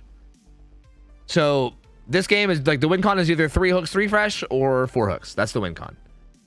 I can just let you know what the win con is. Don't worry. Do not worry. Wraith and Trapper RPD would go hard. Would it? Would it go hard? Would it? I don't know. I don't know. I don't think it would go hard. I don't know if I agree with that. Hope here on NOS with Adrenaline. We got Unbreakable Deadly on Billy Boy with Soul Guard. That's interesting. For the slugging baby. There it is. Urban Evasion back on Loris. Loris is home. Back with the Urban Evasion gamers. Cookie getting chased first. Does have Dead Hard DS, so pretty much the ideal target. Also has Smash Hit, Resilience too. So this build is definitely very, very centered around being chased. So pretty good first person to get chased. He's kind of running to a bit of a dead area right now. He needs to be kind of careful here. Might have to make his way back to that pallet. Yeah, he's gonna make his way back to that pallet. This is pretty isolated here though. He's got to be careful. This tile is extremely isolated down here. All there is the tractor. So there's big risk of him dying here. Yeah, pallet's gonna break. He's not gonna make it anywhere. Yeah, he's not. He ain't going nowhere. He's actually gonna go down. So yeah, that first chase happening at that isolated tile, and also him already having taken damage, meant that he was basically dead there. Like being injured to that tile was kind of a death trap, and Kurt takes advantage really well, zones him out, keeps him at that corner, and then kind of just cuts him up before he can make it anywhere else. And then the first down comes in very, very quickly. Pain res incoming. Loris was waiting for it, but I think it hit a different gen. No, it wasn't even pain res actually. Just kidding. Kurt, also not a believer of the Toon Guard Raider, also believes that low pro chains is the better option. I agree with him. I subscribe to the low pro chains mentality. I don't know if I'm with this whole Toon Guard Raider shit. Kurt's gonna come upstairs, bamboozle the window twice. Does he think that they're gonna full commit this? Maybe they will full commit this. They committed pretty far. And it's blocked now. Oh, wait, this is actually genius because they can't go anywhere, right? The most they can do, I guess the most they can do is use a locker. I don't really think about that. That's like a free kill kind of, right? I guess they can use a locker. They have to get out and then down off the ledge like immediately. Wait, what? That's crazy. What the fuck? I never thought of that. They have to basically get out and then down off the ledge like immediately or else they die. Either that or they just hop in locker. What the fuck? Well, that was pretty insane. So good play from Kurt there. Loris was not ready for that one. I wasn't either, to be fair. I didn't know what the fuck was going on there. That was kind of crazy. So yeah, I guess the idea there is that if you're on that, you just gotta get off of it immediately and get the fuck out of the house, regardless of what the Billy does. Interesting. Nos baiting that chainsaw gives him the wave. I love the Fang outfit that Nos is rocking right now. Looking good. Kurt trying to keep track of Nos, who was kind of running around those little tubs, little barrels, tubs. I don't know what the fuck you call them. Barrels? Are they barrels? I don't know. I don't know what the fuck you call those things. Low pro coming in, not getting the hit. So if Kurt gets a hook onto Nos here or anybody other than the two people that just got hooked, it's game over. So there you go. That's that on the Nos. Assuming there's not a flashlight save here or something, this is game over because this is the third fresh hook. So yeah, that's third fresh hook. That's officially GG. That is officially GG. That's going to be Kurt and Chad's taking the 2-0 in the best of 3. And I mean, there's not much else more to say about it. Chad's just looking very dominant today, man. They just were looking very, very on top of this. Chainsaw's nozzle hook, confirmed BMer. Actually, penalty, -3 hooks. Game's actually still alive. Hold on a minute. Penalized for BMing. Hold on. Game's actually still alive. Wait a minute. 2 gens pop, though. So, only 2 gens left. Kurt seems pretty content with patrolling this hook right now. There is a lot of generators around this. The gen up top, okay, actually there's a really good split. There's 2 top and 2 bottom right now, so really good split of gens. Loris gets found up here, has bounce landing though, so we'll be able to bounce landing away. Kurt might just commit to this though. Ooh, the low pro. She gets the corner. Has this window in here too, but it might just get bamboozled. Oh no. I thought, you know, Loris and also I was thinking maybe Kurt might just full send that curve to be fancy. Because hypothetically, if she was running down this, you know, porch and he curves out, that could have been like a sick clip, right? But I think Kurt, wisely knowing that that's a dumb thing to do and he should just break it instead and gets the guarantee down. So there you go. Down goes Loris. That's going to be her second hook. Oh. Ace found here. Oh, look out, Billy Boy. Billy Boy. That's not Billy Boy. That's Cookie. Never mind. Cookie goes down. That's going to be his second hook, too, if he gets hooked. Billy Boy's here, too. Look out, Billy Boy. Now, okay, now I'm actually saying the right thing. Look out, Billy Boy. Look out. Look out, Billy Boy. But Kurt just dominating right now. Gets another chainsaw down onto Cookie. This will be their second stage as well. There's still a pain res, by the way. Cookie never got pain res, I don't think. But doesn't pain res him there either. But 2 people on hook now. And I think he's going to try to secure this kill on Loris, right? He had so much pressure here that I think he can pretty safely secure this kill on Loris now. No camaraderie or anything. He's going to play this really close. Oh! Billy Boy goes for it. He had sprint burst, so he figured he'd try, but Kurt was way too on top of it. Body blocked the front side, so Billy Boy had to run around the back side, and by the time he got there to try to unhook, it was too late. So he's going to get hooked now. Loris is going to die. This is going to be another potential pain res. But this is also deli, so they can pull themselves off hook. But there is the pain res. Oh, Cookie's name is Cookie Hates Billy. I just realized. I didn't even realize. I didn't realize gamers were capable of hating Billy. I thought everyone loved Billy. I thought Billy was like universally loved. Good dead hard from Cookie there. Gonna keep him alive a little bit longer at Shack. This might buy the final 2 survivors time to get this final gen done. Maybe. Pallet gets thrown. You'll be able to make this corner pretty easily. So there he goes. Get some distance out of there. But he's got really nothing now. Once this window gets bamboozled, there's really nothing here. There's like the tractor back there. He's basically just going to loop this until he dies because he's basically guaranteed to die. But yeah, they're currently splitting gens. He is a pain res. Like, he is a possible pain res. I'm kind of surprised they didn't double this, to be honest with you. Nos is across the map with a different gen. And Billy Boy gonna get chased out here. And Billy Boy just needs to last long enough for Nos to get that gen done, basically. Does have Unbreakable, but might also just get hooked. Has an isolated pallet here. Goes down, though. The feather works and does go down. So down goes Billy Boy again. This is going to be rehook for them. Nos is just like, you know what? You guys are doing fine. You're doing fine. Don't worry about it. I'm going to finish this gen. It's all good. We're going to get all 5 gens done. It's okay. I see you guys over there sitting on hooks and stuff. I see it. But don't worry. It's okay. I got the gens. Don't worry, guys. Someone here's got to do the hard work. Gen kit comes in. Yeah, Kurt's not even going anywhere near the gen, so they are going to be able to finish all 5 gens. I think it was Nos that had adrenaline, though, right? Yeah, so Nos has adrenaline. Hey, maybe Nos can get out, actually. Pretty unlikely, though. Kurt saw what gen popped. He's going to head over, so yeah, I don't think Nos is going to be able to get out. Especially with Noed being in play, too. Unless the stealth? Da-na-da-na-da-na-da. Da-na-na. Oh, nope. Got spotted. Never mind. Oh, the plead? Oh my god, bruv. Savage. What the fuck? Open the gate? No? Nope, just Savage. Just Kurt. He doesn't give a fuck. She was like, please, mister. Please. Please, sir. Take my medkit and let me live. I'll trade the medkit for my life, sir. Please, you can have all my belongings. Just please let me go. And Kurt was like, no! So, filthy, disgusting play from Kurt. Just absolutely disgusting.